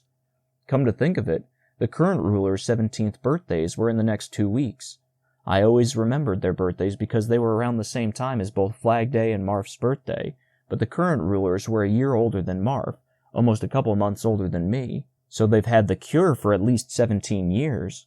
My voice shook so hard the vibration went all the way down to my feet. How could they hide something like that from the rest of us all that time? Why would they? I haven't the slightest notion. Stasha's voice sounded strained, too. The bright white horses pulled the glistening red car past the gate, which immediately closed. The vehicle continued back toward the suburbs. I lowered the binoculars when the car shrank to a speck. They're gone. We sat in silence for a few minutes. I ground my teeth until they turned to dust. It was just too much to take in. How many rulers have there been, anyway? I asked, not only to break the terrible silence, but because I'd forgotten. Stasha screwed up her face. Let's see. Alik Badalux took over Middleton after the war about 50 years ago. Right. 50 years after the plague broke out. If I remember correctly, right before he died, he impregnated 4 different girls and delegated them to the care of his loyal servants. I nodded. Their babies would become the first generation of Middleton rulers. I remembered that much. And since then, she said, the rulers have always procreated as soon as they turned 16. Right. That way the next set of rulers would always be the same age until they perished around 17. Supposedly perished, of course. I rolled my eyes toward the sky. So if you divide 50 by 17, there's been 3 generations. So they could have 8 grown-ups at the most living in that mansion right now, if none of them really died. And soon the current rulers will live there as adults too. Theoretically, but it depends on when the Badalux family discovered the cure. Could have been any time since Alik took over Middleton. I sighed. I guess that's true. Which means Alik himself could even still be alive if the Badalux family discovered the cure early enough. A couple of layers of ice grew on my spine. There was something so creepy about the man who started it all living here in Middleton after all these years. Still, for the Badalux family to have had the cure and never have told the rest of us for at least 16 whole years. My voice trailed off, and I turned my whole head to look up at the sky. Just like they did with power, Stasha said softly. I shook my head vigorously. We can't let them get away with this. We've got to tell the rest of Middleton. They'll never believe us. They already think that you have LYN and me too, because I ran away. I know, but... Gosh, she was right. There was nothing we could do. She put a hand on my shoulder and a tingling feeling ran through it. Let's go back to the clearing. Hopefully Marf's there now. My heart gave a pang. He'd better be there, or at least on his way back. We walked down the hill in silence, but I couldn't get what I just saw out of my head. I know, Stasha said at last. Perplexing and infuriating to say the least, isn't it? I nodded. That was putting it more than mildly. She reached out and gripped my hand. Despite the chill, her hand was warm and soft. We walked like that the rest of the way, and I've got to say it felt natural, not awkward at all. It was a little after 3 o'clock by the time we made it to the clearing. Marv sat with his back to us in the middle of it, and my heart pumped blood twice as warm as before through my body. He was alive. He made it. I let go of Stasha's hand, but before I could tackle him from behind in a giant hug, he whirled around and jumped to his feet. Must have heard our footsteps in the grass. You guys are never gonna believe this, he said with a fat grin. We got an in, baby. His excitement seemed to mirror the bright blue sky, with the sun beaming some much-needed heat down on the clearing. Thankfully, the storm clouds had vanished over the past couple of hours. Stasha squealed with enthusiasm. You found a place? You bet I did. The first tribe didn't want anything to do with me. I didn't even get past their securities. But... Securities? Like what? A shiver ran through me. Maybe the clans were more advanced than I thought. Marf waved his hand, as though brushing off the question. Basically, a few guards wearing coats made out of some kind of animal skins. Nothing too crazy, man. Animal skins? I asked. Yeah, turns out the clans use them as clothes. All their coats look real heavy, too. Perfect for winter, you know. Probably made of a few layers of deer and buckskin or something. I lightly slapped myself on the forehead. Why didn't we think of that? Stasha shrugged. We would have had to slaughter a large amount of animals to get thick enough skins for all of us. In addition, we would have had to figure out how to make coats out of them so they'd fit each of us, since we'd need them to hunt. I'm not so certain we could have done that in a mere couple days. I guess you're right, I said. Plus, even if we were warm enough during the winter, we'd eventually get sick from eating raw meat. You can't go a whole winter risking that. Can I get back to my story, man? Marv practically jived in place. Anyway, the guards just jabbed their spears. Spears? Stasha asked with a more high-pitched voice than usual. Marv let out a long sigh.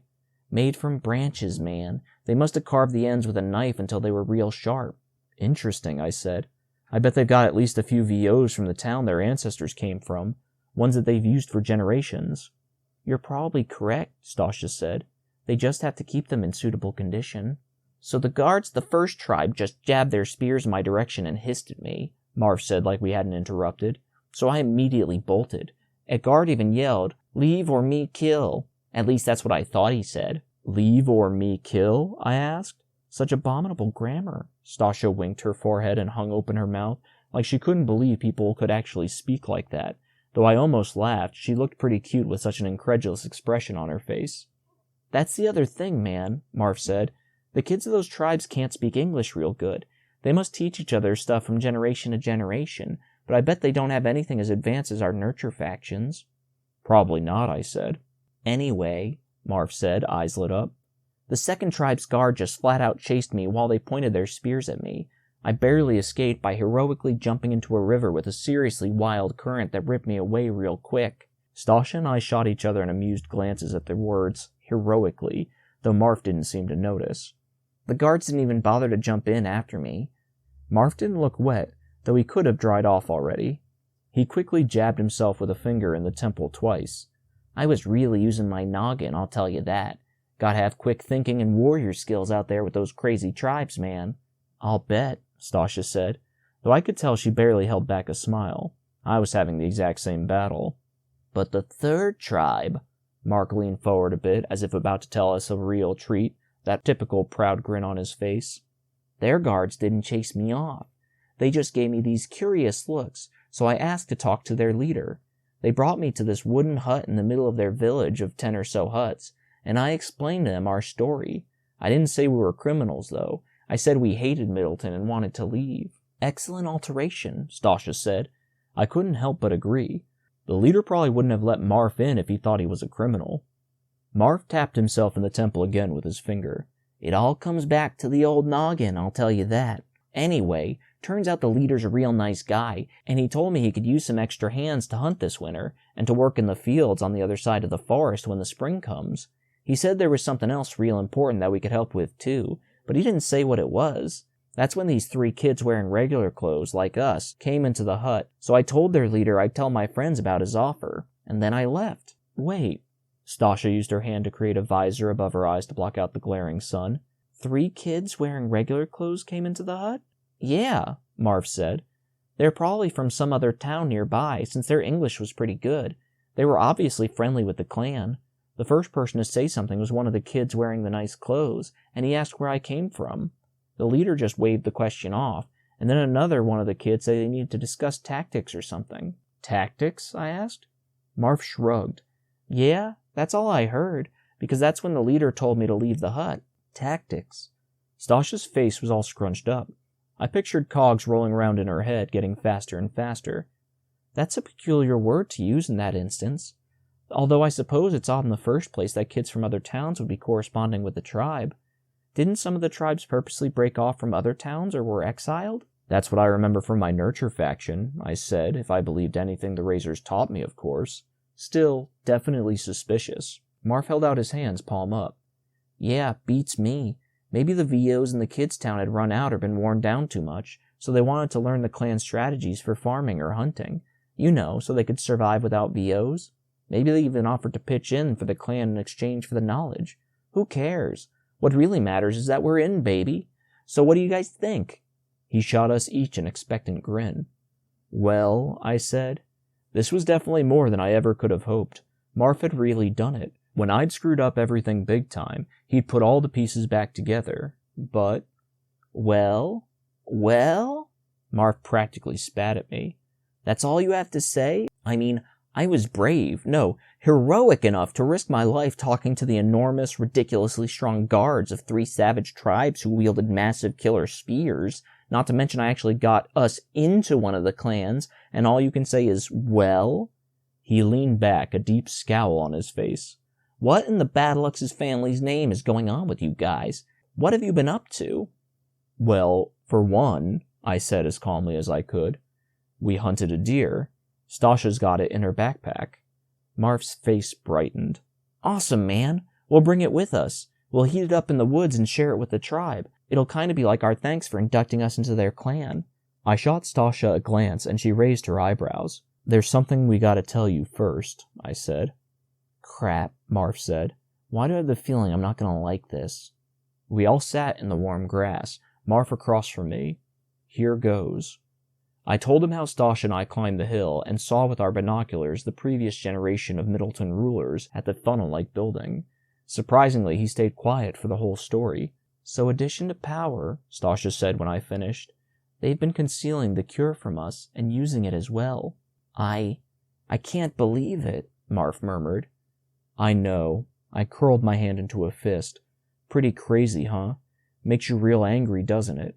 Makes you want to go right back to Middleton and... No, I can't believe it. I mean, how can I know you guys are telling the truth? What? Was he serious? What are you talking about, I asked. Of course we're telling the truth. Well, you've both had a serious case of LYN for like 1,000 years now. He stared into my eyes with a gaze sharper than Stasha's knife.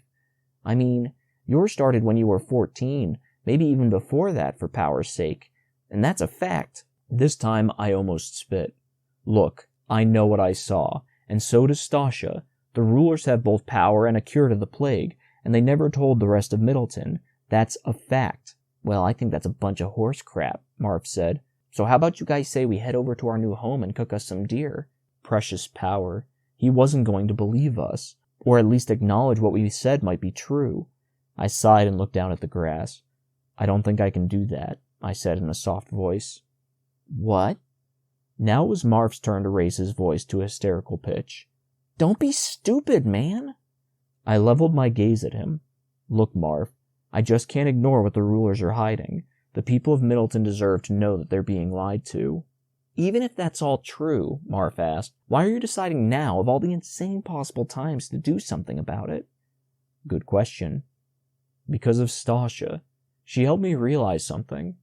Marf slapped the side of his face, pretty hard too from the looks of it. Must have stung quite a bit. Sweet mother of power, please help me. She made me realize curiosity is actually a good thing, and so is exploring it, just like Chud told me all those years ago. I just didn't know why curiosity was good until now. I mean, if I hadn't explored mine, I wouldn't have discovered what the rulers had been hiding from the rest of us for at least 17 years. I mean, that's paramount in information. Paramount, Stasha said in a low voice. Right, I said. Paramount. As in, real important. Okay, Marf said. Let's just say all that horse crap's true. Let's say the rulers are these big, great, evil grown-ups like you say, and they've been keeping those real important things from us for so long. Even if you told the rest of Middleton, no one's going to believe you, man. I know, I said. Stasha and I talked about that. But to be honest, I don't care. I'm not going to do any good living the last few months of my life with some savage tribe. There's no chance for me to learn anything new there. Nothing important anyway. But by acting on my curiosity, by breaking into the mansion like I always wanted to, I have a shot to at least learn more. Even if I can't prove it to anyone, my soul will be satisfied. I can just feel it. Your soul is made of crap, man. Marf's spit flew across the clearing. And there's still a chance I could find some evidence too, I said, and prove what I discovered to the rest of Middleton. Marf put his head in both his hands and flopped to the grass. I'm sorry, Marf, I said softly. I think that's incredibly brave of you, Stasha said, and my heart grew a layer of fuzz. I didn't think I'd ever get tired of her saying that. You're not just satisfying your own curiosity. You're risking your life for the betterment of society, including yourself and even your children. In fact, especially our children. I consider that the loftiest of deeds. The familiar longing feeling joined the warmth in my body at the thought of my twin babies. She was right. I had to do this for them too. Even if I never wound up raising them or even seeing or holding them, I could give them a much better life. Nothing could beat that. Marv clamped his hands over his ears. I don't want to hear it anymore. I just don't want to hear this awful horse crap anymore. He climbed to his feet. Look, I'm going to the clan now. You guys coming or not? I shook my head. I'm sorry, Marv. I've got to break into the mansion and try to learn more about the rulers and what they're hiding from us. He turned to Stasha. How about you? Honestly, I think Goran could accomplish something paramount, not just for Middleton, but perhaps everybody in the world. Wow, Marv said. You guys should feel each other's foreheads. You've got to have raging fevers right about now. Marv, I said. In all seriousness, I highly doubt that's the case. He bit his lower lip real hard, shifting his weight from one foot to the other. Then the deep creases on his forehead vanished.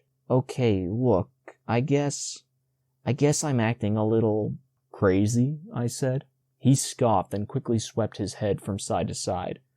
Okay, fine, crazy. I mean, as much as I hate to admit it, you guys are entitled to your opinions, and I get where you're coming from. Really, I do.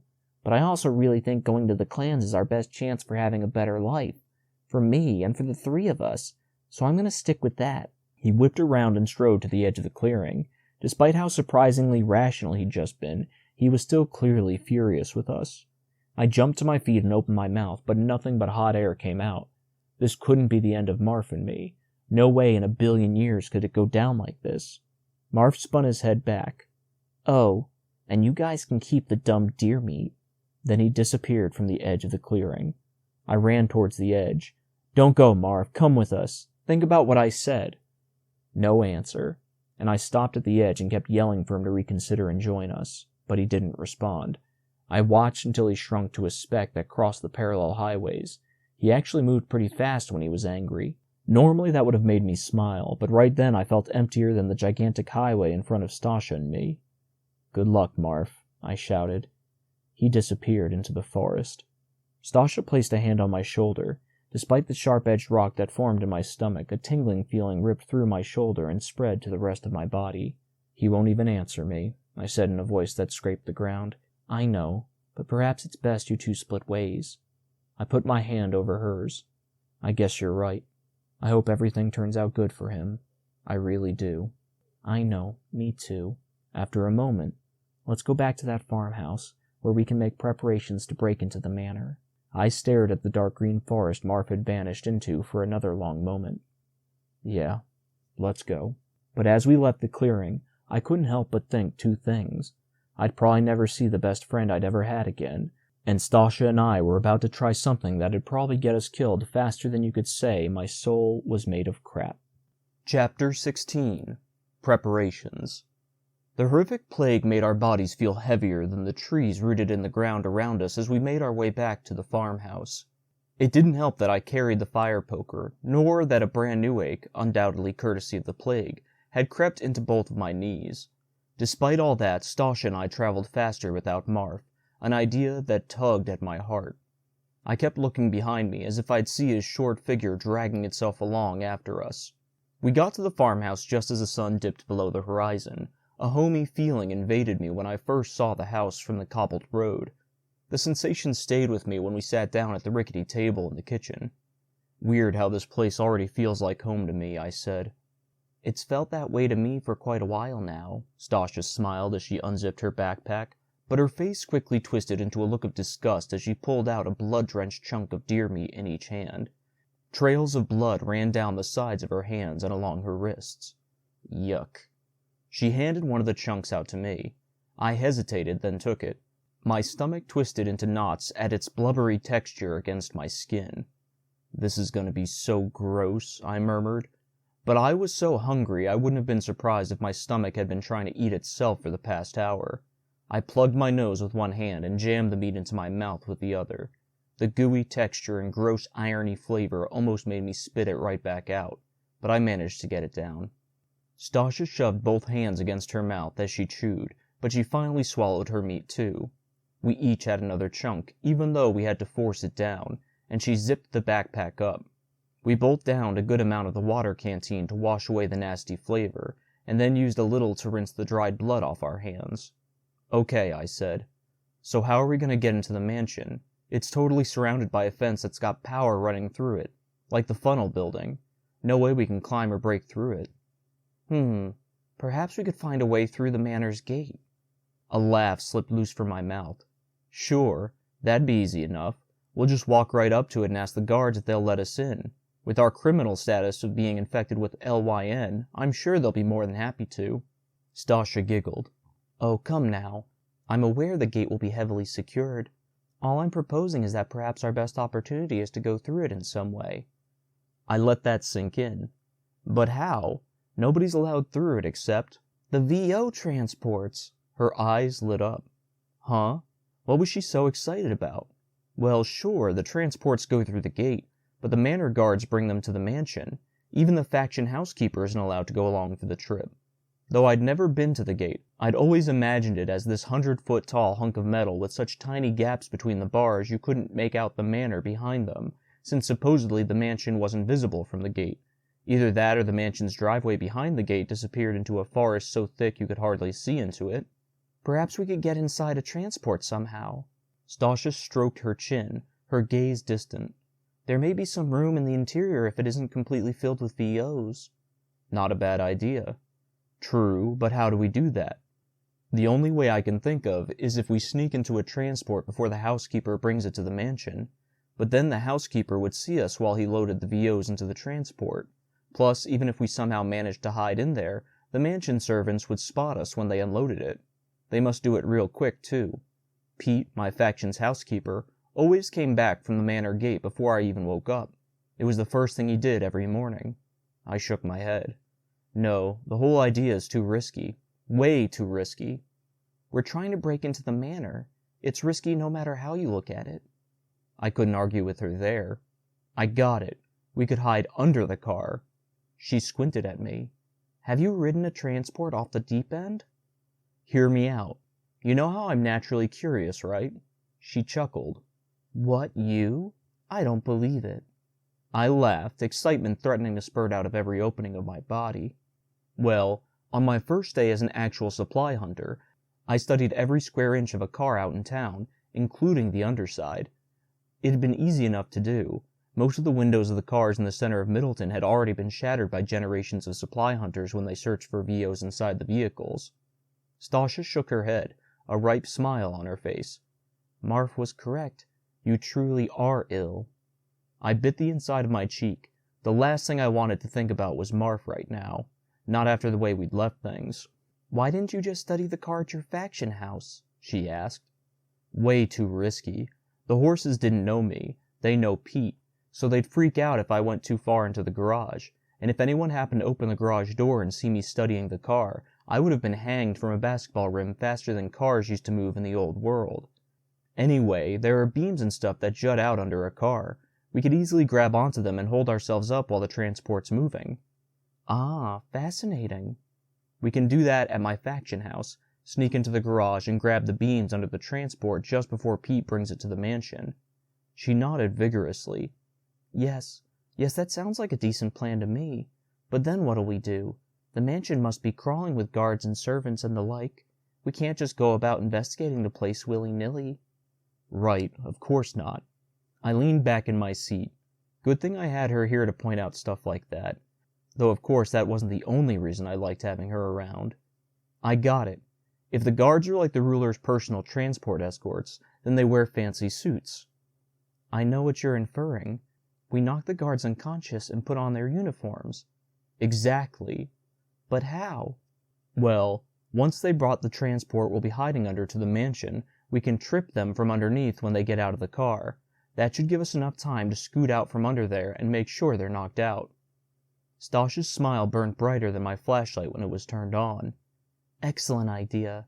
I think you've arrived at an adequate plan of action. Thanks. Then we can put on the guard suits. With any luck, nobody will notice us in them, and we'll be able to explore the mansion as much as we like. And hopefully we can find some evidence we can use to prove all the lies the Battlelux family's been telling the rest of Middleton for 17 years. Maybe we'll even be able to give our kids a much better life at the end of the day. A dreamy smile framed Stasha's face. That would be nothing short of fantastic. Then it's settled. She slapped the table with her hand. Tonight we'll sneak into Middleton, and tomorrow we'll perform our marvelous mission, if I don't say so myself. But before we go, I propose we discuss what objects we'll bring along for the operation." "Good idea. And I'd say it's also a good idea to take only what we really need. Don't want to bog our bodies down." "Agreed." She unzipped her backpack, dry-retched, and zipped it back up. "I apologize. Wrong compartment." I laughed, but stopped short when I caught a whiff of the nasty irony stench. She opened the other compartment, pulled out all the VOs inside, and laid them on the table. I took my gold necklace and flashlight out of my pockets and placed them next to the others. "Well," I said, "we don't need the water container since we're only going to be there for a couple hours." I moved it off to the side. "Good call. I'd say we don't need the flashlights either. It's easy enough to follow the road into town, and the mansion itself should be illuminated well enough since it has power." "Right."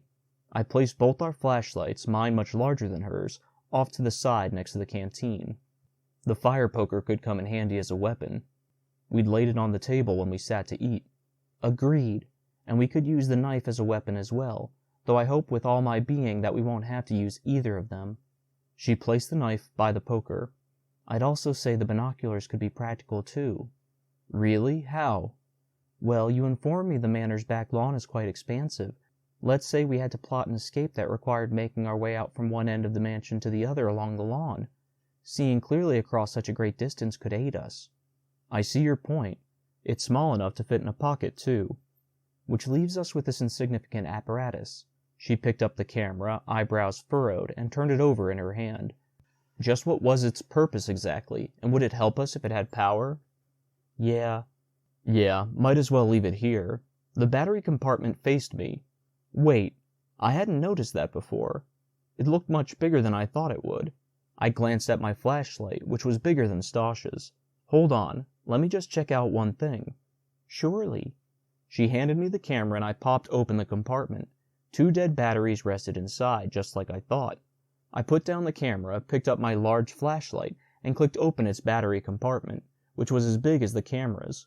The batteries of each device looked about the same size.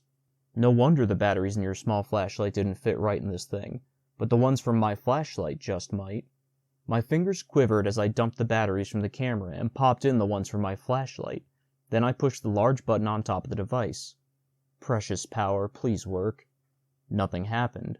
I pushed the smaller button next to the larger one. The rectangle on the camera's side lit up, and the device let out a small whine as the circular part, which looked a bit like a metal funnel, poked out even further. "Holy," I murmured. "It has a lens now," Stasha said. "That plastic component. It slid to the side and now there's a lens on it, just as I'd imagined." I flipped the camera over. She was right. A glass lens like the ones on the binoculars stared back at me. I flipped the device back around and stared at the small rectangle etched in it. But even though the rectangle was lit up, it showed only the color brown. Weird. I raised the VO a bit and almost dropped it. "Whoa!" "What was it?" Stasha practically screeched. I see you." "Come again?" "You're on this little rectangle thing. Check it out." She leaped from the table, ran behind me, and looked down at the device over my shoulder. "No, I'm not. Nobody's there. It's only an empty—" "Chair," we both said at the same time as we glanced at each other, eyes bulging. I moved the camera around some more, and the small rectangle showed whatever the lens pointed at. That was why it shone brown before. I'd been aiming it at the table. Unbelievable. But then again, "I don't get it," I said. "What's the point? I don't need this thing to look at stuff. I have my own 2 eyes, you know." "Perhaps it's similar to the binoculars. See if you can change its settings. Go and push some buttons, spin some knobs." She hopped up and down a bit. I pushed the big button on the camera's top again, but again nothing happened. "Oh, come on. Please don't tell me this thing's broken." I pushed it a 3rd time. Nothing. "Come on. This button's so big it has to do something." I kept pushing it, but still with no luck. So infuriating. "Try another one," Stasha said breathlessly. "No, I'm gonna figure this out." I held the big button down and a flash whipped from the front of the device. Stasha gasped and I dropped the camera. It hit the table with a light chunk. What was that? "No idea." I picked the camera back up. The small rectangle showed the empty chair across from us, even though the lens pointed down at the table. Then the image on the rectangle adjusted to display the table. "Oh no," Stasha's worried voice dripped into my ears. "I certainly hope you didn't just break the priceless thing." "No, I don't think so. Hold on." I pointed the lens side at her and held down the big button again. A flash whipped across her and she threw her hands to her face. "What are you doing? Are you mad? We don't know exactly what this device does yet. You could have horribly mutilated me." "Look, it froze you. Or an image of you, I should say." I flipped the device around so she could check out the small rectangle on the other side. "Look quick because it'll go away real fast." Her mouth dropped open. "That's absolutely incredible." Stole the words right from my brain. "It's like it freezes images of real life." I spun the camera back around and just stared at it. Stasha looked over my shoulder. Her warm breath caressed my neck, and that tingling feeling rippled through my skin again. I swallowed. "Let's try this one." I pressed the button on the side of the camera by the small rectangle, and the image morphed to one of a little girl standing in a bright pink room. I gasped, and Stasha sucked in a breath. Where did the little girl come from? Her long blonde hair curled in pigtails, and she clutched a brown teddy bear, a big smile on her face. She stood in front of a window, a bright white crib to her right. "The wallpaper and crib," I said. "The colors are so bright." "Much too bright," Stasha said. "Because they're ancient." Goosebumps spread along my arms. She had to be right. The wallpaper didn't have any patches missing either.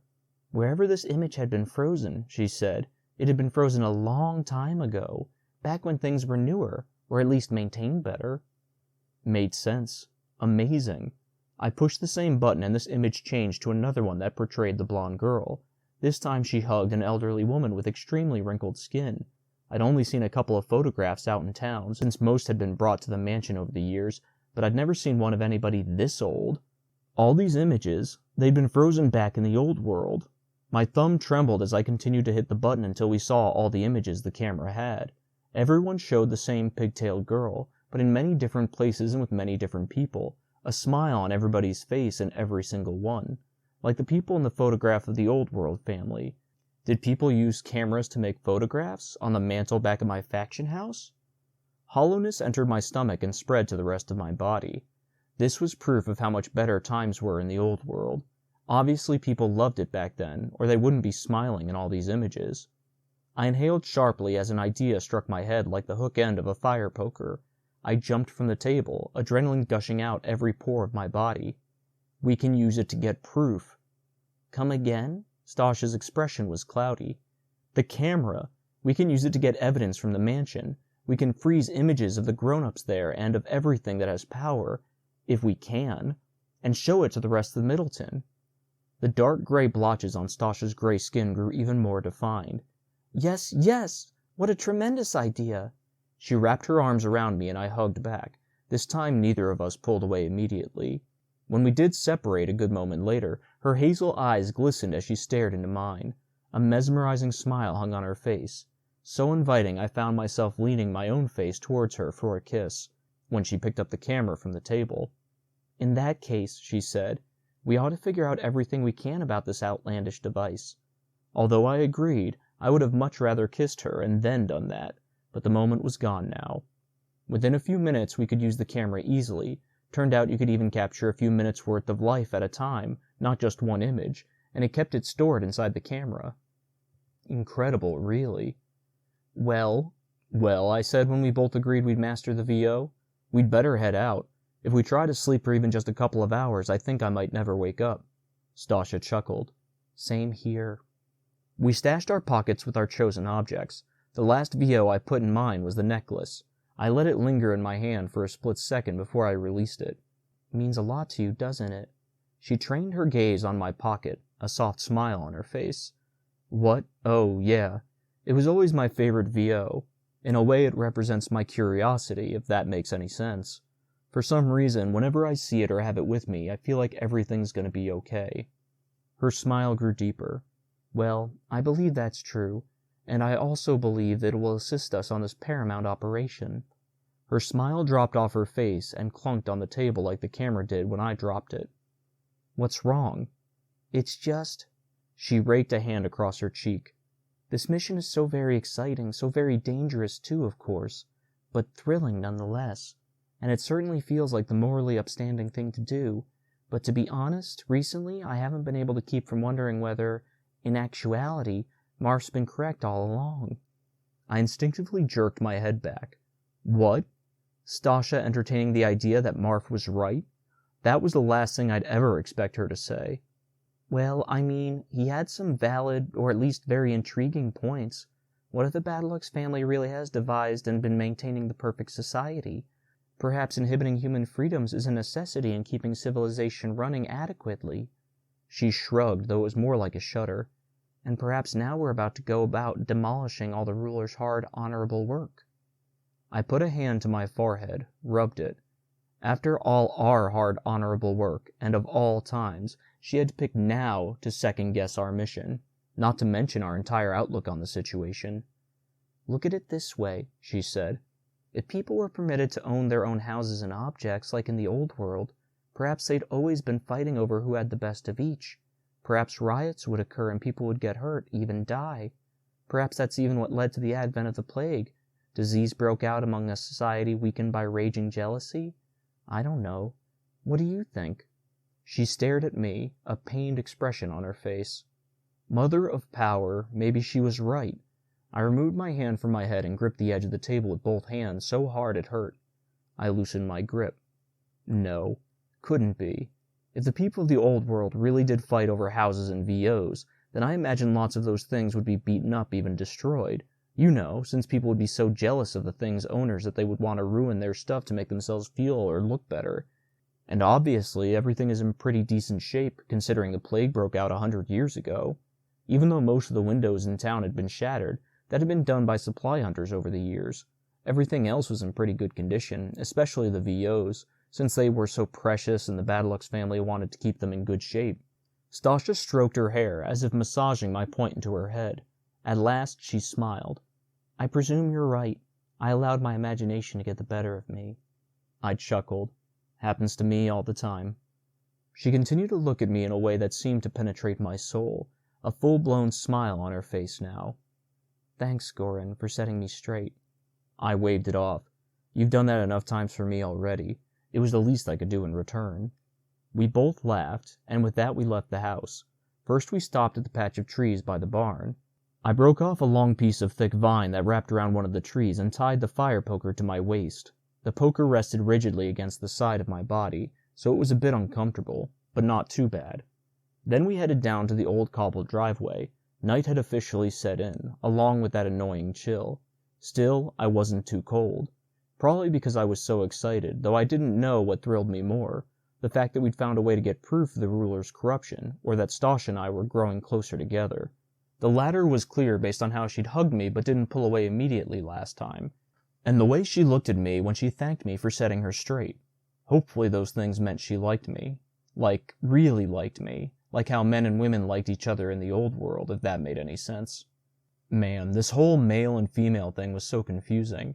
The least I could do was show her I felt the same way. After all, when I'd leaned in after our hug, I intended to kiss her. Too bad she hadn't realized that and grabbed the camera instead. At least I hope she hadn't realized that. It'd be awful if she actually been trying to shatter the moment. My heart gave an irregular throb. Yes, that would have been terrible. Still, as we headed along the road, I found it hard to believe it was true. I was finally going to fulfill my life's dream, but the stakes were different this time. Way different. It wasn't just about me, what I wanted most before I died.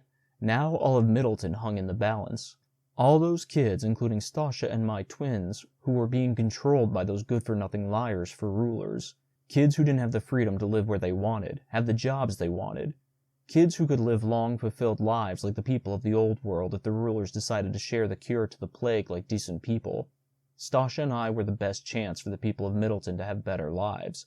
For our kids to have better lives. And nothing could be more paramount than that. My body went from warm to freezing.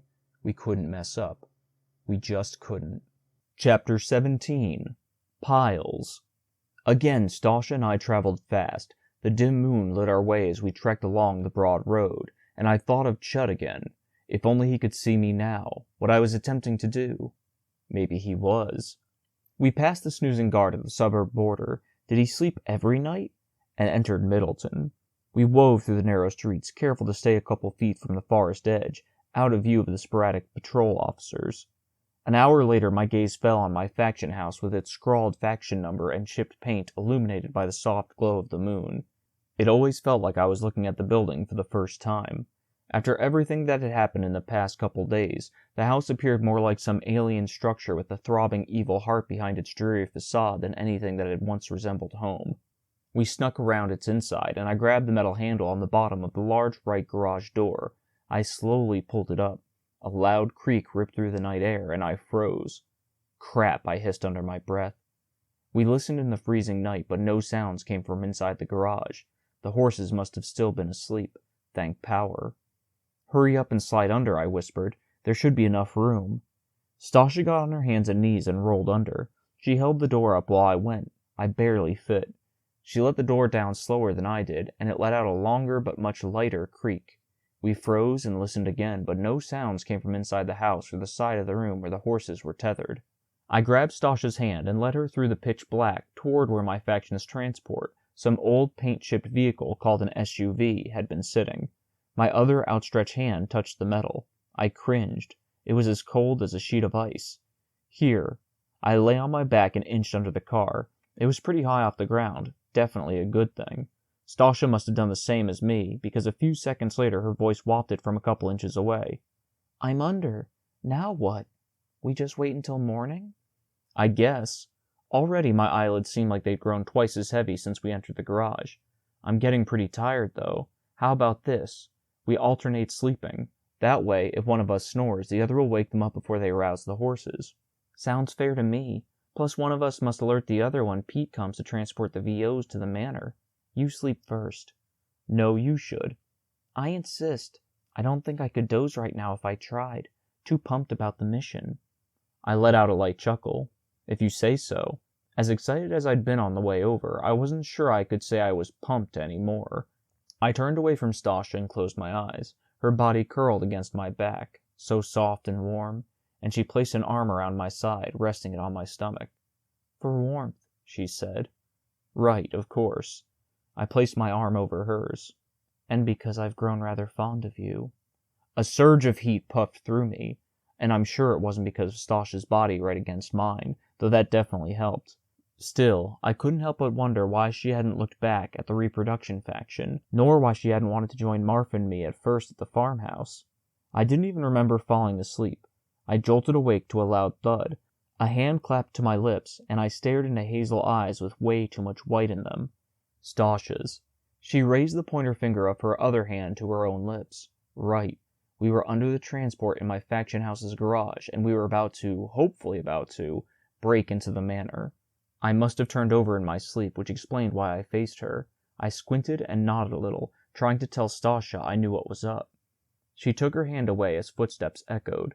Then she moved her head away, and I could make out faded gray shoes riddled with holes walking to the far side of the room across the white concrete ground. Had to be Pete's, which meant the thud that woke me must have been the door that led to the house. Light spilled through the garage door windows and lit the room. So it was morning. Stasha had let me sleep the whole time. Wow. So nice of her.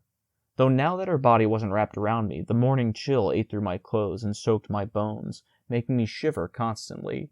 My back had morphed to a sheet of ice that had been temporarily frozen to the concrete floor, so I propped myself on my arm and stretched it. "Come on, you stupid horses," Pete said in his high, squeaky voice. "Time for another stupid trip to the stupid mansion, just like every stupid day." Whoa.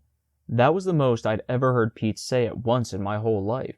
Guess he usually let off steam in the garage, where he thought no one was around to hear him. He continued to grumble under his breath as he apparently untied the horses from the wall and fastened each of their ropes to the metal poles somebody had implanted onto the hood of the SUV a long time ago.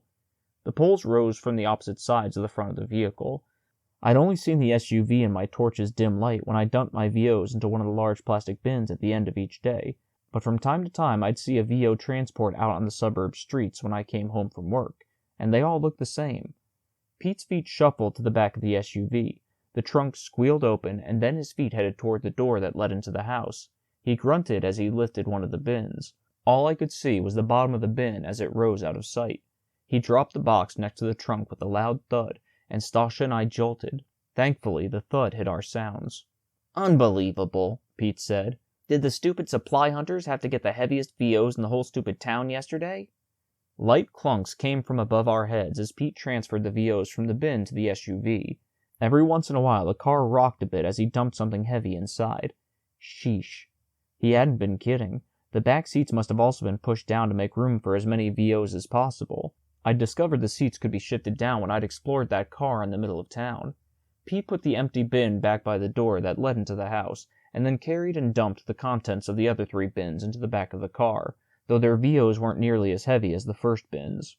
He lifted the double garage door in front of the SUV with a long, ear-splitting creak, and climbed into the SUV, which barely moved from his puny weight. I imagined him sitting up there, his head poking above the top of the car like some overgrown weed. Not just because he was tall, but because the top of the front of the SUV had been removed so that generations of housekeepers had room to whip the horses into action or pull on their reins to slow them down. How long had it taken the Badalux family to think of that one? 20 years? A couple days?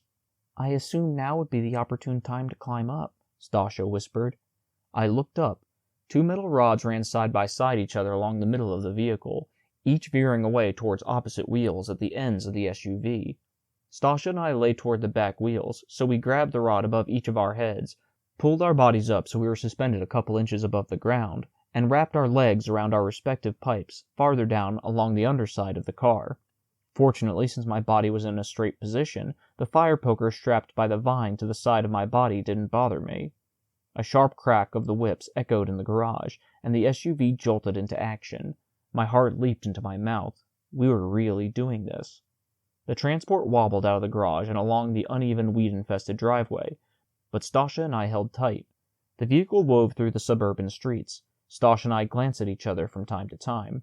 Her face was twisted, like how mine probably looked because how tough it was to hold onto the beams. At least Pete avoided the potholes. My hands were bright white. How long could I hold on? We hold on. My hand slipped loose and Stasha let out a small gasp. I grabbed the rod again just before my other hand lost grip. I retightened that hand's grip. This was going to be tough. Real tough. My arms already started to ache. Stupid SUV, Pete grumbled particularly loudly. I never realized just how much he hated his job. He'd always been such a quiet kid. The transport stopped and I gritted my teeth. My arms felt like they were being slowly pulled out of their sockets. They shook hard, and so did Stasha's.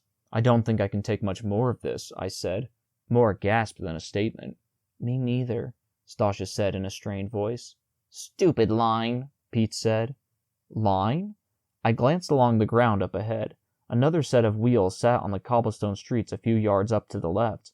We had to wait for at least one whole transport to be unloaded by the guards at the mansion, and there were probably a lot more transports from the sound of it. There was no way we could hold on for that. Stasha's arms trembled like crazy as she lowered herself to the ground and lay there.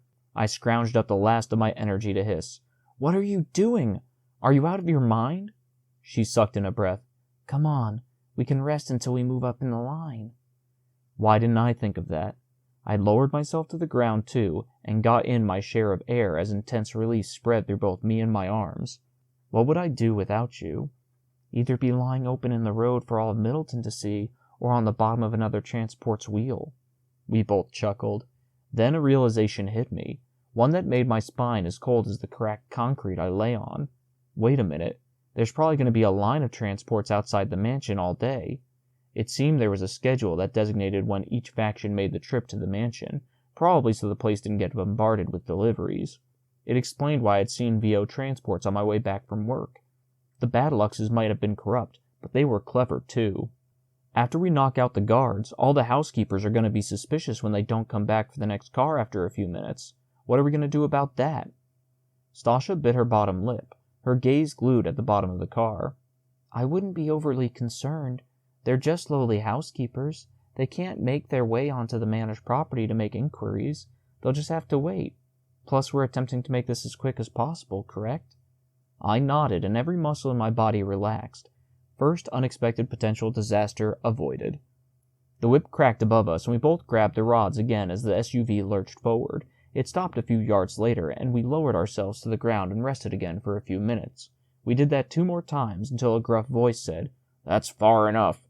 Get out and wait." The SUV door creaked open and Pete's faded gray shoes hit the ground next to two huge pairs of crisp black ones. The 4 black shoes lifted out of view, and the vehicle rocked as what had to be the mansion guards settled in the 2 front seats.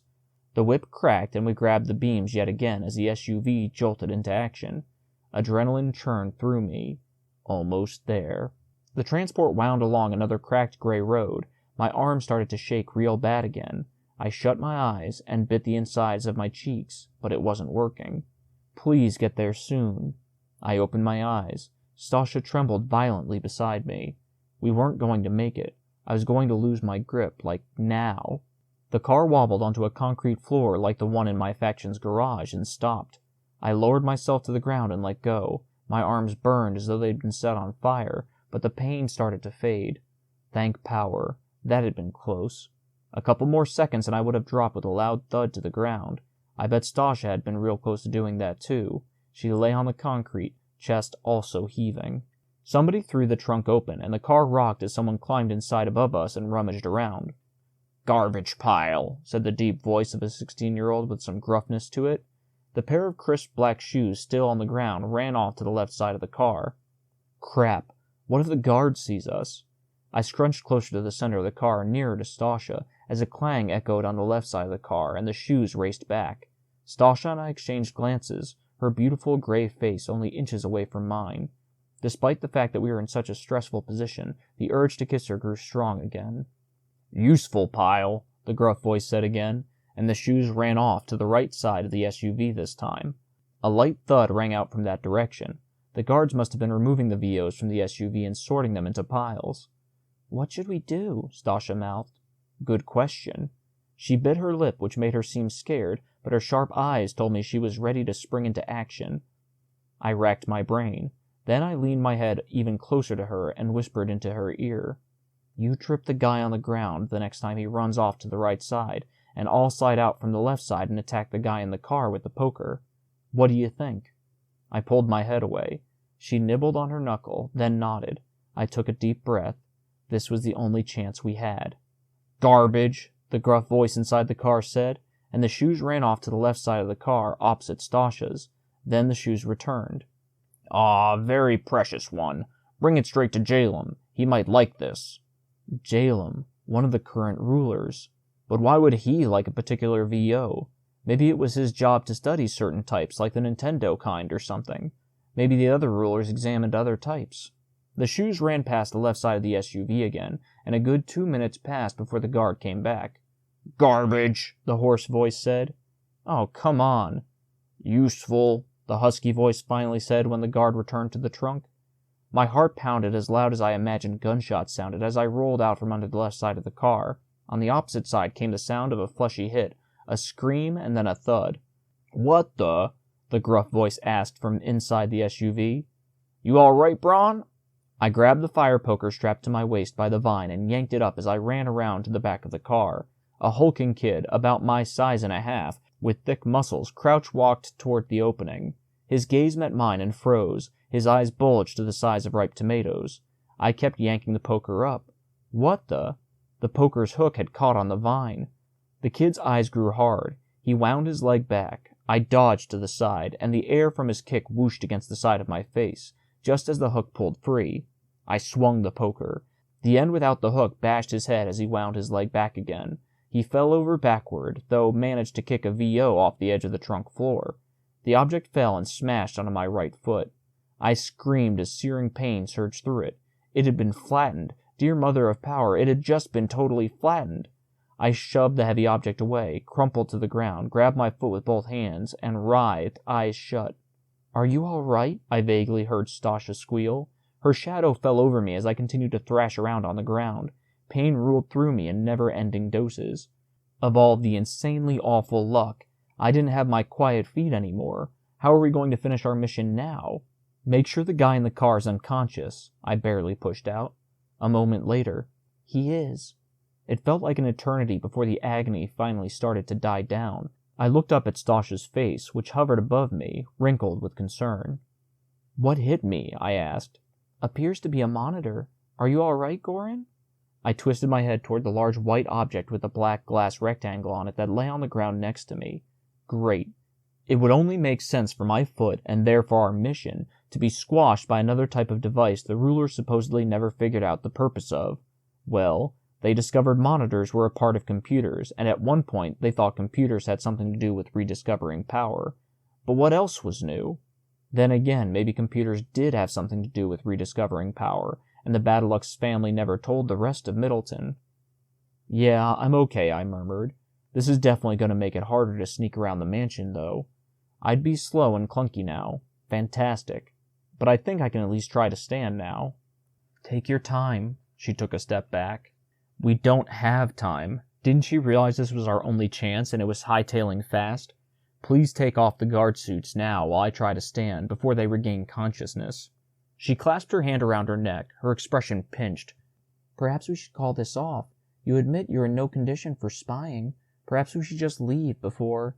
No, we're doing this now. We might not get another chance.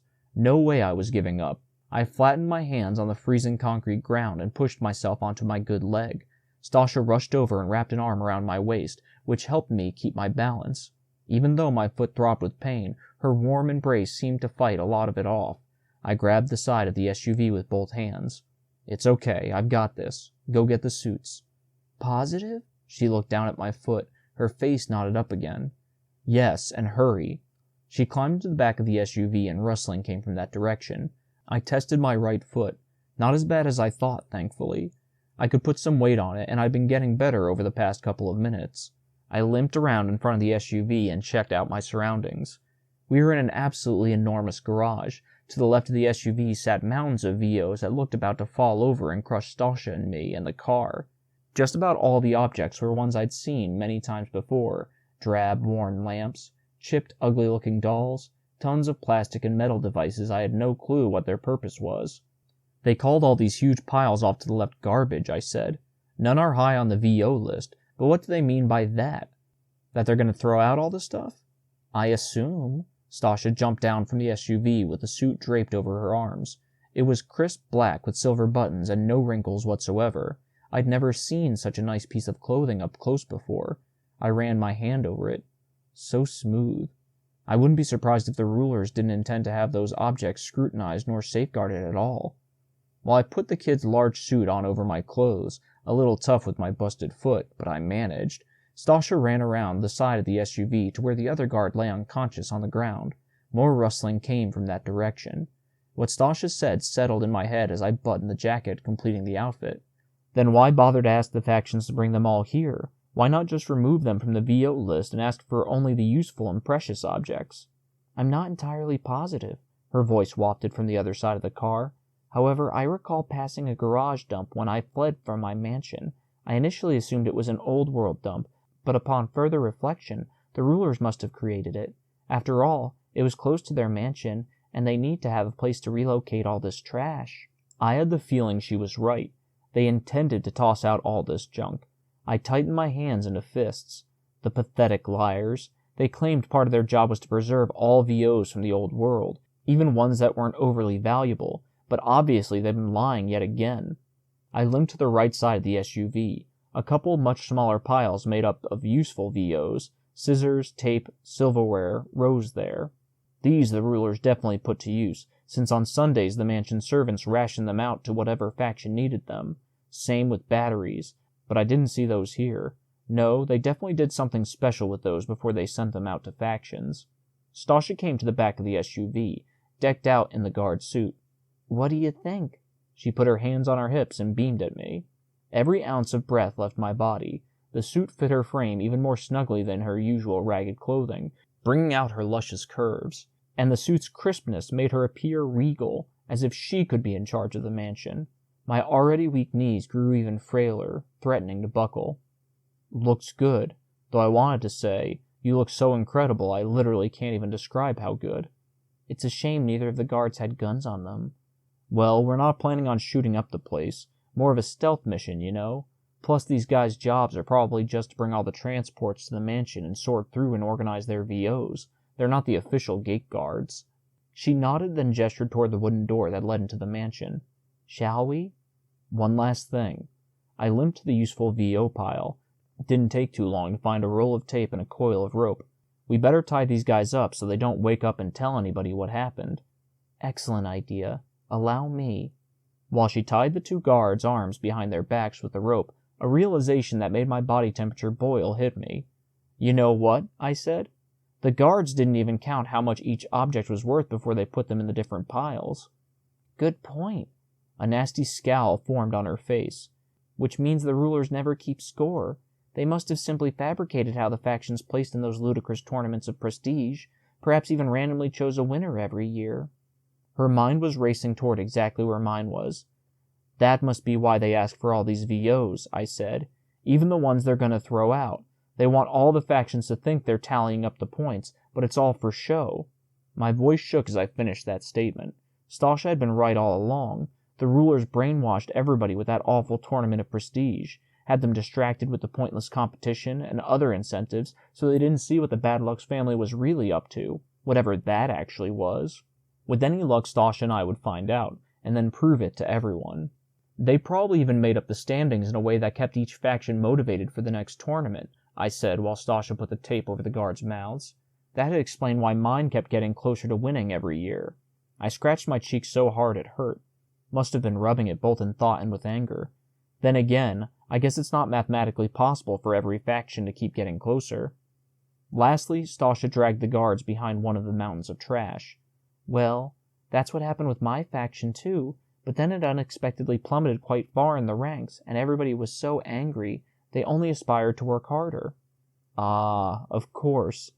They probably have lots of strategies they've used over the generations, the worthless pieces of horse crap. I glanced at the fire poker on the ground. More than anything, I wanted to break every window of the SUV and hear the delicious clinks as the shards hit the ground.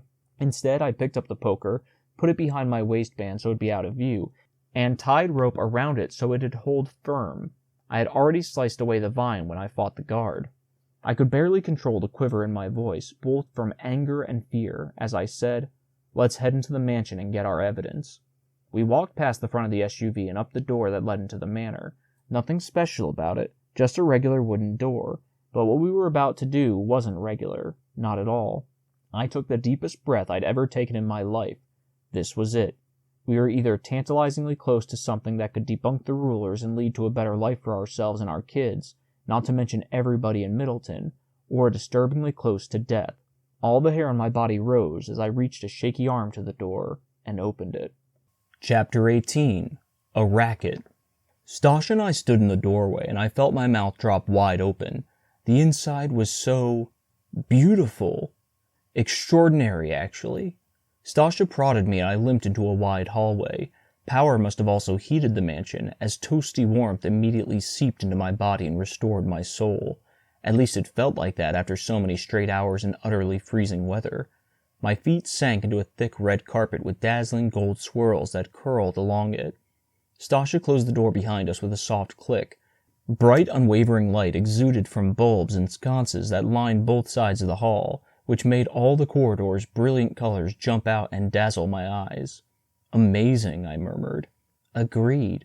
Stasha's mouth hung open as she looked around. We slowly headed down the hallway, the fire poker rigid against my side, though by now I was used to it. Even though I limped, I tried to carry myself as naturally as possible, like I'd been working there all my life, and was just going about my daily business, strolling from one end of the manor to the other. A series of the most gorgeous chairs I'd ever seen lined both sides of the hallway. They had to be made of mahogany, with no nicks in them and with priceless plush red seats. Their backs leaned against the walls. Every once in a while a different structure rested against the wall too, like a wooden stand that supported a jewel-encrusted vase full of purple flowers so vivid it seemed like they'd imprinted themselves on my eyes. Even the stand had a series of glistening red jewels engraved in it across the top part. I had to tear my gaze away from the mesmerizing sight as I walked by. On one section of the wall hung an incredible painting as vibrant as the flowers.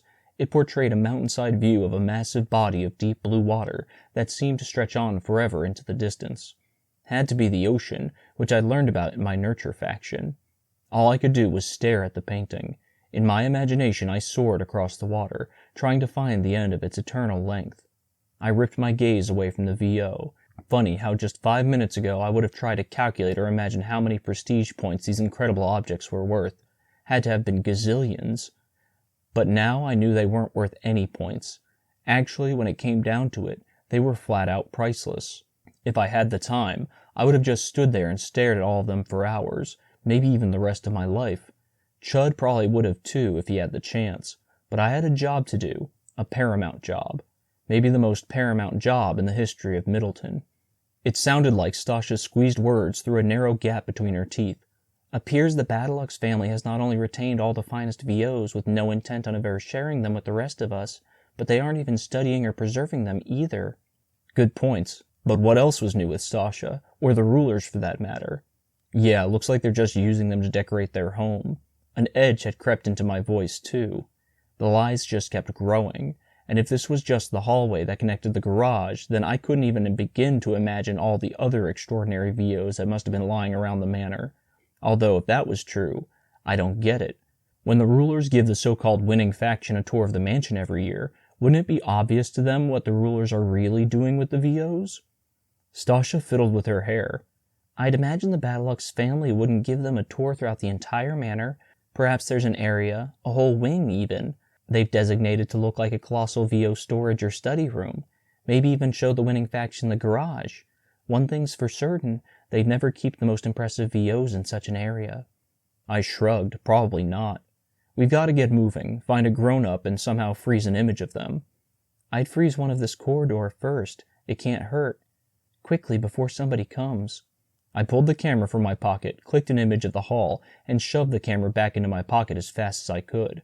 We continued down the hallway until we came to a door on the right side. Hold on a sec. I pressed my ear against it, heard fluttering in my chest. Doesn't sound like anyone's in there. We moved to a door farther down the hall, and I pressed my ear against that one too. Again, nothing. I tried the third door, this one on the left side of the hallway. There's lots of noises coming from behind this one, I said, including voices. Stasha pushed her ear against the door too, and her lips parted slightly. Agreed. Should we open it and see what's going on? Might as well, that's why we came here. Her face grew a shade paler, and I'd bet 1,000,000 prestige points mine did too. I reached out a shaky hand and opened the door. In front of us, a wooden staircase curved down out of view. The basement, Stasha murmured. The noises and voices gusted up the stairs pretty loudly, though I couldn't tell what caused them all. Sounded like some kind of jungle down there. Even music joined the racket, a backdrop to the madness. For a moment we just stood there and listened. The only time we'd ever heard music was at the annual Flag Day, when the Badalux family played a song on a large ancient thing called a boombox. It was called the Middleton Anthem, and the rulers had made it somehow. No one knew how, but I always figured they'd used VOs, since I'd found some out in town that made some pretty weird noises when you blew into them, or stroked them with your fingers. Maybe the rulers froze the song they made with some other VO, just like how you could freeze images with the camera. What in the name of the Badalux family is going on down there? Stasha snapped me out of my thoughts. I don't know. Maybe some kind of special ceremony? Shall we? I nodded, though neither of us moved. After a moment I started down the stairs, which were well lit, thanks to more sconces on the walls, but my legs threatened to lock with each step. What had I gotten us into? For a second I imagined us turning around, going back up the steps, out the garage, out through the gate, through the suburbs, and back to the farmhouse again. We'd look just like mansion servants too, so none of the citizens by the gate or in the streets would think twice as we slipped by. Then again, if the actual manor servants all knew each other, maybe they'd easily be able to tell we weren't one of them. I hadn't thought of that. Maybe we should head back now, before it was too late. I shook my head and gritted my teeth. No, Stasha and I had to do this. This could be Middleton's only chance for something better. The jumble of random noises and music grew louder and pounded into my skull. A few more magnificent paintings with rich, colorful paint. They depicted people, objects, and different landscapes, adorned parts of the wall. I forced my feet to keep going down. Finally, the stairs opened into a huge carpeted room, and it took all my willpower not to gasp. Gigantic square objects. Everything was so huge in this priceless place, had been propped against every wall of the room. At first I didn't recognize them, but I'd definitely found a few much smaller ones when I'd been out in town supply hunting, except the fronts of those were always totally black. The fronts of these were bright and full of color, not to mention filled with what looked like actual people in foreign places, but they couldn't be real. No way. because they stayed inside the squares and kept moving and changing. I could have sworn the music and some of the random noises came from the giant square objects too. A large, plush, circular couch was in the middle of the room, and 4 grown-ups either lay or sat on it, each focused on one of the giant squares. The adults wore clothes that were mostly wrinkle-free. One of them, a woman, had on a beautiful silk dress, a large pair of gold earrings, and a silver necklace with an elegant heart-shaped gem on it. I'd never seen such incredible objects. I found myself leaning forward to get a better look. A couple men sat on the couch. They also wore striking suits even fancier than mine and Stasha's, one a light blue color and the other dark green.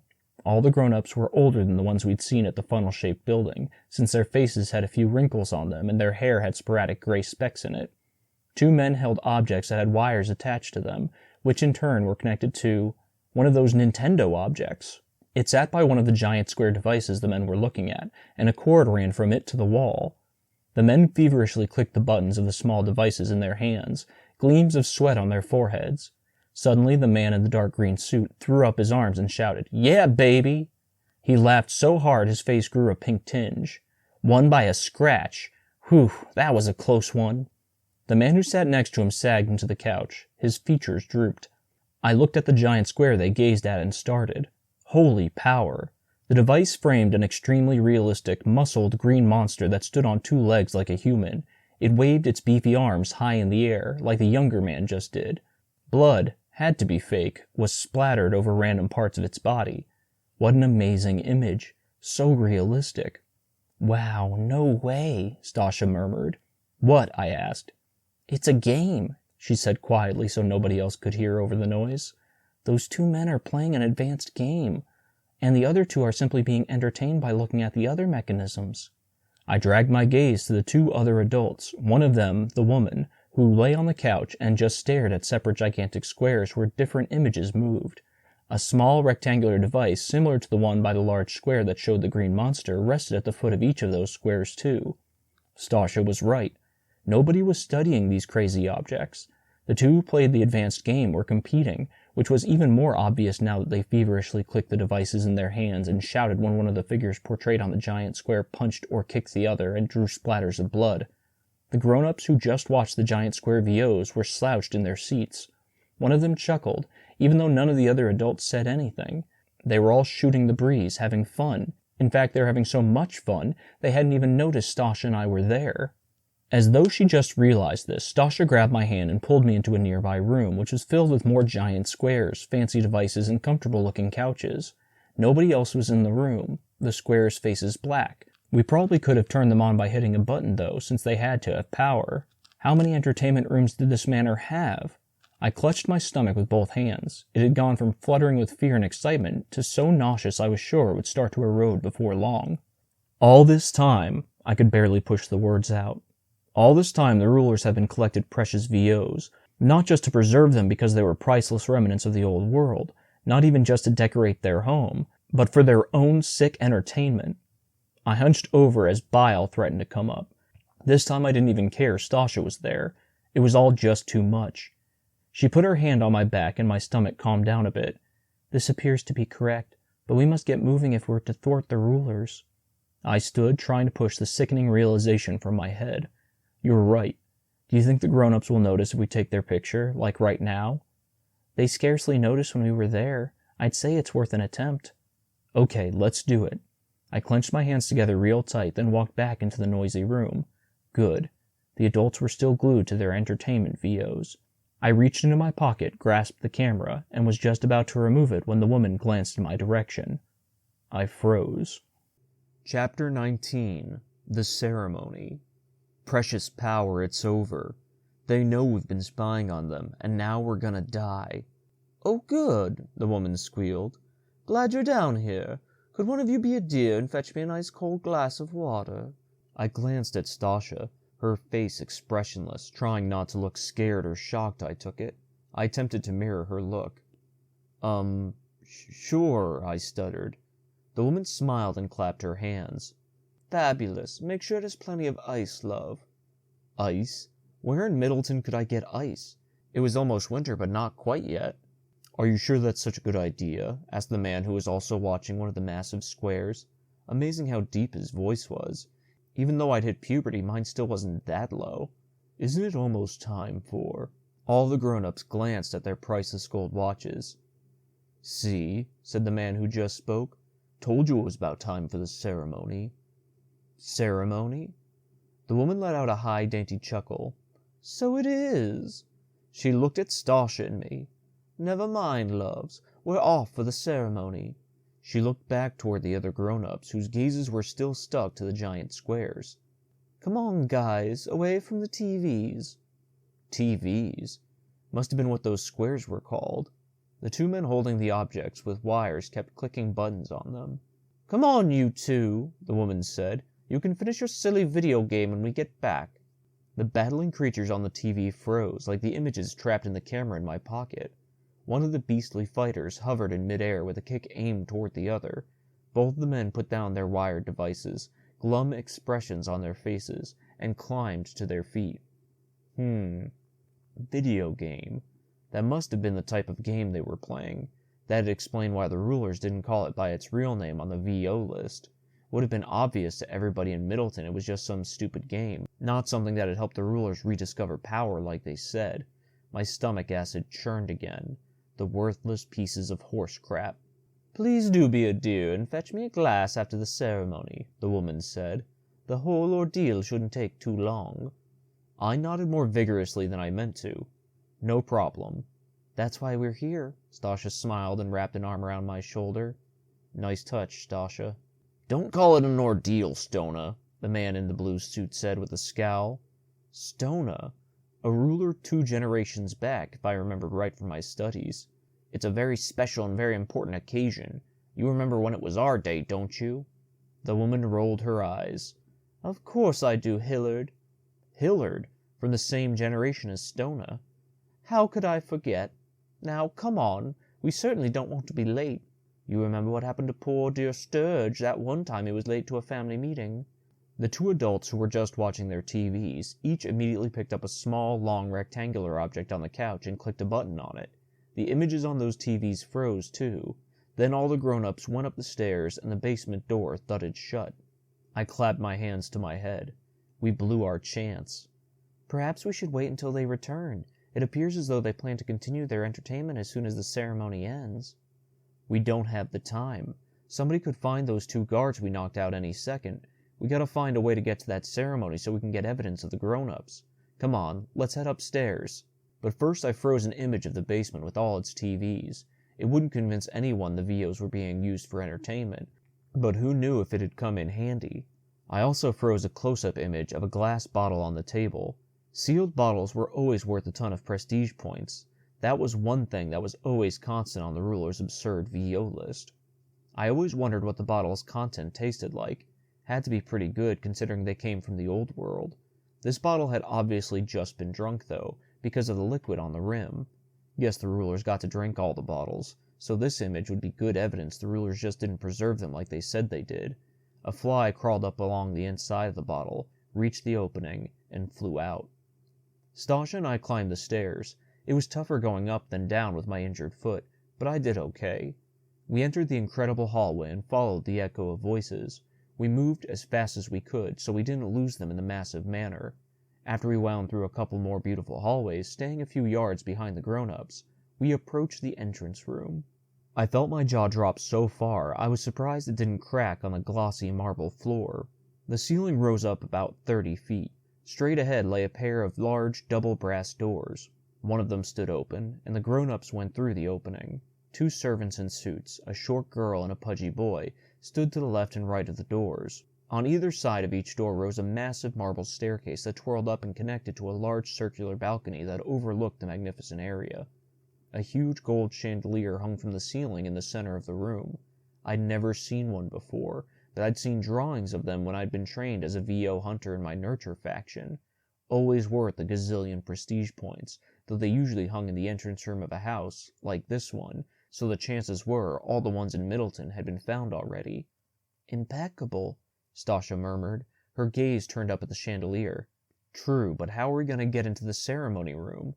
I nodded toward where the 2 kids in suits stood, guns and holsters at their waists. No doubt something real important was about to go down in there. She ripped her gaze away from the chandelier and stroked her chin. Good point. Well, the doors are quite tall and wide, which means the room most likely is large and has a high ceiling. In a mansion like this, perhaps there's a balcony on the second floor that overlooks the room. There is one in my manor in any case. I propose we take the stairs. We headed toward the marble staircase on the left. Even though it sent stabs of pain through my foot, I tried to walk as naturally as I could, like we were just a couple of servants going about our business. "What are you doing?" the short girl by the brass doors barked in a razor-blade voice when we were within a couple of feet of the staircase. Oh, mother of power. We stopped. Just going upstairs, I said. The girl screwed up her nose on her mousy face as she looked up at us, like she smelled something rotten. Sorry, but nobody's allowed upstairs on Cure Day, at least not near the banquet hall. My heart skipped a beat. Cure Day? Yep. No doubt something big was about to happen. The skin on my arms tingled. We had to get in there. Oh, we're merely attending to some toilets, Stasha said. That's right, I said. We're toilet cleaners from the East Wing. And we've been given strict instructions to have all the restrooms cleansed on the second floor before the ceremony concludes, Stasha said. Nice addition. The girl sniffed, as if trying to detect more of the suspicious foul stench she'd smelled before. The pudgy boy chewed his lip and frowned. Then why weren't we informed of the so-called bathroom cleansing? I thought fast. Oh, you know how the rulers are. So absorbed with all their entertainment and VOs, they totally forget things sometimes. A risk, but given how lazy the rulers in the basement seemed to be, it might just work. Especially things of such stately importance as the well-being of their bathrooms, Stasha said with a chuckle. Perfect. The girl and boy exchanged looks, and the boy shrugged. That's true. All right, up you go, but make it quick, and don't tell anyone else about this. Not a problem, I said, trying hard as I could to hold back a grin, but my chest turned to lead. If this worked. It was another chore for my foot to make it up the stairs. At the top, we entered another elegant hallway with a mahogany floor, and more extremely awesome paintings and VOs that lined the walls. Nobody was around, so we went through the propped open door across the hallway and entered another room with a real high ceiling. Get down, Stasha whispered harshly, and jabbed me in the back. I knelt to the ground a bit stiffly because of the fire poker strapped to my side. I had to push it up a little, so the end of it didn't rest on the ground. It poked up through the back of my suit. What was that for? Don't want to be detected, do you? I looked around. We stooped on a balcony as wide as a hallway. A marble railing hugged the side of it. We crept to the edge of the railing and peeked through its gaps, down into the massive banquet hall. The balcony wrapped around the whole room a full story up. Rows of empty round tables with shiny white tablecloths crowded the floor below. Everybody in the room sat at tables at the far end. We've got to get closer, I said. We crawled beside the balcony along the left side of the room, me behind Stasha. At the other end of the hall, we peeked through the gaps in the railing again. Right below us, 4 kids each sat at their own table. 2 girls in elaborate dresses and 2 boys in fancy tuxedos. I shuddered. Their faces and bare arms were the deepest gray color I'd ever seen on somebody. Their faces more like giant blemishes than faces. The current rulers, Stasha murmured. A deep cold seeped into my soul. I'd forgotten the plague got worse incredibly fast within the last 2 weeks of your life, like it suddenly decided to go all out until it killed you. Probably because I always tried to shove the disturbing thought from my mind, but I guess I'd always figured if I didn't get accused of LYN, I'd do what some kids had done in the past. Ask the patrol to hang me as soon as I started to show symptoms of that horrific stage. At least, that was the one thing the rulers let you do. The current rulers faced the adults, who sat at 2 tables farther to the right. The 4 grown-ups who'd been downstairs watching TV and playing video games sat at one, 5 others at the other. Close enough to freeze a good image. A black briefcase lay on the table the 5 grown-ups sat at. Even from here I could see the gold lion insignia on the case's top, so it was the same case Stasha and I had seen at the funnel-shaped building. It lay in front of the biggest, strongest-looking man in the room. He looked even older than the adults who'd been in the basement, lots more wrinkles on his face and arms, and nothing but thin wisps of white hair jutted from his head. No way. The deep cold in my soul grew to a sub-zero temperature. Alec, I murmured. Come again? Stasha asked. That's gotta be Alec Badalux, the ancestor of the Middleton rulers. I pointed at his table. Stasha turned her head slightly and let out a tiny gasp. Alec wore a fancy white suit, the fanciest outfit in the room, with a silver tie. A large gold watch clung to his wrist, even bigger than the ones the other rulers wore. A pair of thick-framed glasses hung on his nose. I found myself grinding my teeth. He could probably get as many glasses as he wanted, something the rest of Middleton sure couldn't. The poor kids with weak vision were stuck with sending a note to the ruler's mansion requesting glasses, and they'd be pretty lucky if a man or servant even responded, or could find a pair that worked for them, since glasses were another resource that was running low these days. But not for Alec. Not the filthy, wretched liar of a man who would always get whatever he pleased. "It must be him," Stasha said. "And judging by how many years ago he took over Middleton, he mustn't be a hair younger than 67. A mind-boggling thought for sure. What was it like to live that long? I couldn't even begin to imagine. One of the women at Alec's table leaned toward the hulking man and started to fold his collar over a part of his tie that was showing.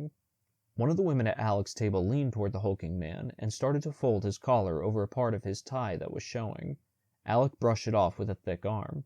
"It's perfectly all right," he said in a deep, gravelly voice.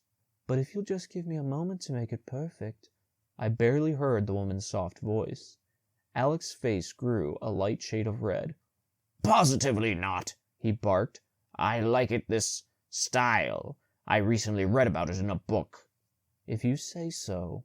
The woman's voice came out meek this time.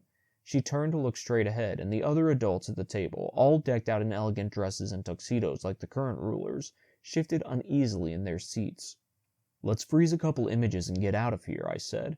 "Sounds like an exceptional idea," Stasha said. As I removed the camera from my pocket, Alex stood, picked up the suitcase from the table, and stepped up to a mahogany podium. Lots of mahogany in this place, too, that rose at the far left side of the room. The four kids at their own tables kept looking straight ahead at the grown-ups across from them. Alec placed the briefcase onto the podium, pulled a yellow folded-up piece of paper out of his pocket, unfolded it, and looked down at it. "Good morning, ladies and gentlemen, boys and girls," he boomed in his deep, hoarse voice. "We are all gathered here for a very special occasion, an occasion that occurs only once every 16 years, for today is Cure Day." It was painful to listen to him because of how many times he paused, like he didn't quite know how to say the next word. "You know," I said, "despite how much he pauses, he sounds kind of like you." "Well, he ought to," Stasha said in a voice tinged with both bitterness and amusement, "considering he has all of Middleton's books." "The birthdays of the Badalux family's youngest generation," Alex said, "are under a week away, and as expected, the members have become drastically sick. Therefore, if each relative is not formally, a man's real deep voice came from one of the tables. Alex stamped his foot, which made a loud thud echo in the room, and his face grew a deeper shade of red than before. "I'm aware it's formally," he said in a particularly gruff voice. "Whoa, temper." He looked back down at the paper. "In any case, if each relative is not formally administered the cure to the plague, they will fully wither away and perish." While he'd been speaking, I'd zoomed in as far as I could on the camera and made sure the flashing light was off. I froze a couple of images. So that was what Cure Day was. The day the current rulers of Middleton, the youngest members of the Badalux family, received the cure to the plague so they could grow old in their massive, elegant mansion full of books, precious VOs, and endless entertainment. Even as I froze images, my fingers twitched with rage. Alec picked up the suitcase and placed it in front of the four tables where each kid sat. He continued to look down at the paper in his other hand.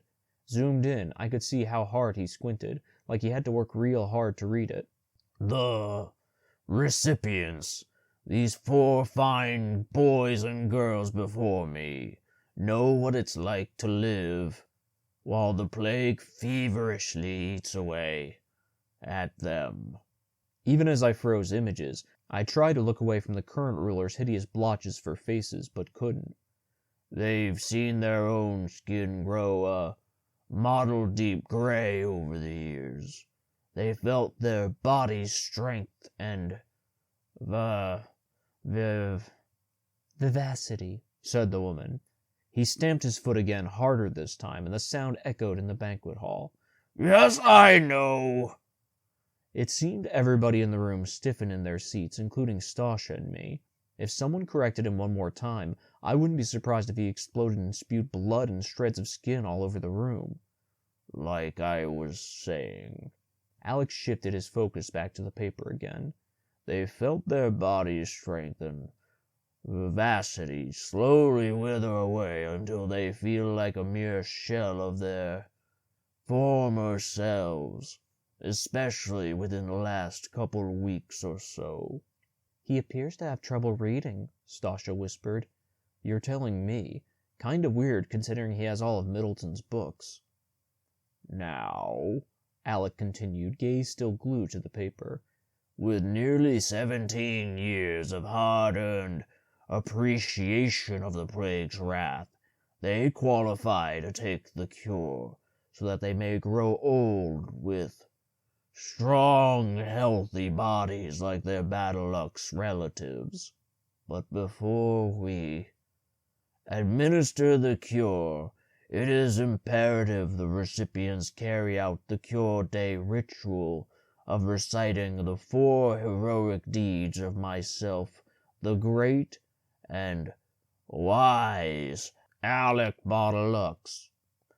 When he said the word wise, his grin seemed to take up his whole corrupted face. After all, without me, they would never receive such a truly magnificent gift, nor would they have such a stately manner with such precious books to grow their minds, or such exquisite VOs with which to be ceaselessly entertained. I froze a couple more images and stuffed the camera into my pocket. Okay, let's go. Stasha gripped my arm. Hold on a moment. This is the perfect opportunity to catch a couple of minutes worth of evidence rather than a few more images. Huh? You sure? Now that we've got proof of the grown-ups stored in this thing, I say we get out of here. Believe me, there's nothing I'd rather do more at the moment, but I feel we're on the verge of even more compelling evidence. There's an excellent chance Alec or the current rulers will presently divulge even more information about the ruler's corruptness. I'd say it's worth just one moment longer. Even though every speck of my being wanted to race as fast as I could back to the garage, jump in my faction's transport, and burst out of there, I had the feeling she was right. The ceremony seemed to be reaching a climax, and with all the convincing proof we could ever ask for. I removed the camera from my pocket again, aimed it down at Alec and the current rulers, and pushed the button that made it freeze a few minutes of evidence at a time. Tyree, you're first, Alec said. Please rise and recite the first of my heroic and intelligent deeds. The girl who wore a vibrant violet dress stood so slowly I could have sworn winter came and ended by the time she did. She stood a bit hunched forward. A little over 50 years ago, she said in a quiet, raspy voice that sounded like the last bit of breath she had, Alec Battlelux killed more members of the opposing force, the Rat Gang, in the Middleton War than anyone else in the Suburb Gang, becoming the greatest warrior in Middleton's history. That's correct. Alec beamed and turned to the woman in the yellow dress who sat at the table next to her. Your turn, Obelia. She rose just as slowly as Terry and spoke in the same strained voice. Because the Suburb Gang lost its leader in a raid during the war, the great Alec Battlelux was brave and wise enough to demand, as Middleton's greatest warrior, to fill the spot, which the Suburb Gang readily allowed. Judging by how huge and fierce Alec was, even at 67 years old, it was tough to imagine anyone daring to go against him, not to mention because of his awful temper. Must have been a beast of a fighter. Alec's smile grew even deeper. Had to have been pretty proud of himself. Jalem, go ahead. A large boy, though not nearly as big as Alec, who sat at the table on the other side of Obelia, stood in the same weary way his sisters had. The great Alex Battlelux then gathered together all of Middleton's books, he said in a voice as weak and low as theirs. I winced. Precious power. Please don't let me ever be in these kids' conditions. I'll hang myself if I have to." And in his exhaustive research, he discovered a means of generating power by using wind turbines. Alec nodded, his face more smile than flesh. Wind turbines? What were those? Then the tall pole-like objects flashed into my mind, the ones that had the slowly turning triangle of rods towards the top of them. They'd lined the roofs of the mansion in funnel-shaped structure. Those had to be the wind turbines. They obviously used wind anyway, and those were the only two buildings I knew of that had power. Alec stopped pacing in front of the last of the current ruler's tables. "Sturge?" Sturge rose even more shakily than the others. As much pain as he as his siblings were obviously in, there was no way I could feel bad for them. Not when they'd lived a lie all their lives, and were about to be administered the cure when no one else in Middleton got to be. The idea still made me sicker than I'd ever been in my life, and I'd had the plague for almost 17 years. "Lastly," Sturge said, "using the turbines, the great Alec Badalux powered the building in rural Middleton, and discovered not only that it was an old-world government laboratory disguised as a power plant, that it housed the cure to the plague." Holy mother of power! So that was how it worked. The funnel-shaped building had been made to look like a power plant, but it was really a government lab in disguise. No matter what started the plague, the government had obviously worked hard to make a cure for it. I didn't know what was crazier, the fact that it actually succeeded but couldn't get the cure to the citizens of the old world before the disease swept it, or that the government put the lab that housed the cure right here in Middleton, of all places. Then again, the last part made sense. Since Middleton was a large town, nobody would be suspicious of a big building, and the town was pretty isolated in this huge old-world state of Pennsylvania. Nobody would have guessed such a top-secret lab was here. I kept staring straight ahead, the camera trained on the ceremony as it all sunk in. "As is tradition," Alex said, "the previous generation of rulers have retrieved the cure from the laboratory and will now administer it to the current generation." He gestured toward one of the tables of adults, and all four of them rose, 1 man and 3 women. The man was the black-haired, broad-chested guy Stosh and I had seen at the lab, the one who'd carried the briefcase when he left the building, Baldur. I glanced at Stasha. Maybe we should leave now. No doubt we have more than enough proof, but she shook her head and looked back down. I had to agree. I couldn't rip my gaze from the ceremony now. I had to see the cure in action. The last generation of rulers walked up to Alec, who handed Baldur the briefcase. Alec took his seat at his now empty table while Baldur opened the case. 4 vials filled with some milky white substance sat inside, just what you'd expect to come from a laboratory. He handed one to each of the 3 women, took one himself, and each of them walked up to the current rulers. They popped the corks from the vials, and they handed the containers to the incredibly dark gray-skinned kids. The current rulers' hands shook as they lifted the vials to their mouths. It seemed like they'd die on the spot if the cure didn't reach their lips in the next 2 seconds. Please die, please die, please die. As awful as they were, the words kept racing through my head because of how corrupt the rulers were. The kids downed the contents of the vials, and the banquet hall went completely silent. A second later, the gray on the current rulers' faces and bare arms started to grow lighter, and kept growing lighter at a real fast pace. Unbelievable. Just unbelievable. Whispers broke out. Within seconds, the rulers' faces were completely pale, the original complexion of their skin, probably, and their features became defined rather than masses of blotches. Then each ruler popped into a straight posture, as if somebody just snapped their spines into the right spot. Each snap made me shudder. It was so incredible, and also so incredibly unfair. The adults clapped. A couple even hooted. "Impeccable," Stasha murmured. All I could do was nod. Good thing I captured the stuff with the camera. Definitely convincing evidence. Alex stood again. "Now that the ceremony has officially ended, it is time you all embark to the library for the daily study session. You may return to your former entertainment when you have adequately grown your minds." Everybody groaned, including the adults.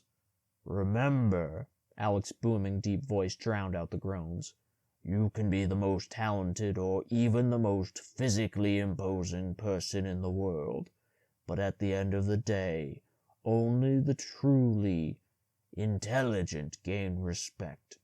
His statement had such a resonant, practiced quality to it. I wouldn't be surprised if he said it to everybody every day like some kind of mantra. I think it's safe to say it's time to go, I said. Agreed, Stasha said. I turned off the camera, stuffed it into my pocket, and Stasha and I crawled across the hall back to the propped open door we'd come through. We stood. I pushed the fire poker back down a bit so it rested more naturally against my side, and went into the entrance room. Pain stabbed through my foot again, so I had to limp. No way! A familiar razor-blade voice cut through the area. Had to belong to the short, mousy girl who guarded the banquet hall doors with the pudgy boy. Both were out of view below the balcony we stood on. Just a few minutes ago, we saw 2 toilet cleaners who looked just like that. My heart skipped a beat as I grabbed Stasha's arm. Chapter 20. Windows. I glanced at Stasha. Her expression was tighter than the nooses that'd be around our necks if we got caught. Yeah, the pudgy boy said. They tried to walk right up these stairs, but we didn't let them, of course. Probably went another way up. Liar. Trying to save his own hide, I bet. Crap. Not a familiar voice. A girl's? They're intruders. They knocked out the gate guards. Oh, mother of power, the boy murmured. Exactly what I was thinking, but for completely different reasons. My heart threatened to burst right through my chest and fly over the balcony railing. Let's go, I said. The animated voices kept gibbering below as I pulled Stasha back into the hallway, me limping again. What are we going to do? Her voice came out high and squeaky. We can't risk going down any staircases. We might happen upon any guards the girl's undoubtedly sending after us now. I glanced down the hall. Open windows lined it on the right side. Their silk lavender drapes billowed in the wind, which felt nice against my skin despite the nerve-wracking situation. I got it. A window. We'll climb out a window. I limped toward the nearest one. She got to it first because of how unbearably slow I was. Why'd a huge monitor of all things have to fall on my foot? She peered through the window, her face paler than I'd ever seen it. Oh no, the height is too great. No way to get down. You sure? There's gotta be one that has a tree or something outside it we could use. We continued to check the windows on the side of the hallway, but none had anything outside them we could grab onto. We made our way to the next hall. We had no other choice. But we had the same awful luck in this one. My inside seethed. Real bad. Wait. The window at the far end framed a thin brown branch. Maybe. Just maybe. I think there's one down there. A creak echoed in the corridor behind me, and then a shuffle of footsteps. I whipped my head around. 4 suited guards had burst through a door. Of a side stairwell? A bit further down where Stasha was examining a window. They carried metal baseball bats. No. All the wind left me. I struggled to suck in air. There they are, the only girl of the group cried. About as tall as Stasha, she pointed at Stasha with her bat, and at me with her other hand. Stasha screamed and ran, but the guards were too close. One swung his bat, which hit her legs with a sippening whap. A gut-wrenching shriek ripped from her throat and stabbed through my soul. She crumpled to the floor.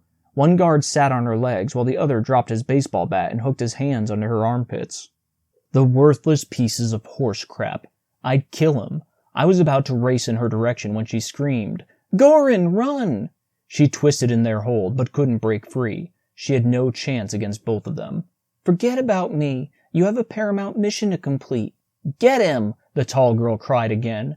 She and the other guard, a huge, strong-looking boy, sprinted down the corridor in my direction.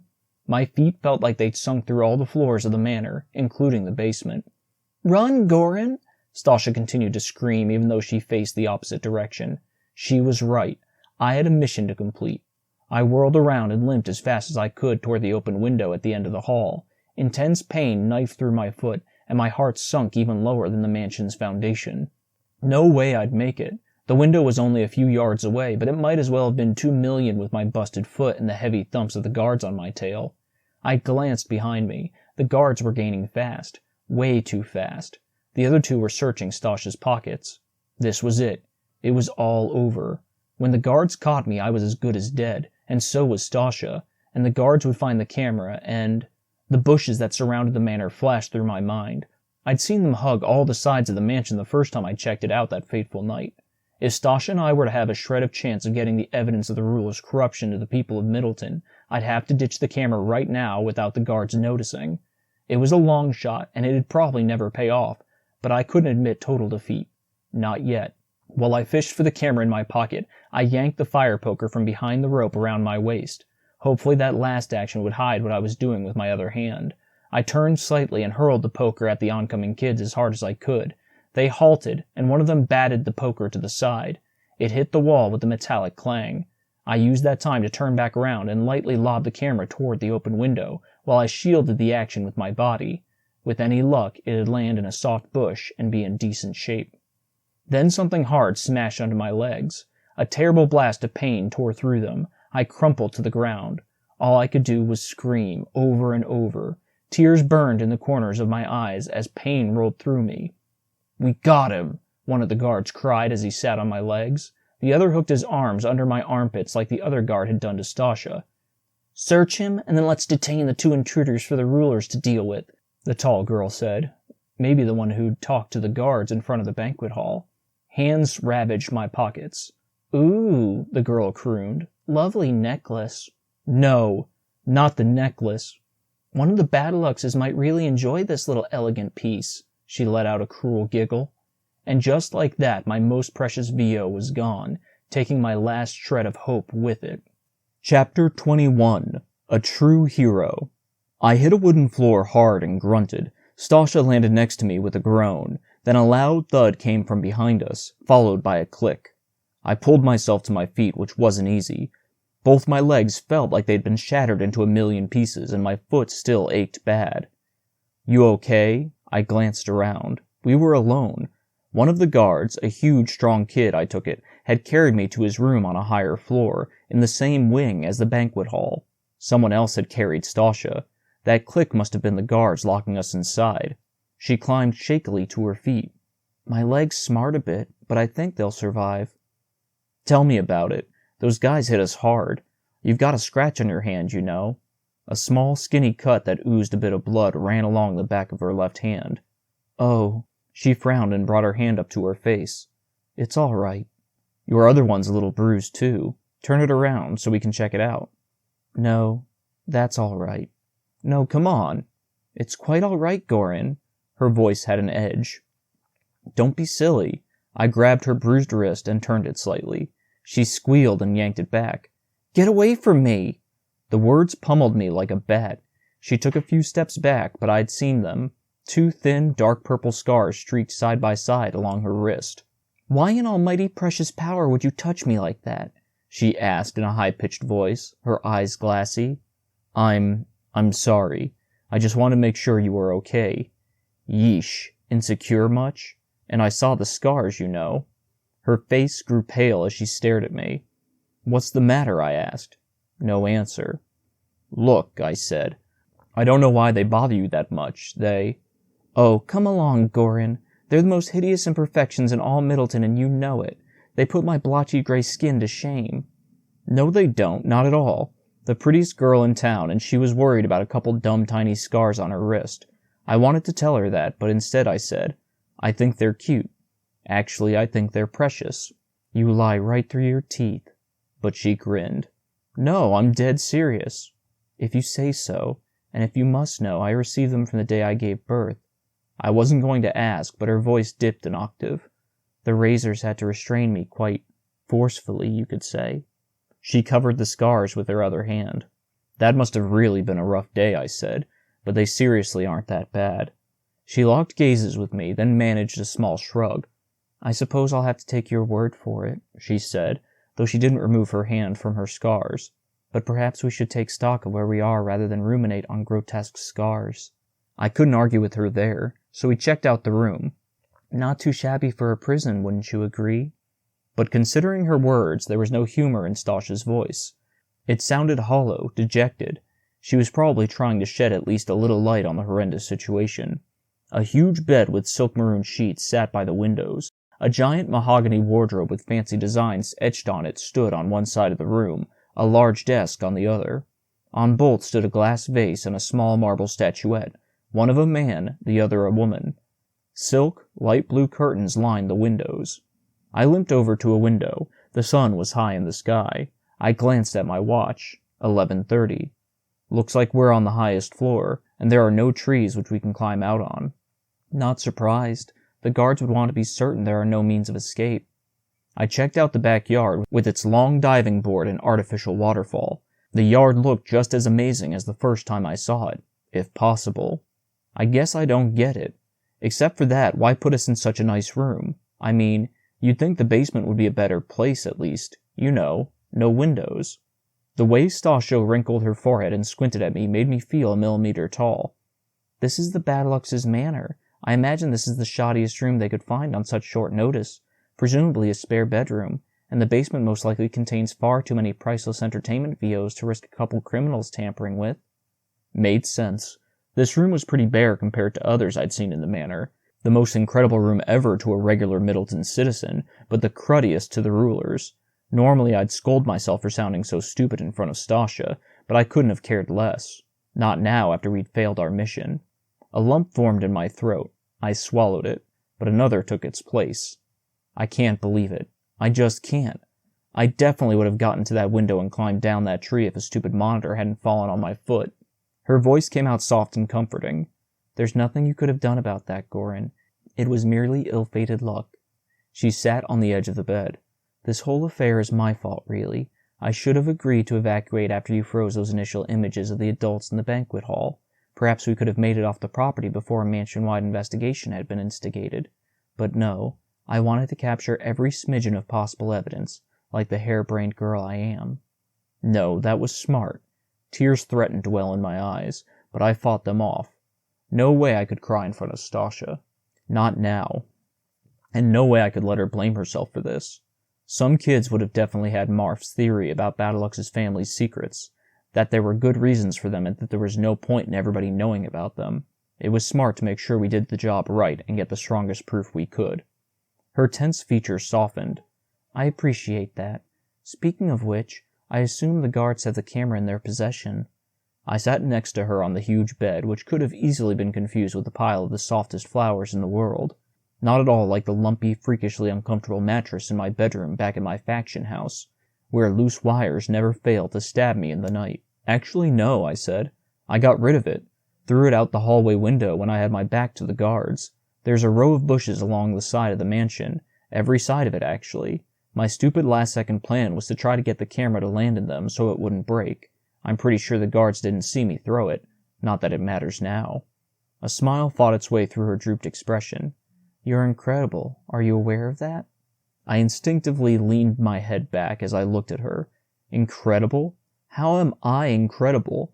We don't have the camera, the only VO we actually need, and we're locked in a room on the top floor of the mansion with no chance of escaping. She chuckled, and I felt my mouth drop even wider. Seriously, what had gotten into her?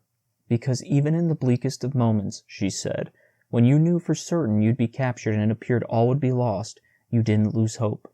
You ditched the camera with the remote chance in mind that somehow we'd escape and recover it. I agree, things look quite dismal now, but you're a true hero, Goran. She laid her head back on my shoulder, and it felt like power surged through my body. Me? A hero? As absurd as it sounded, I couldn't argue with her logic. I had tried everything I possibly could to give us at least a tiny shot of succeeding. Seriously, leave it to her to point out things about me that even I wasn't aware of. I rested my head against hers and sighed. You know, even though I finally got to sneak into the mansion and see some of its incredible VOs and what the Badelux family is really up to, it's not as satisfying as I thought it'd be. She rubbed her hand along my arm, adding another current to my body. That's because you know now that we've been captured. The rulers are going to continue lying to the people of Middleton. You know the citizens are going to continue to suffer in this unjust society, including our poor, dear children. My heart ached, especially at that last point. You have a big heart, Goran. Another reason I like you. I shook my head a little. It rubbed against hers. I just can't believe the rulers are actually using all these precious VOs for their own sick entertainment. She let out an especially disgusted grunt. Believe me, neither can I. Come to think about it, that must be why certain objects were placed so high on the VO list over the years. Whatever the rulers desired most at any given moment, some type of game or exquisite technology that amused them, they declared it was worth a lot of prestige points so that the supply hunters would go out of their way to find it, all under the guise that such objects would help the Badelux family revive power or discover a cure to the plague, or simply that they should be preserved as artifacts of the old world. Again, I couldn't help but feel there was a lot of truth, if not the entire truth, to what she said. So that object that had recently been on the top of the list, I said, you wouldn't know it because it was right before Marf and I ran away from Middleton. That object is just like the one those two men were playing with in the basement. Some kind of game. A real old one. They must want it because they're getting bored with all the other ones they already have, even the more advanced ones. I'd say so. My stomach tied in knots and the old nausea welled up in it again. I can't believe it. I just can't believe it. The rulers are so lazy and selfish. She put her hand on my shoulder. I know. It certainly justifies why they only have one kid securing the Middleton border. All they care about is playing with their precious games and VOs. Why bother to have more people protecting the border when they can utilize as many as they can to find more entertainment? She scoffed loudly. Right. And they might be afraid of the possibility of some other big group of kids with a bunch of advanced weapons attacking Middleton, but they're too selfish and lazy to protect anybody outside their safe, powered fence. It also explains why they use drugs that make girls have twins. This way, instead of girls becoming pregnant twice, which would take approximately 2 years, they can have girls hunt for supplies one of those years. A long silence filled the room as the grotesqueness of it all settled in. Stasha grabbed my hand and squeezed it. Goran, no matter what happens to us, I must tell you I'm so grateful I got to meet you and spend some priceless time with you. All the air gushed from my body. Me too, I murmured in a voice that sounded as weak as the current rulers before they drank the cure. Which is why I must ask, she said. Back when we got separated at the reproduction faction, the day we first met, why didn't you look back? I jerked my head away from hers and stared at her. I did look back. You're the one who didn't look back. Not to mention didn't even want to join Marf and me when we met at the farmhouse. At least not at first. Heat swarmed my face. Did I have to sound like such an insecure moron? A series of deep ridges lined her forehead. I positively did look back at the faction, right after the patrol went by. I stepped out from the tree I'd hid behind, but I didn't see you. Oh, I went a little ways into the woods to be sure they didn't see me. We must have just missed each other, but the clouds grew so large they lifted me into the air. All this time I'd been wondering why she hadn't looked back, but she had. And as for not initially wanting to join you and Marf, she took a deep breath and fiddled with her hair. I must admit I was frightened of you. I almost laughed. You were frightened of me and Marf? Don't you remember how he shrieked and crouched on the ground like a total wimp? Though I felt as bad as soon as I had said it. Poor Marf. And I might never see him again. She chuckled. Who could forget that? No, I mean, her voice grew somber again. I was frightened to reach out to you, to anybody, really. She interlocked both of her hands' fingers so hard they turned white. She looked down at the bed. You see, I've had a history of immensely positive things in my life simply being snagged away from me. Ruthlessly, like our twins, for instance. And that ring I rightfully found and wanted so badly, but which was cruelly ripped away by my razor and my nurture faction. Oh yeah, I'm sorry. I didn't know what to say, even though I could relate a little. Chud's hanging had been kind of like that, and the fact I might never see Marf again. Her voice grew so low I had to strain to hear it. I had a great childhood friend as well in that nurture faction. We played and did everything together. We were inseparable, essentially. That is, until we'd been forced to transfer to different factions when we became of age. Her lips quivered, and she covered it with her hand. This time I put my hand on her shoulder. All those horrific things together, it was just too much. At the farmhouse I couldn't bear the thought of getting close to you or Marf, just like I had been to those other precious people and things, only for the two of you to be brutally ripped away from me as well. Especially you. I mean, I knew there was something special about you, ever since the first moment I met you at the reproduction faction. My heart turned into a big puffy cloud and my breaths became irregular. I felt the same way about her. And it all explained why she'd been so conflicted when she first met me at the reproduction faction. She clearly wanted to stay and talk with me, but another part of her hadn't wanted to get too close to me. It also explained why she eventually decided to join Marf and me. All her life she'd had great things cruelly taken from her by Middleton, specifically by the Battlelux family, and the last thing I said to try to convince her to come with us was that at least she wouldn't be in Middleton anymore if we lived with the savage tribes. That must have finally pushed her to join us. The rulers couldn't hurt her anymore out there. She removed her hand from her lips and looked up at me. Tears glistened on her cheeks, which is why I've wanted so badly to tell you for a while not just how much I've appreciated our time together. I wouldn't change it for all of Middleton, or the world for that matter, not even the old world. My mouth somehow formed words. Neither would I. She closed her eyes and leaned forward. So did I. A loud click rang out.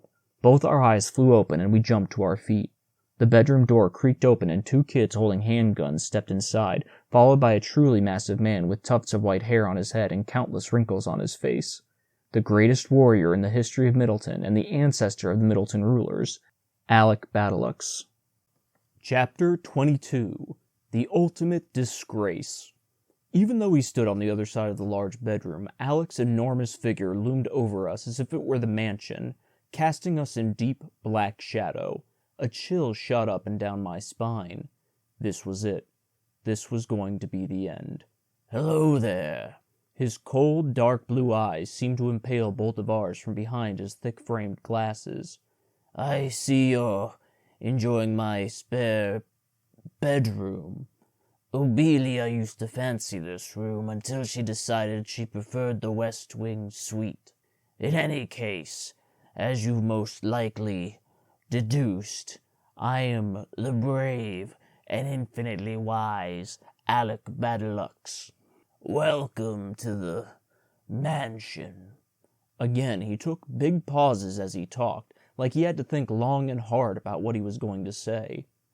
"I must admit I'm appalled anybody managed to break into this well-defended estate.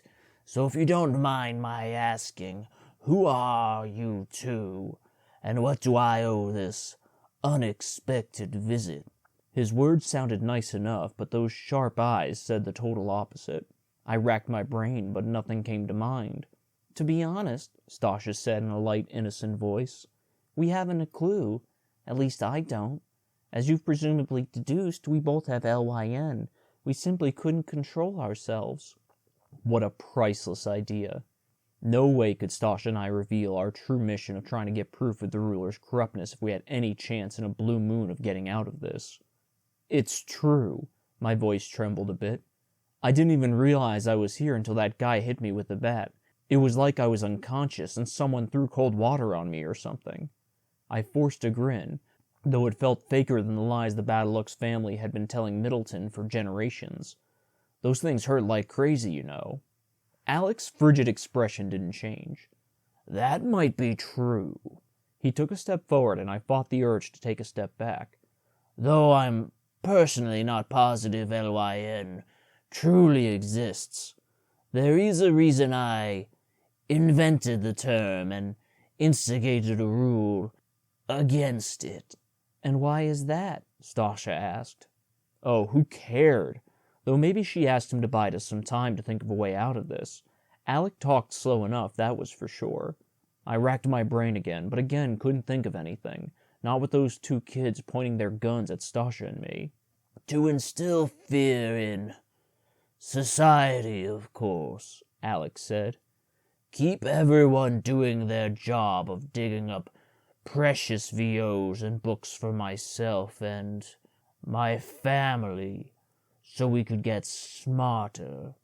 He fiddled with his glasses with a pale, crinkly hand. A proud smile twisted his lips. "Thought of it myself. I'm really quite intelligent, don't you agree?" So that's why he wanted all those VOs and books. Not just for entertainment, but so he and his family would be smarter than everyone else in Middleton. It also explained why he told the other Badaluxes to go to the library after the ceremony for their daily study session. Why was he so obsessed with his family being intelligent? Maybe it had something to do with that mantra-like statement he said after he ordered everybody to go to the library. The one about how, at the end of the day, only intelligent people got respect. Alec's smile vanished just as quickly as it came, another layer of ice growing over his eyes. "As you know, there's a penalty for exhibiting signs of LYN. Same for breaking any of the Middleton rules. However, breaking through the manor's defenses, taking out the gate guards, and gallivanting about the place like it's your own personal playground. I think it's safe to say your punishment shall be nothing short of death." He let that last word boom out extra loud. Even though I'd expected it before the kid's bat hit my legs, had known it was a risk before I even broke into the mansion, it felt like 10 bats just battered through my chest. "Please, great and wise Alec Battleux," Stosh's voice wavered real bad now, her face corpse white. "There's no need for such an extreme punishment. Like I said, LYN is real, and we have it. We hadn't an inkling of what we were doing. Could you find it in your heart to dispatch us at the edge of the Middleton Farms? We could reside with the savage tribes and never trouble you again." Another great idea. If only I'd thought of something to help the situation too. Every inch of my being burned for Alec's answer, but if possible, his eyes grew even darker and colder. "I'm afraid not, little girl. You see, because of you and your partner's reckless break-in, you know too much about the true nature of this manor and the Battleux family. We simply cannot take the risk of such knowledge being divulged to the rest of Middleton, or those savage tribes for that matter." A double knot tied in my stomach. "But what about your servants and guards? They obviously know your secrets and don't tell anyone. We'll do that too, we promise." "They're all descendants of my original loyal servants," Alex said, "so they have a legacy to uphold. Plus, because of their elite stations, they have special privileges, such as being permitted to swim in the swimming pool or play in the entertainment rooms when off duty." Right, just like the servants who looked after Stosh's manor. "I imagine they wouldn't want to jeopardize. Jeopardize, Stasha shuddered as soon as she said it. Alex stomped his foot and winced. Did she have to say it? He bared his teeth like a wild animal. "Well, I'm aware it's jeopardize, little girl." Then his features drooped, and he stared down at the wooden floor. I stole a quick glance at Stasha, who grimaced and raised her eyebrows at me. Now what was going on? "Even a girl who's never read a book in her life is making fun of me," he said in a voice that scraped the wooden floor. Weird. He was sad, and apparently about the fact people made fun of him.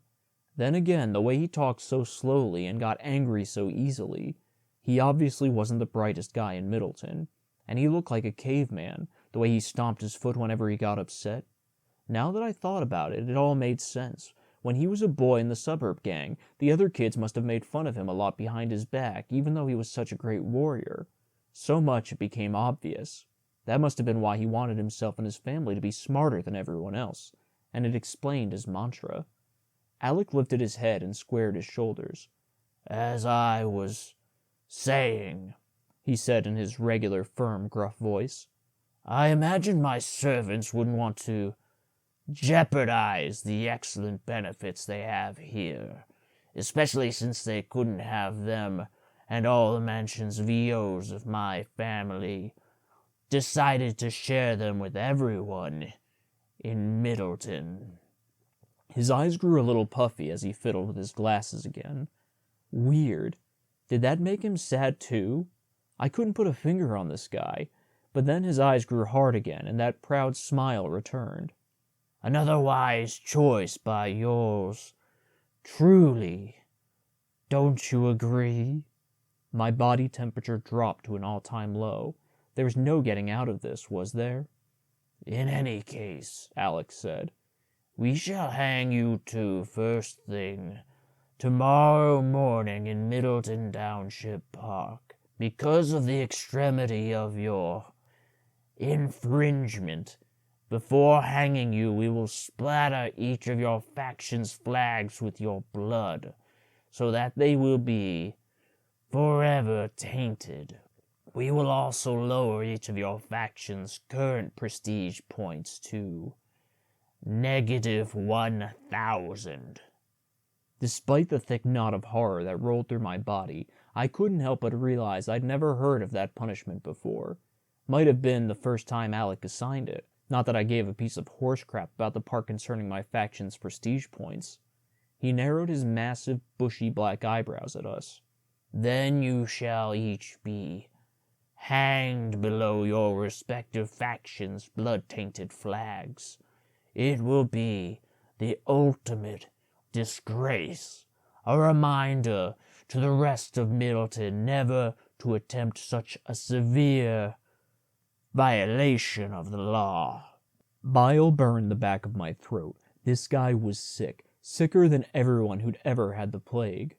Alec's lips curled into a malicious smile. Until then, have a pleasant night. 2 gunmen will be in charge of guarding this room at all times. Oh, and also be aware that if anything in this room is broken or tampered with by tomorrow morning, you 2 will meet an even worse, more painful demise. He headed toward the door. Wait, Stasha cried, but before she could get anything else out, he left the room. The 2 guards followed him. The last one walked backwards while he pointed his gun at us. Then the door closed and the lock turned with another click that tolled low in my gut. I sat on the bed and put my head in my hands. This has got to be the worst way in the history of Middleton to go out. Hanged to death as an example of the ultimate disgrace, even though we risked so much and tried so hard to make everybody's lives better. And nobody will ever know, including our kids. Tears welled in my eyes again, and I let them come this time. Not to mention, I didn't even part with my best friend on decent terms. I wiped my tears away with both hands. It wasn't fair. It just wasn't. Stasha and I had been so close to overthrowing the rulers, so close to saving Middleton's citizens, and maybe even finding our kids, and it had all been for nothing. I gritted my teeth. No, there's gotta be a way out of this. Some way to... Marv, Stasha murmured. She stared past me at the window, eyes bulging, mouth wide, like she couldn't believe our horrible fate.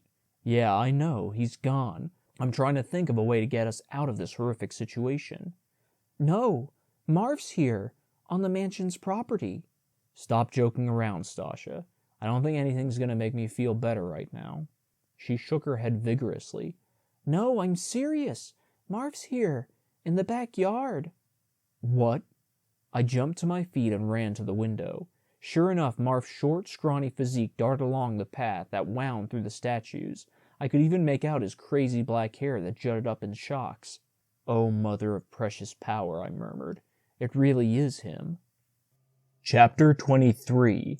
Chilling News. I shoved the window open and a blast of cold air crashed into my face. We've got to get his attention. I waved my arms as hard as I could. Stasha pushed open the window next to me and did the same thing, but Marv kept plowing straight ahead. For power's sake, would the stupid, crazy-haired guy just look up? But just thinking that made me want to giggle for an hour straight. I never thought I'd see him again. Then he cut along a path that led toward the swimming pool. Crap, I said. We're gonna lose him. Stasha picked up a pillow and threw it out the window as hard as she could. At least it looked like she did, since her dark gray face grew a strong pinkish hue that made her freckles pop out. The pillow hit a clump of bushes by the statues and made a loud rustle. Marv glanced in the direction of the sound, then up toward where we waved again. Perfect. He grinned his typical, unstoppable grin, nodded, and headed toward the bottom of the statue graveyard. He ducked behind a statue in the row closest to the manor. Psst! Marv! I said as loud as I dared, which wasn't too loud considering that there were guards outside the bedroom door. He peeked his head out from behind the statue, that stupid grin still on his face. How's the mission going, man? Not great, I said. We've been captured and are in a locked room. What in the Battlelux's name are you doing here? I thought I'd never see you again. How'd you ever get on the property? A proud half-smile sprouted on his face. Dug a little hole under a powered fence. Didn't have to go too deep because of my, well, small size. The only thing my lack of puberty has ever paid off for. He chuckled. And it doesn't matter what I'm doing here, man. The next objective is obvious enough. I'm getting you guys out of here. No, Stasha said. It isn't worth it. He cocked his head and squinted at her. What kind of crazy pills did your girl take this morning, man? My girl, huh? Couldn't say I didn't like the sound of that. She's right, Marv. This place is crawling with guards, especially since we've been caught. There's 2 gunmen right outside our bedroom. Wait a minute, Marv's grin turned sly. You and your girl are in a bedroom? I don't know about you, man, but I know what I'd be doing right about now. Of course. Even in such a terrible, stressful situation, he still cracked jokes. That's far from important right now, I said, and so is Stasha and me getting out of here. Listen, I dropped a camera in some bushes along this side of the mansion. It's this small, black, box-like thing. Since Marv had been trained to be a game hunter and had spent most of his time out in the woods, he probably didn't know what it looked like. It's also got evidence on it of the ruler's corruption. Marv's eyes bulged. You've got to find it. Should be near us, so shouldn't take you too long. We were still in the same wing as the window I'd thrown the camera out of, so it shouldn't be too hard to find. When you get it, you've got to bring it back to our faction and show everybody what's on it. Got it. His expression went flat, eyes dull. But to be honest, I don't think it's going to make much of a difference, man. Huh? What? Why? I asked. I ran away from the tribe for my own reasons, Marv said, but not before I found out the other thing the leader wanted us to help out with. What's that? I asked as Stasha said, Explain.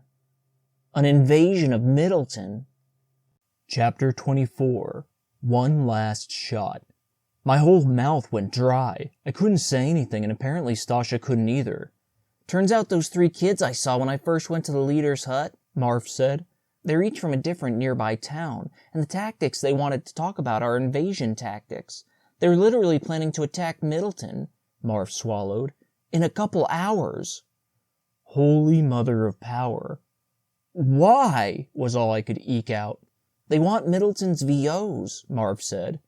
Of course, just like the rulers always feared. A shudder whipped through Marv's puny shoulders. They're gonna kill everybody in Middleton, or at least defeat them and then split all the town's VOs amongst themselves. They've been planning this for a while, man. Stasha kept cursing under her breath.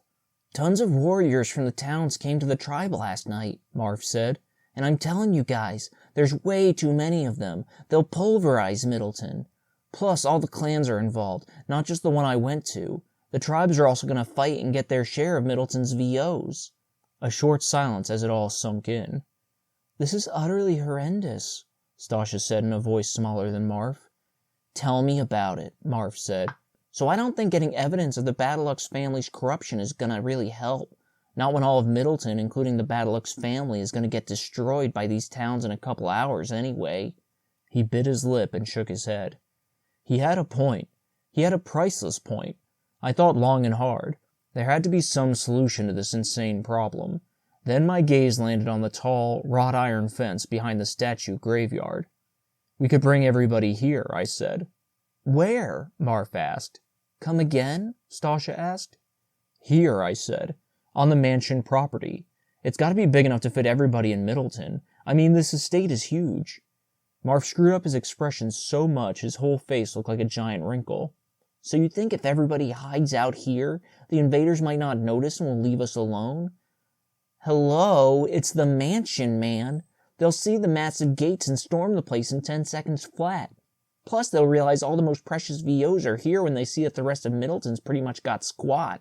Well, no doubt the invaders are going to want to attack the mansion, I said, but it's got the powered fence to keep them out. And at the very least, it might be a good enough stronghold. If we could get the rest of Middleton to overthrow the rulers and take control of the mansion, we could bring everybody here and put shooters on the roof. It'd be tough for the other towns to get past the fence while dealing with the shooters, if they can even get past the fence in the first place. Marv stroked his chin for a good moment, then shrugged. It's as good a plan as any, man. I think it's a fine idea as well, Stasha said. Just a few itty-bitty questions, Marv said. How did you and your girl get caught? And what's going to happen to you guys while I'm gone?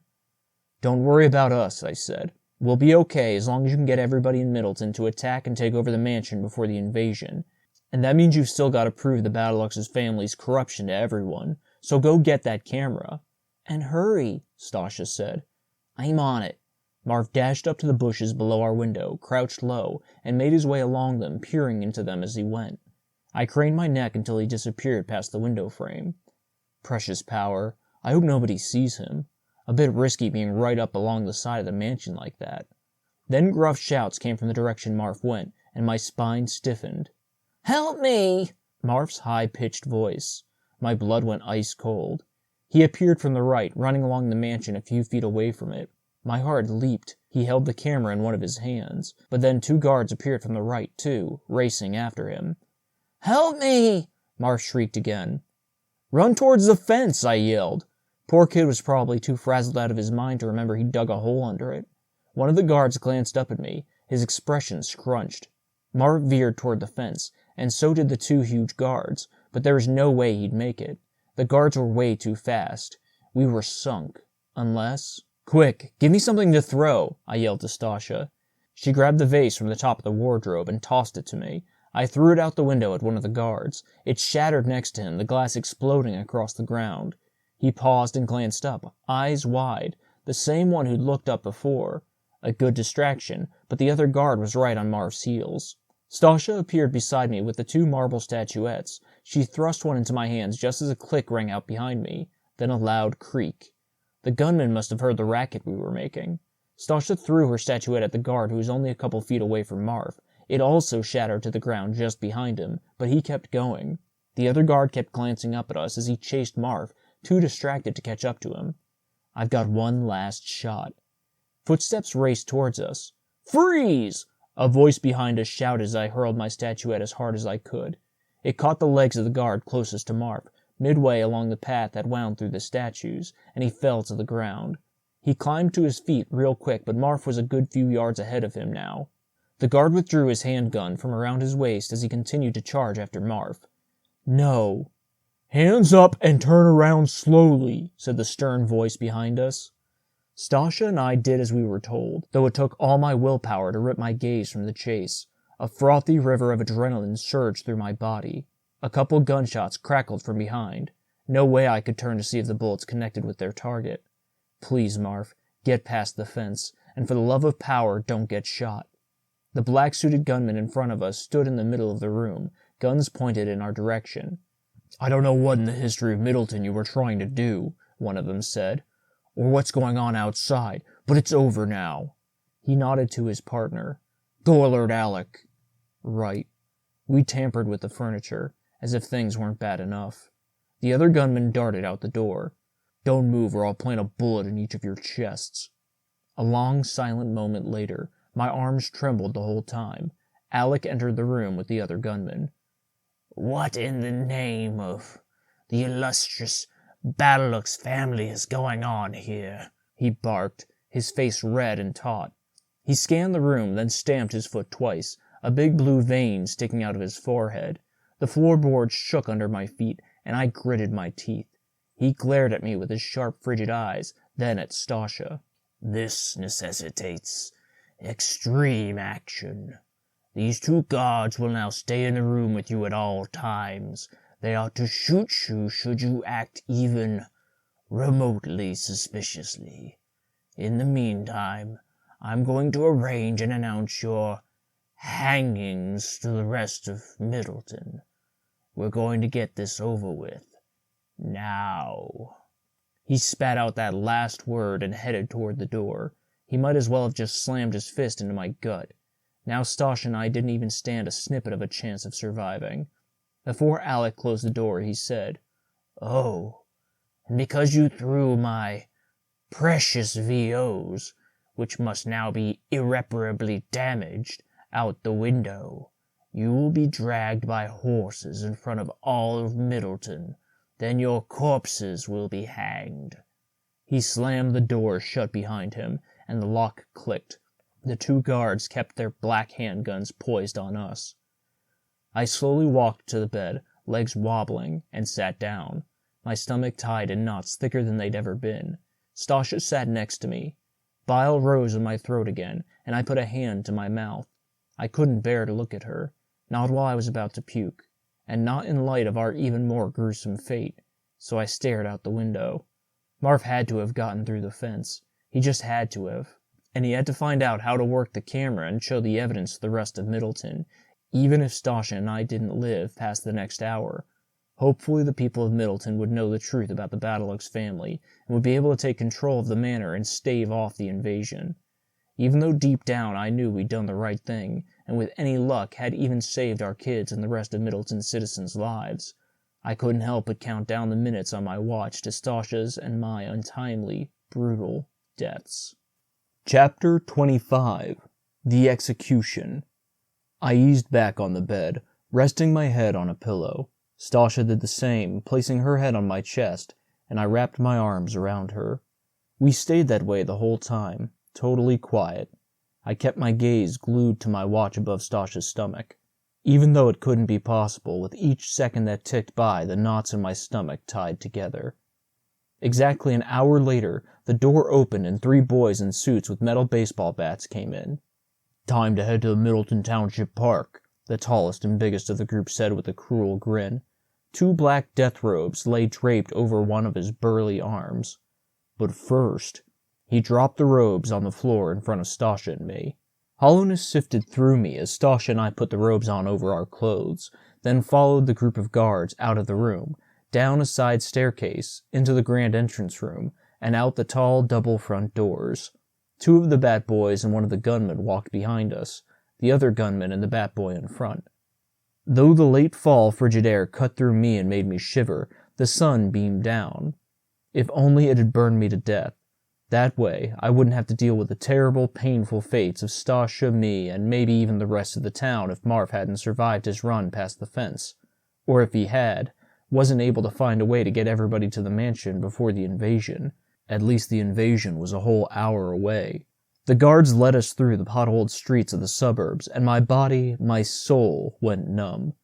This would most likely be the last time I'd ever walk these roads. We passed cul-de-sac after cul-de-sac, and I looked at each sagging faction house with its chipped paint and emaciated shrubbery as if it was my own, and I were looking at it for the first time. We entered the much narrower, pebblestone trail of Middleton Township Park. Tall, thin, white birch trees lined the path on the right. A pond spilled to the left, though instead of the water being a still blue-green color, I imagined it a dark red, full of the blood of all the citizens of Middleton, including mine, Stasha's, and our kids. I shuddered so hard it shook my whole body. Past the pond, we walked onto what used to be a football field back in the old world. A sea of flags, 312 to be exact, 1 for each faction, had been anchored into the grass. Beneath them, underground, lay the bodies of generations of kids whose lives had been cruelly stolen by the plague and the Badalux family. A huge mass of kids had gathered in front of the flags and extended as far as I could see. The citizens of Middleton, eager to watch the so-called ultimate disgraces be brutally dragged by horses before they were hanged to death. I skimmed the crowd. As I expected, 2 large brown stallions stood off to the side. A patrol officer sat on each. My stomach churned, and I barely stopped myself from spewing vomit for the 3rd time in the past hour. As if the thought of Stasha's and my horrendous deaths wasn't enough, an even worse one entered my head. It had only been an hour since Marv escaped the mansion's property, if he actually had. He might have had enough time to show the evidence to our faction, but definitely not to any other factions, since the mansion's news deliverers must have already been out telling everybody about the hangings. Would have been too risky for Marv himself to spread the info, and the news deliverers would have been the fastest to do that anyway. And all that being said, no way our faction would be able to take out all these gunmen and bat-wielding guards on its own. I lowered my head and stared at the ground, my soul deadened. It was really all over. A few more kids decked out in the mansion guard suits stood on a small stage at the edge of the crowd. They didn't carry any bats, so were probably more mansion gunmen for extra security. I remembered the first time I saw the stage, which had been brought there when the Badalux family took over Middleton. It was my first year in my faction, my first flag day. The rulers stood on the stage like they did every year, and raised the flag of the faction that won the Tournament of Prestige for all to see. In my Nurture faction, I'd learned that people used to perform shows on stages, so all I could think about during the ceremony was what those shows were like, what types of costumes people wore, and how much fun it'd be to watch the performance. Despite the awful situation, my imagination still ran wild. Murmurs broke out from the crowd as Stasha and I approached. They turned into boos that grew so loud the Middleton rulers could probably hear them inside the manor. If I'd had even a last shred of hope, it had been ripped away. Clearly the crowd wanted to see us dead, so Marf must have not been successful. Not in time to save Stasha and me, anyway. We climbed the stage along with the Bat Boys and gunmen, and stood still. I couldn't help but notice both our legs shivered as if layers of ice encased them. I thought about giving her the warmest, encouraging look I could muster, a look that said everything would somehow be all right. But I didn't even have the energy for that, not to mention any true hope for it. On the ground in front of us lay our faction's flags, both complete with red and white stripes in a small blue box full of stars. I had no idea what any of the designs meant, but on each flag a series of names had been scrawled on the stripes in small print. The names of the kids of the faction that had won the Tournament of Prestige in the past. Mine had only 10, crammed into the red stripe on the top, so my faction won only once. I knew that, of course. Stasha's had what looked to be about 20 names spread out on 2 separate stripes, so her faction must have won twice. 2 basketball hoops, the kind with plastic stands on the bottom, stood at the stage behind us. Must have been erected just for this occasion. A looped rope dangled from each of their rims where our corpses would hang after the horse drag. A barrage of chills rolled down my spine, and I wrapped my arms around myself. A girl in a suit who looked about our age stood in front of us. She raised her hand and everybody went silent. I stared out at the ocean of kids in their layers of scraggly clothes. A couple patrol factions, about 24 officers or so total, stood in front of the row with their crinkled old-world police uniforms as their top layer, probably to keep the crowd from surging forward to kill Stasha and me out of rage before we were even executed. "As you all remember from Flag Day," the suited girl said, her breath billowing out in a cloud in front of her thanks to the cold late fall day, "the Middleton rulers are, unfortunately, too sick to host any ceremonies, so I will be your host again." She closed her eyes and lowered her head. "May the rulers pass on peacefully and painlessly." "May the rulers pass on peacefully and painlessly," the crowd murmured like a religious chant. Clearly it still revered the leaders, even more confirmation of our defeat. "As you are also aware," the girl continued, her voice as cold and numb as I felt, "these 2 criminals have committed the most severe violation of all. They broke into the Battlelux family's mansion. Not only that, they damaged some of its property. Because of such horrific acts, we will taint their faction's flags with their foul blood, drag them behind horses until they die, and hang their corpses." The crowd cheered so loudly the stage shook beneath my feet. Tears stung my eyes. They hated us. They hated us so much, and yet we tried to do so much for them. And they'd all die right after us anyway, when the other towns attacked, unless Marf was still alive and got them to overtake the mansion after the ceremony. Please, Power, tell me there'll be enough time. I scanned every row of the crowd, but Marf wasn't in sight. He'd been shot after all. A coldness that had to be more freezing than bathing in the park's pond for an hour straight soaked through me. My best friend gone, and soon Stasha and I would join him. Same with everybody else in an hour. It wasn't like I could even tell all of them about the invasion. No way they'd believe me. The girl waited until the cheers died down, then removed a knife from her pocket and stepped up to me. Its blade glinted in the late morning sunlight. "We'll begin with the tainting of the flags. Hold out your hand, Gorin of Faction 235. I gritted my teeth and held it out over my faction's flag. This would be the easiest of everything to come. But before the girl could bring the blade to my skin, a familiar high-pitched voice cried, "Now!" "Marf, but how?" The front line of the crowd, the 24 patrol officers, surged forward. They pulled their guns from their holsters, and thunderous shots echoed. A couple black-suited mansion guards at the front of the crowd slumped and fell as bullets struck them. The other guards withdrew their guns and fired back at the patrol officers. Marf's scrawny figure appeared in an opening between patrol officers, a black gun in his hand. He must have been behind the row of the officers, who'd completely hidden his small body. I grabbed the announcer's hand that held the knife and tried to pry it from her, but she seized it with both hands and wrenched it out of my grip. She kicked my legs out from under me. I fell to the ground with a loud thud. Pain stung my back. Deafening gunshots continued to ring out. Bodies hit the stage floor all around me, and vibrations pulsed through me. The girl wound back the knife and hurled it at my chest. I threw my arm up, which caught the underside of the blade. The knife twirled off behind me and clattered to the ground. She pulled a handgun from her pocket and pointed it at me. I shut my eyes. Chapter 26. A Bug in a Bottle. Nothing. No pain. Was I already dead? I opened my eyes. The girl slumped forward, eyes big and cloudy, face pale. What the? I shoved her to the side onto the ground. You're welcome, man. Marv stood a few feet in front of me, behind where the girl just was, that infamous stupid grin stuck on his face. Even amid all the thunderous gunshots and bodies that kept thudding to the ground all around us, he couldn't keep away that ridiculous smile. He lowered his gun. She almost had you, man. Oh, Marv, thank... His smile vanished as the color drained from his face. Marv? I asked. He dropped to his knees, then fell face first onto the ground in front of me. Suddenly, he was the only person on the stage, the only person who existed. Everything else, all the bodies that fell and whirled, all the shouts and deafening gunshots, disappeared. Oh, I barely heard myself say as I crawled toward him. 2 bright red spots expanded on his back. I grabbed him and turned him around. Marv, talk to me. I placed an arm under his head and propped him up. He gazed up at me. His eyes looked like they were focused on a star somewhere in outer space. Marv, come on. Say something. I couldn't lose him. Not now. Not after all this. A half grin formed on his face, which made him look real goofy.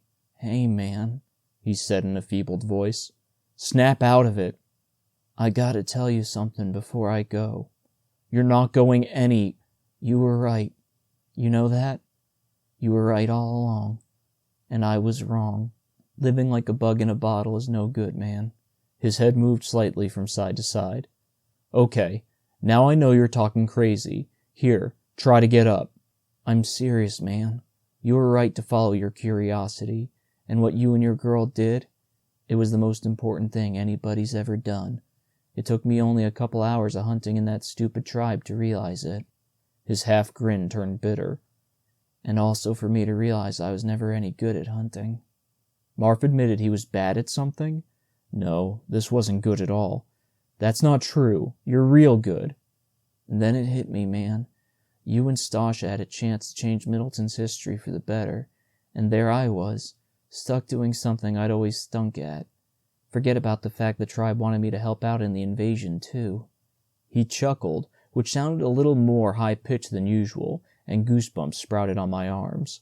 Please tell me he's gonna be okay. It's funny, you know, he said. I was one of the kids who had the least amount of skills in my nurture faction growing up. Best day of my life was when I barely qualified for game hunter. Thought I'd be a lowly housekeeper forever, you know. Well, might as well have been one, man.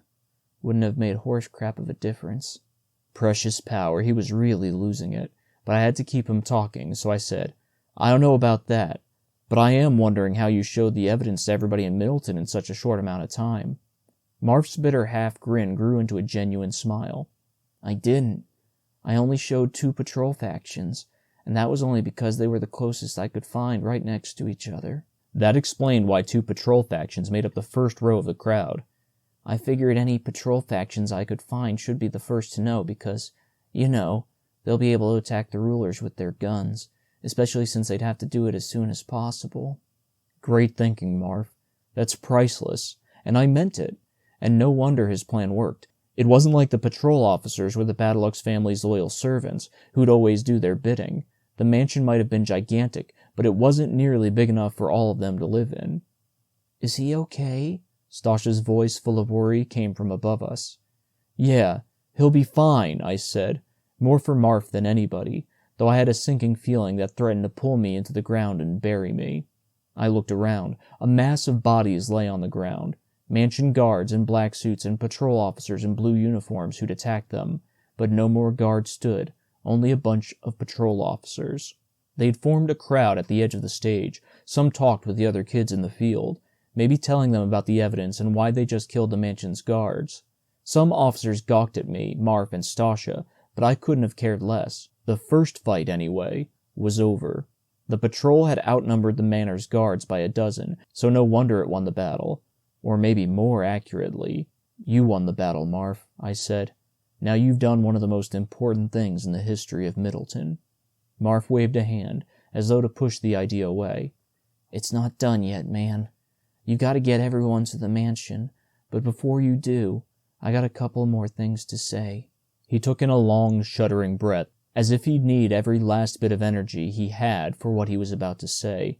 Please, Power, don't let this be the end. For one, I forgive you, for getting me in trouble with the law, for everything, man. Like I said, you were right all along.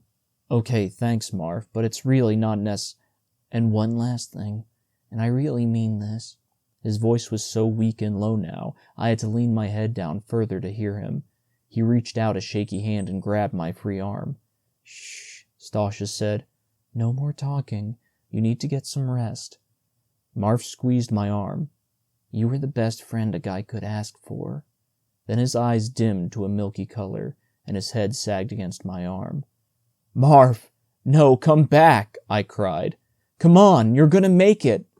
But he didn't move anymore. I wrapped my arms around him and just lay there for what felt like 17 years. I couldn't stop tears from pouring from my eyes. Stasha's hand rested lightly on my back. How could he be gone? It just didn't make sense. If anything, I should have been the one to die, not him. I hate to say this, Stasha said after a few minutes, but we really ought to get moving. We have some paramount stuff to do. But I kept hugging Marv for a couple more minutes, and she didn't say anything. At last I let go, climbed to my feet, and wiped the tears away. Stasha stood behind me.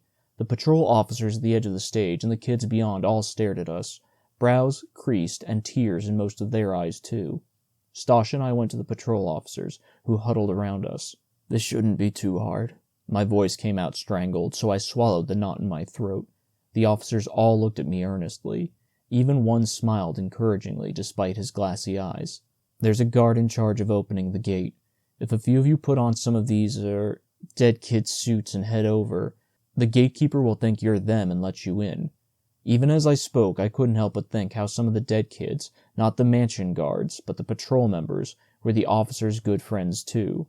I wasn't the only one who'd had a terrible loss in this battle. After you take him out, you should be able to take control of the mansion.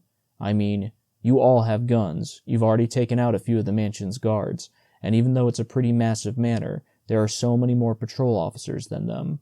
We're on it, said a girl officer with fierce, narrowed eyes. Oh, and if Marv didn't already tell you, I said, 3 nearby towns are going to invade Middleton in about an hour or less, so get that done as fast as you can. Nobody even blinked, so I took it Marv already told them.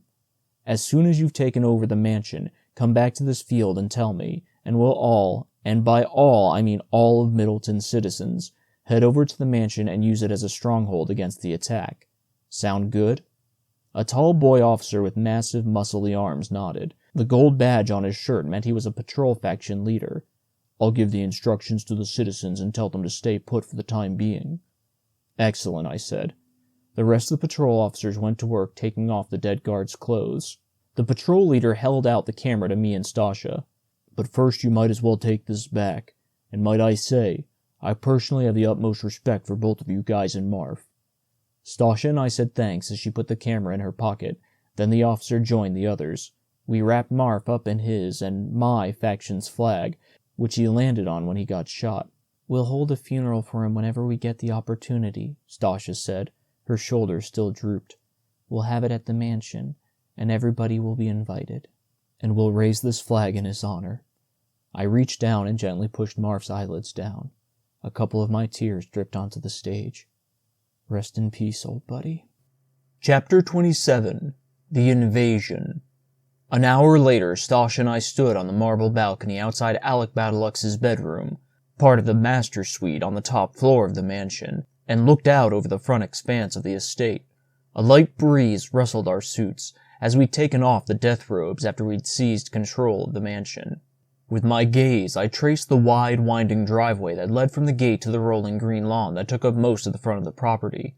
The gate had been closed and locked, and patrol officers were spread out along the mansion's property, along with some of the mansion's servants who'd surrendered and agreed to help stave off the town's invasion.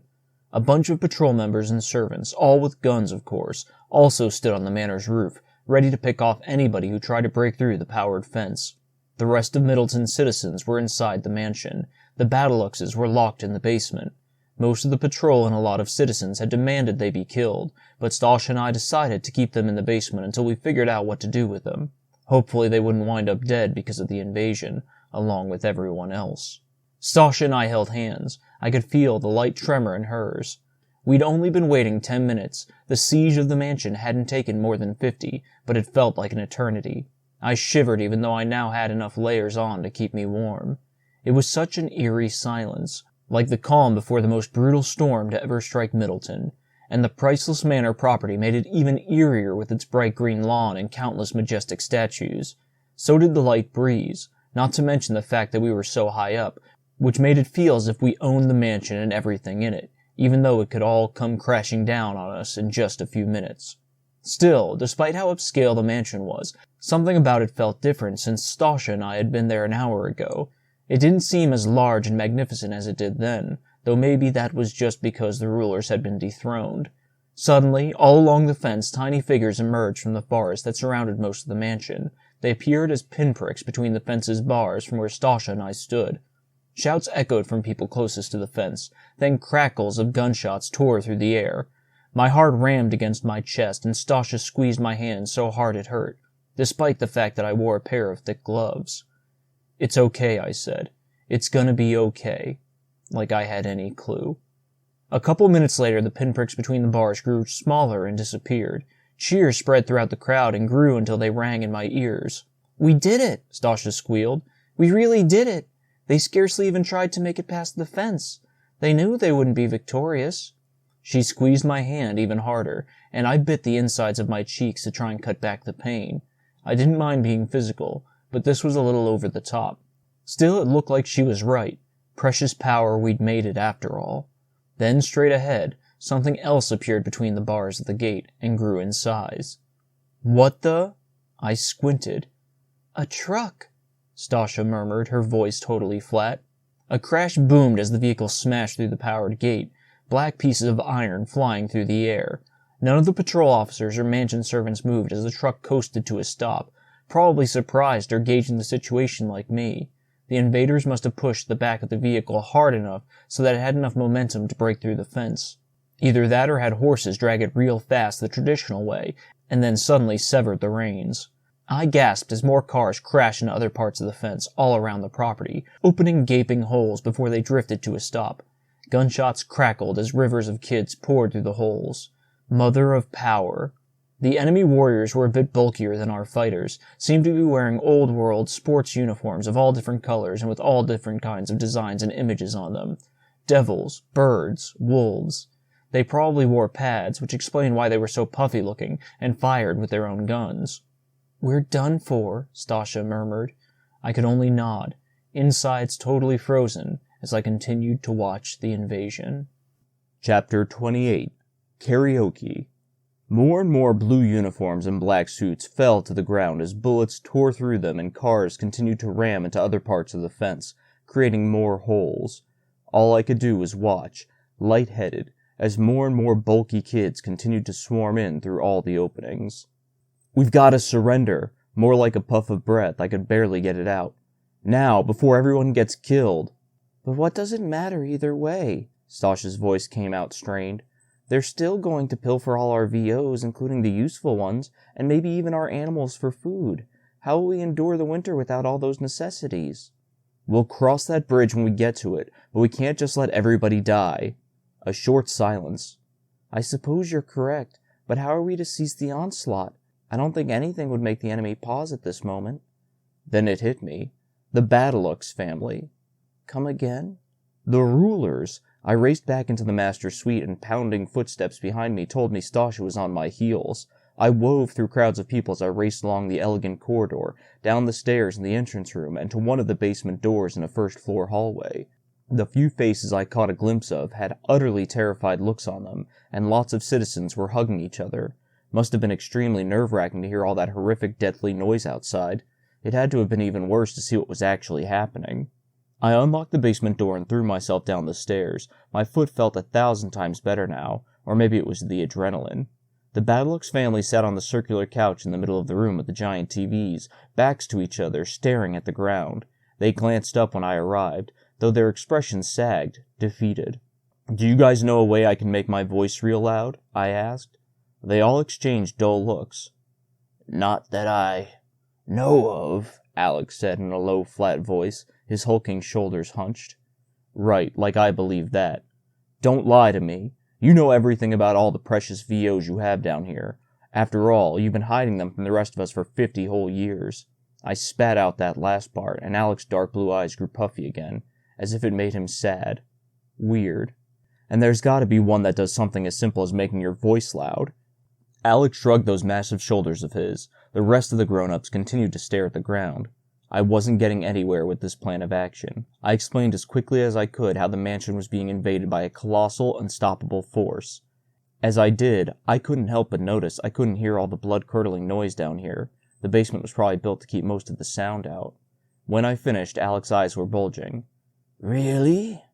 "Yes," I said. "None of us have a chance of surviving if you don't help us, so quick, get me something that'll make my voice real loud." Alex jumped to his feet and went to the next room. He lugged a large square black device about half his size back into the room. A karaoke machine. So that was what those things did. Made your voice louder. At least one of their functions, anyway.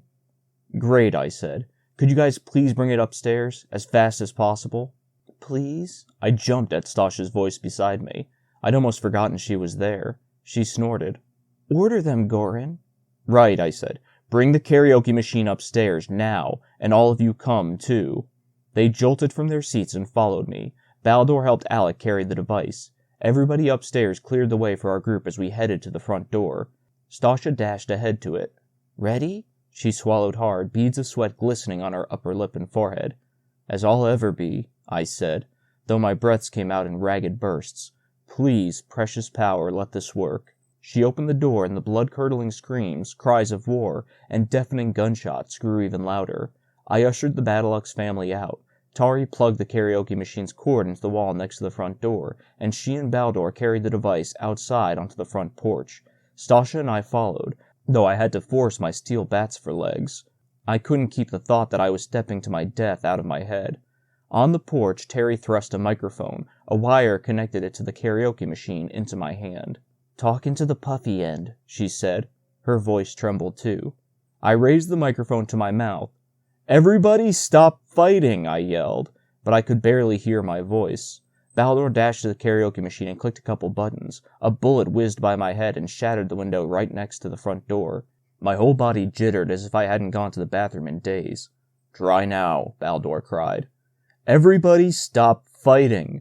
My voice boomed over the incredible racket. "As you can see, we have power and a cure to the plague." Heads flickered in our direction, and some of the kids stopped running and firing their weapons. The enemy invaders who did stared with mouths wide open at the rulers. I knew it had helped to see the grown-ups alive and in the flesh. "Invaders!" my voice continued to boom over the estate. "If you stop fighting, we can show you how we got both of those things, and then you can have them for yourselves. Anything to halt the bloodshed, at least for now. Maybe after we'd showed them how we'd obtained those things, they'd let Middleton citizens live out of gratitude." More and more people looked toward the front stoop, and within a short moment everybody finally stopped. Total silence settled over the property. Murmurs broke out among the massive kids, and then the crowd parted in the middle straight ahead of me. My legs continued to shake so hard I wouldn't be surprised if everybody on the lawn could feel the vibrations. Pulled by two black horses, what was called a limo back in the old world, a real long white one, entered the gap in the gate and rolled towards us. A kid in a suit sat on a cushioned, comfortable-looking chair that had been attached to the hood of the car. He guided the horses that pulled the vehicle, not bothering to bring it along the driveway, just straight along the ruptured earth. Sickening crunches met my ears as the limo rolled over dead bodies, and I cringed. The priceless vehicle stopped in front of the porch, the sun glistening off its white metal. The first set of side doors behind the passenger and driver's side doors opened, and 3 kids in white suits about our age stepped out, 1 girl and 2 boys. Then the other side doors behind those opened and 3 boys dressed in old-world sports uniforms and pads, like the rest of the enemy warriors, stepped out. They clutched pistols, bodyguards maybe, and flanked the kids in suits, who stepped up to the bottom of the stoop. "Hello," one of the suited boys said. He was tall and thin, his face expressionless. Each of us is a representative of one of the nearby towns of Peapack, Flemington, and Chester. We're also the generals of this invasion. Even as he spoke, he couldn't keep his gaze off the adults, his face as white as chicken eggs. No doubt quite a shock. Hard to forget the first time I saw them in the flesh, too. I lowered the microphone. "It's a pleasure to meet you." My voice sounded so tiny compared to when I held the microphone up to my mouth. "I endorse your proposition," said the boy, "having both power and a cure to the plague." He blinked a few times real quick, then rubbed his eyes, as if he still couldn't believe fully grown humans stood in front of him. "Those are truly amazing accomplishments. Accomplishments our towns would certainly love to achieve ourselves. After all, none of our rulers knew for sure if either was possible." Doubtful, considering Middleton scouts had discovered the neighboring towns were a lot like Middleton. "Wait a minute. That meant—" "Of course," the boy continued. "Don't think that just because you'll soon be telling our leaders how you accomplished both of those things, that Middleton will be left totally off the hook. We'll stop fighting as we agreed, but we still want all your VOs too." He cracked a malicious grin. "This invasion is turning out to be much more successful than we ever could have imagined." "Oh, I beg to disagree." I couldn't keep my lips from forming a smile of their own. I had them now. The boy wrinkled his forehead as he cocked his head slightly. "Why is that?" "Well, I doubt your rulers have discovered a cure to the plague, but there's one thing I can pretty much guarantee. They have power." The boy stuck up his nose at me. "Don't be ridiculous. If they did, then they would have told the rest of us, at least the citizens of my hometown, Peapack. Plus, they would have found a way for us to use and enjoy power, too. Now please come with me so you can explain to our leaders how you obtained it and a cure to the plague, and kindly have your warriors step aside so we can start ransacking." "They're lying to you," I said. The boy's lips tightened. "What's that?" "Your leaders. They're lying to you." He took a step forward. "Want to take that back?" A couple of the armed servants shifted on their feet and fiddled with their guns, undoubtedly getting ready to take action if ordered to. I put my hands flat out in front of me. "I don't mean to offend you, really, but the rulers of all your towns are liars, and I can prove it." "What are you talking about?" Peapack boy narrowed his eyes at me, but the rest of his facial features softened, looked like he was a bit curious.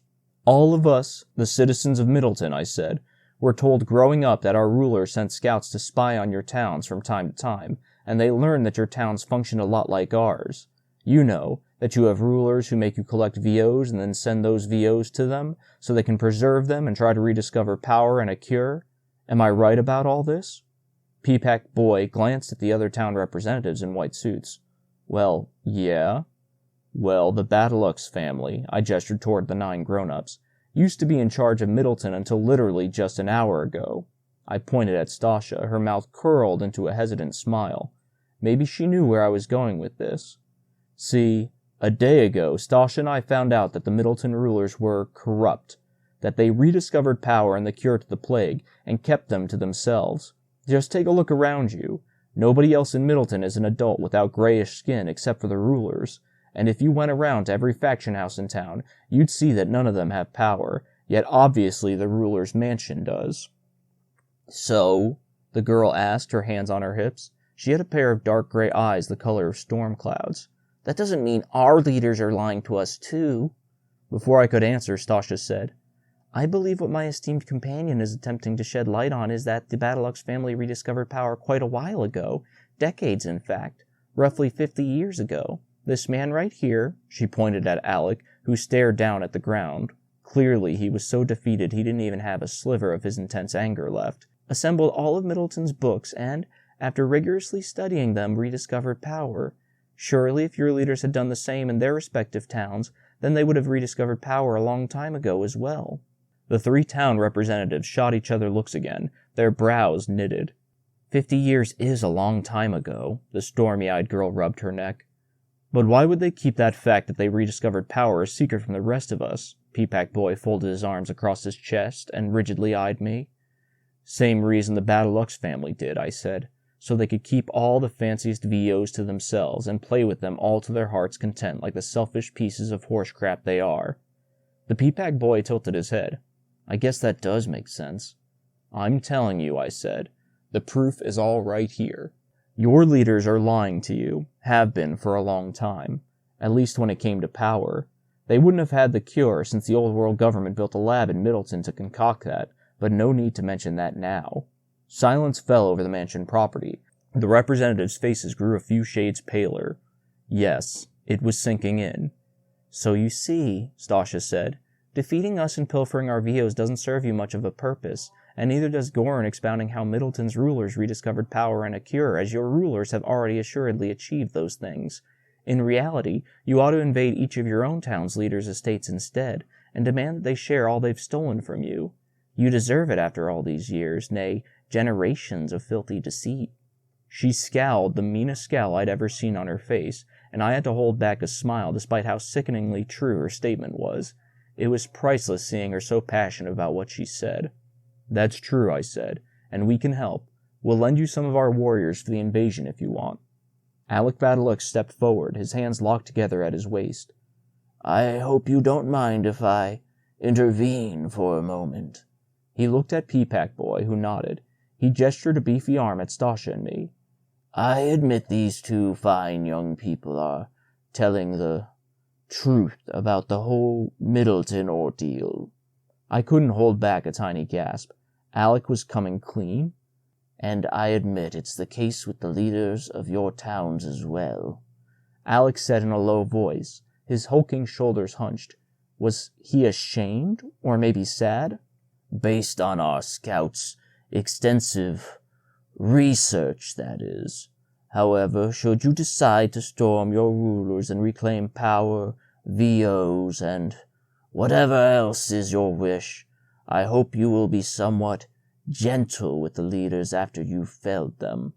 After all, they only did the wise thing.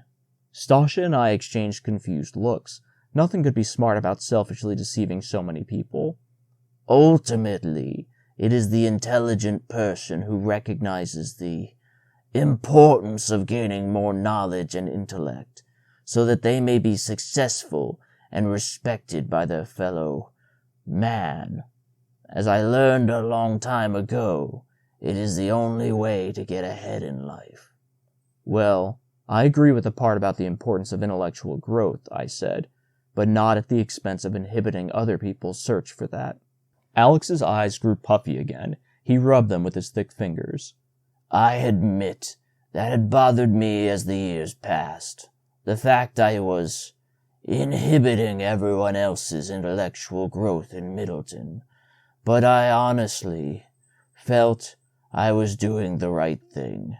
And I believe the rest of the town's rulers, at least some of them, do too. A long silence followed. The three town representatives exchanged looks. In light of Alec's speech, Peapack Boy said, and everything else we've just learned, I hope you don't mind if we talk it out. Not at all, Stasha said, as I said, go ahead. The three representatives huddled together with their bodyguards surrounding them. The guards faced outwards, holding their guns with both hands at their chests. Murmurs came from the huddle. Come on, finish already. Another second and my heart would burst through my chest. At last the huddle broke. Peapack Boy looked at me and Stasha, his expression serious. We've all agreed that you are right about our leaders. Is it okay if we stay in your factions tonight before we head out to attack them tomorrow? Every muscle in my body relaxed, my feet sagging into the porch.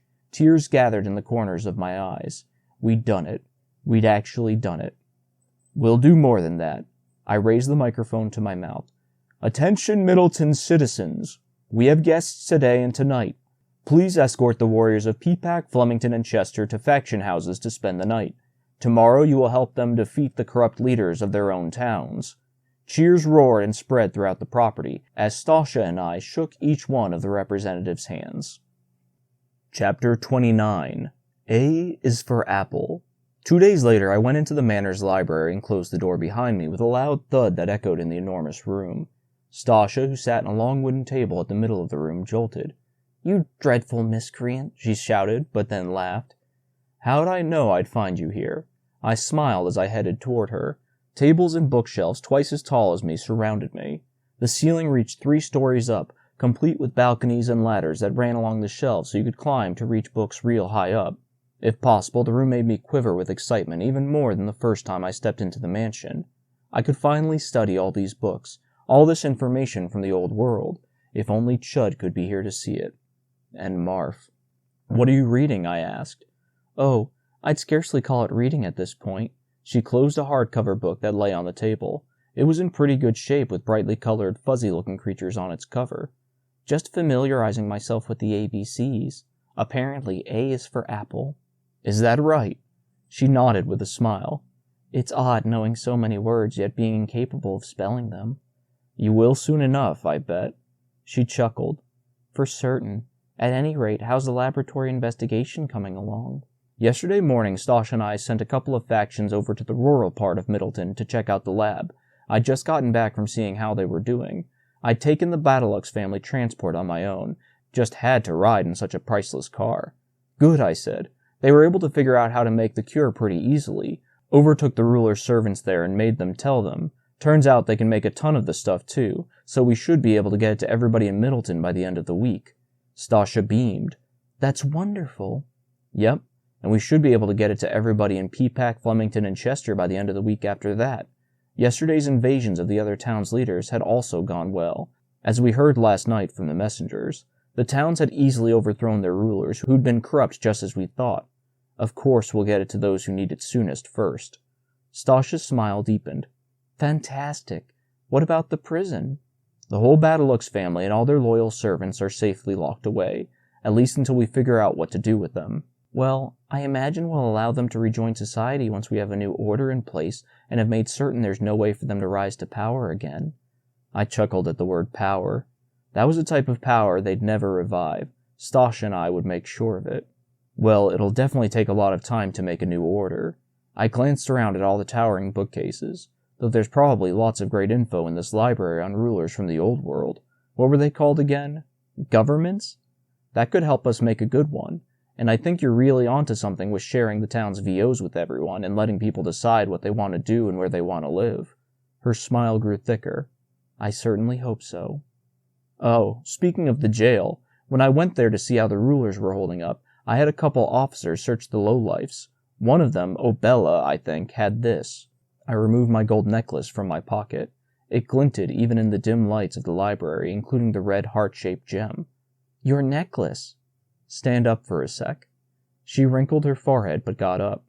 I looked into her beautiful hazel eyes. "I want you to have it." "What? Are you mad? It's yours. And it's your most precious?" "No. You're the most precious thing in my life now." I reached up and put it carefully around her long, thin neck. Before I could pull away, she stepped forward and planted her lips onto mine. So soft, and surprisingly wet. I felt like I'd just been filled with helium and was floating toward the 3-story ceiling. We both pulled away. That rich grin framed her face again, and a warm, fuzzy feeling replaced the helium. The sensation filtered into my heart and stayed there. "I guess now it's time to give the cure to everybody in Middleton and the surrounding towns," I said. Stasha nodded. "And after that, perhaps the entire world." "Yeah." I looked up at the ceiling. It'd be like a whole new Earth. The new world. I couldn't have said it better myself. "Oh, one last thing. Follow me." I grabbed her hand. She scrunched her lips, but I led her out of the library and down a hallway to the manor's nursery. The room was 3 times the size of the 2 I'd seen, with the ceiling 3 times as high. I led her to the 2 giant cribs in the middle of the room. The other 2 cribs, which must have been used along with these 2 for each generation of rulers when they'd been babies, had been moved to a storage area. "Good evening, Middleton rulers," Dustin said in his gruff voice. He stood next to the cribs, almost as huge as they were. "Stop saying that," I said. "Stasha and I aren't going to rule Middleton. We're going to start a new order. We have no idea who's actually going to be in charge of it." Dustin shrugged. Stasha and I peered over the crib's rims. A baby wrapped in a silk sheet lay in each. A stuffed animal that was plump and in good shape rested next to each. One a whale, one a teddy bear. "Say hi to the twins," I said. After I checked out the prison, I went to the nurture factions to look for our kids. Everybody had returned to their respective factions after the mansion battle, including the Razors along with the babies they looked after. I've got to admit, I wanted to find our twins first thing, but that wouldn't have been right. Figure out the sharing the cure thing before anyone else could die too young, and Stasha had to stay at her post at the manor to keep an ear out for any potentially hazardous news from messengers she might have had to act on. Turns out we have 2 boys named Goran, I said. Stasha didn't say anything for what had to be a minute. Oh, they're simply gorgeous. She wrapped me in a vein-squeezing hug, then gave me another kiss on the lips that sent me to the nursery ceiling. Dustin, who'd volunteered to babysit our twins, stayed quiet. I know, I said when Stasha and I pulled away. And they're not going anywhere. And since they're part of the 4th generation, the first of the new world, I think it's only fitting we change their names. Stasha squished her eyebrows together and looked down at the babies. Oh? I think we should name one Marth, after a true hero of Middleton. Her eyes lit up.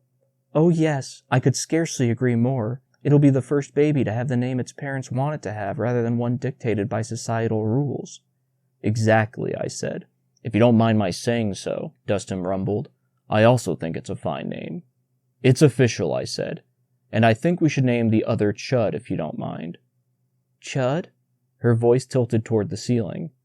I'll have to tell you about him sometime, but he was also a great guy. I have no doubt he was, she said, and that sounds good to me. I don't know many boy names other than you and Marf anyway. Dustin grunted. And Dustin? Stasha picked up baby Marf and I picked up Chud, and we cradled them silently for at least half an hour. We should probably get back to the library, I said. We've got a lot of work to do. Sounds like an excellent idea to me. We laid the twins back into their cribs. Before we closed the nursery door behind us, Dustin called, Have a wonderful evening, Middleton rulers.